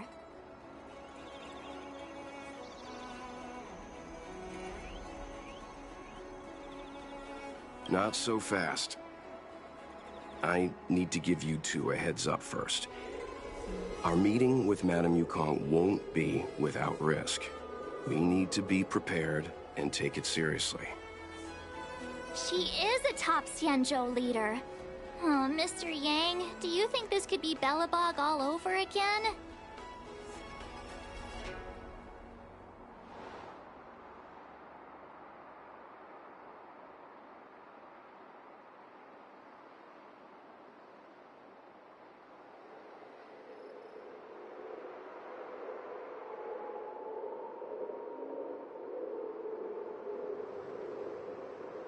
No, the Xianzhou Alliance is better than that. But Madame Yukong will definitely have a string of difficult questions for us. Why did we choose to come to the Xianzhou now? How did we know that the incident is related to a Stellaron? Who leaked their information to us? Careless answers mean distrust and potential hostility, which would make things much harder for us. Aw, crud. One of us is gonna blurt something out, or get something wrong, I just know it.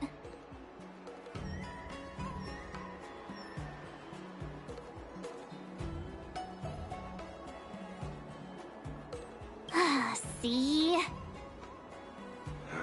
Don't worry. We'll find a way through. Let me do the talking.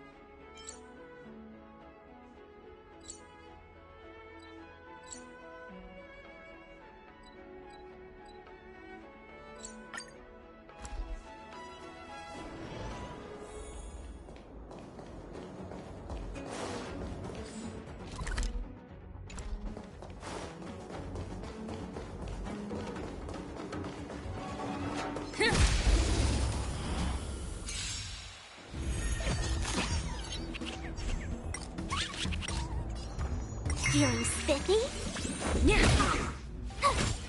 Earth shatters, heaven trembles! Watch this awesome move!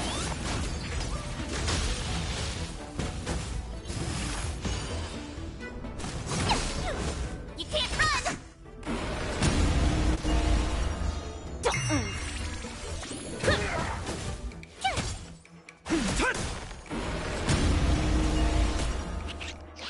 Feeling spiffy? Can you find the answer?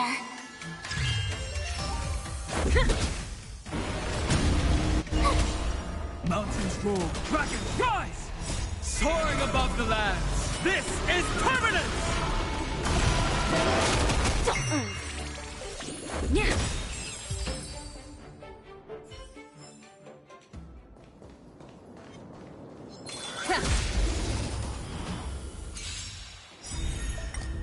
Rules are made to be broken. Feeling spiffy?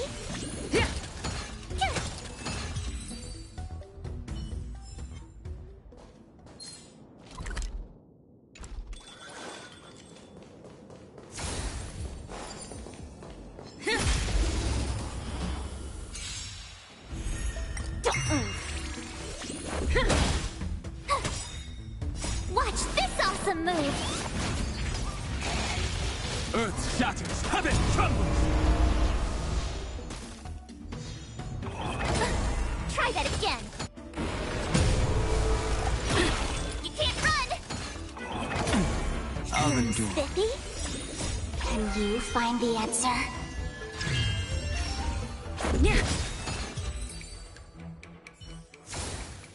Reach the end of the story in your...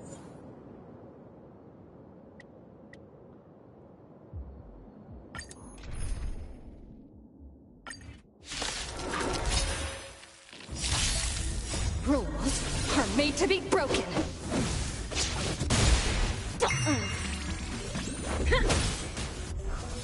Feeling spiffy?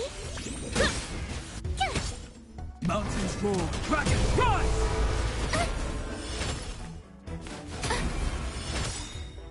Watch this awesome move!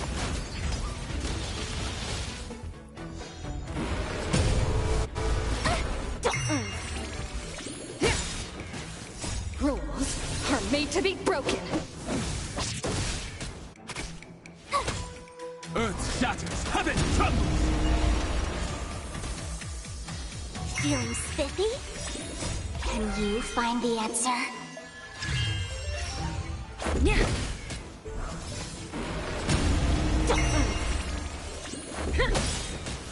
Rules are made to be broken.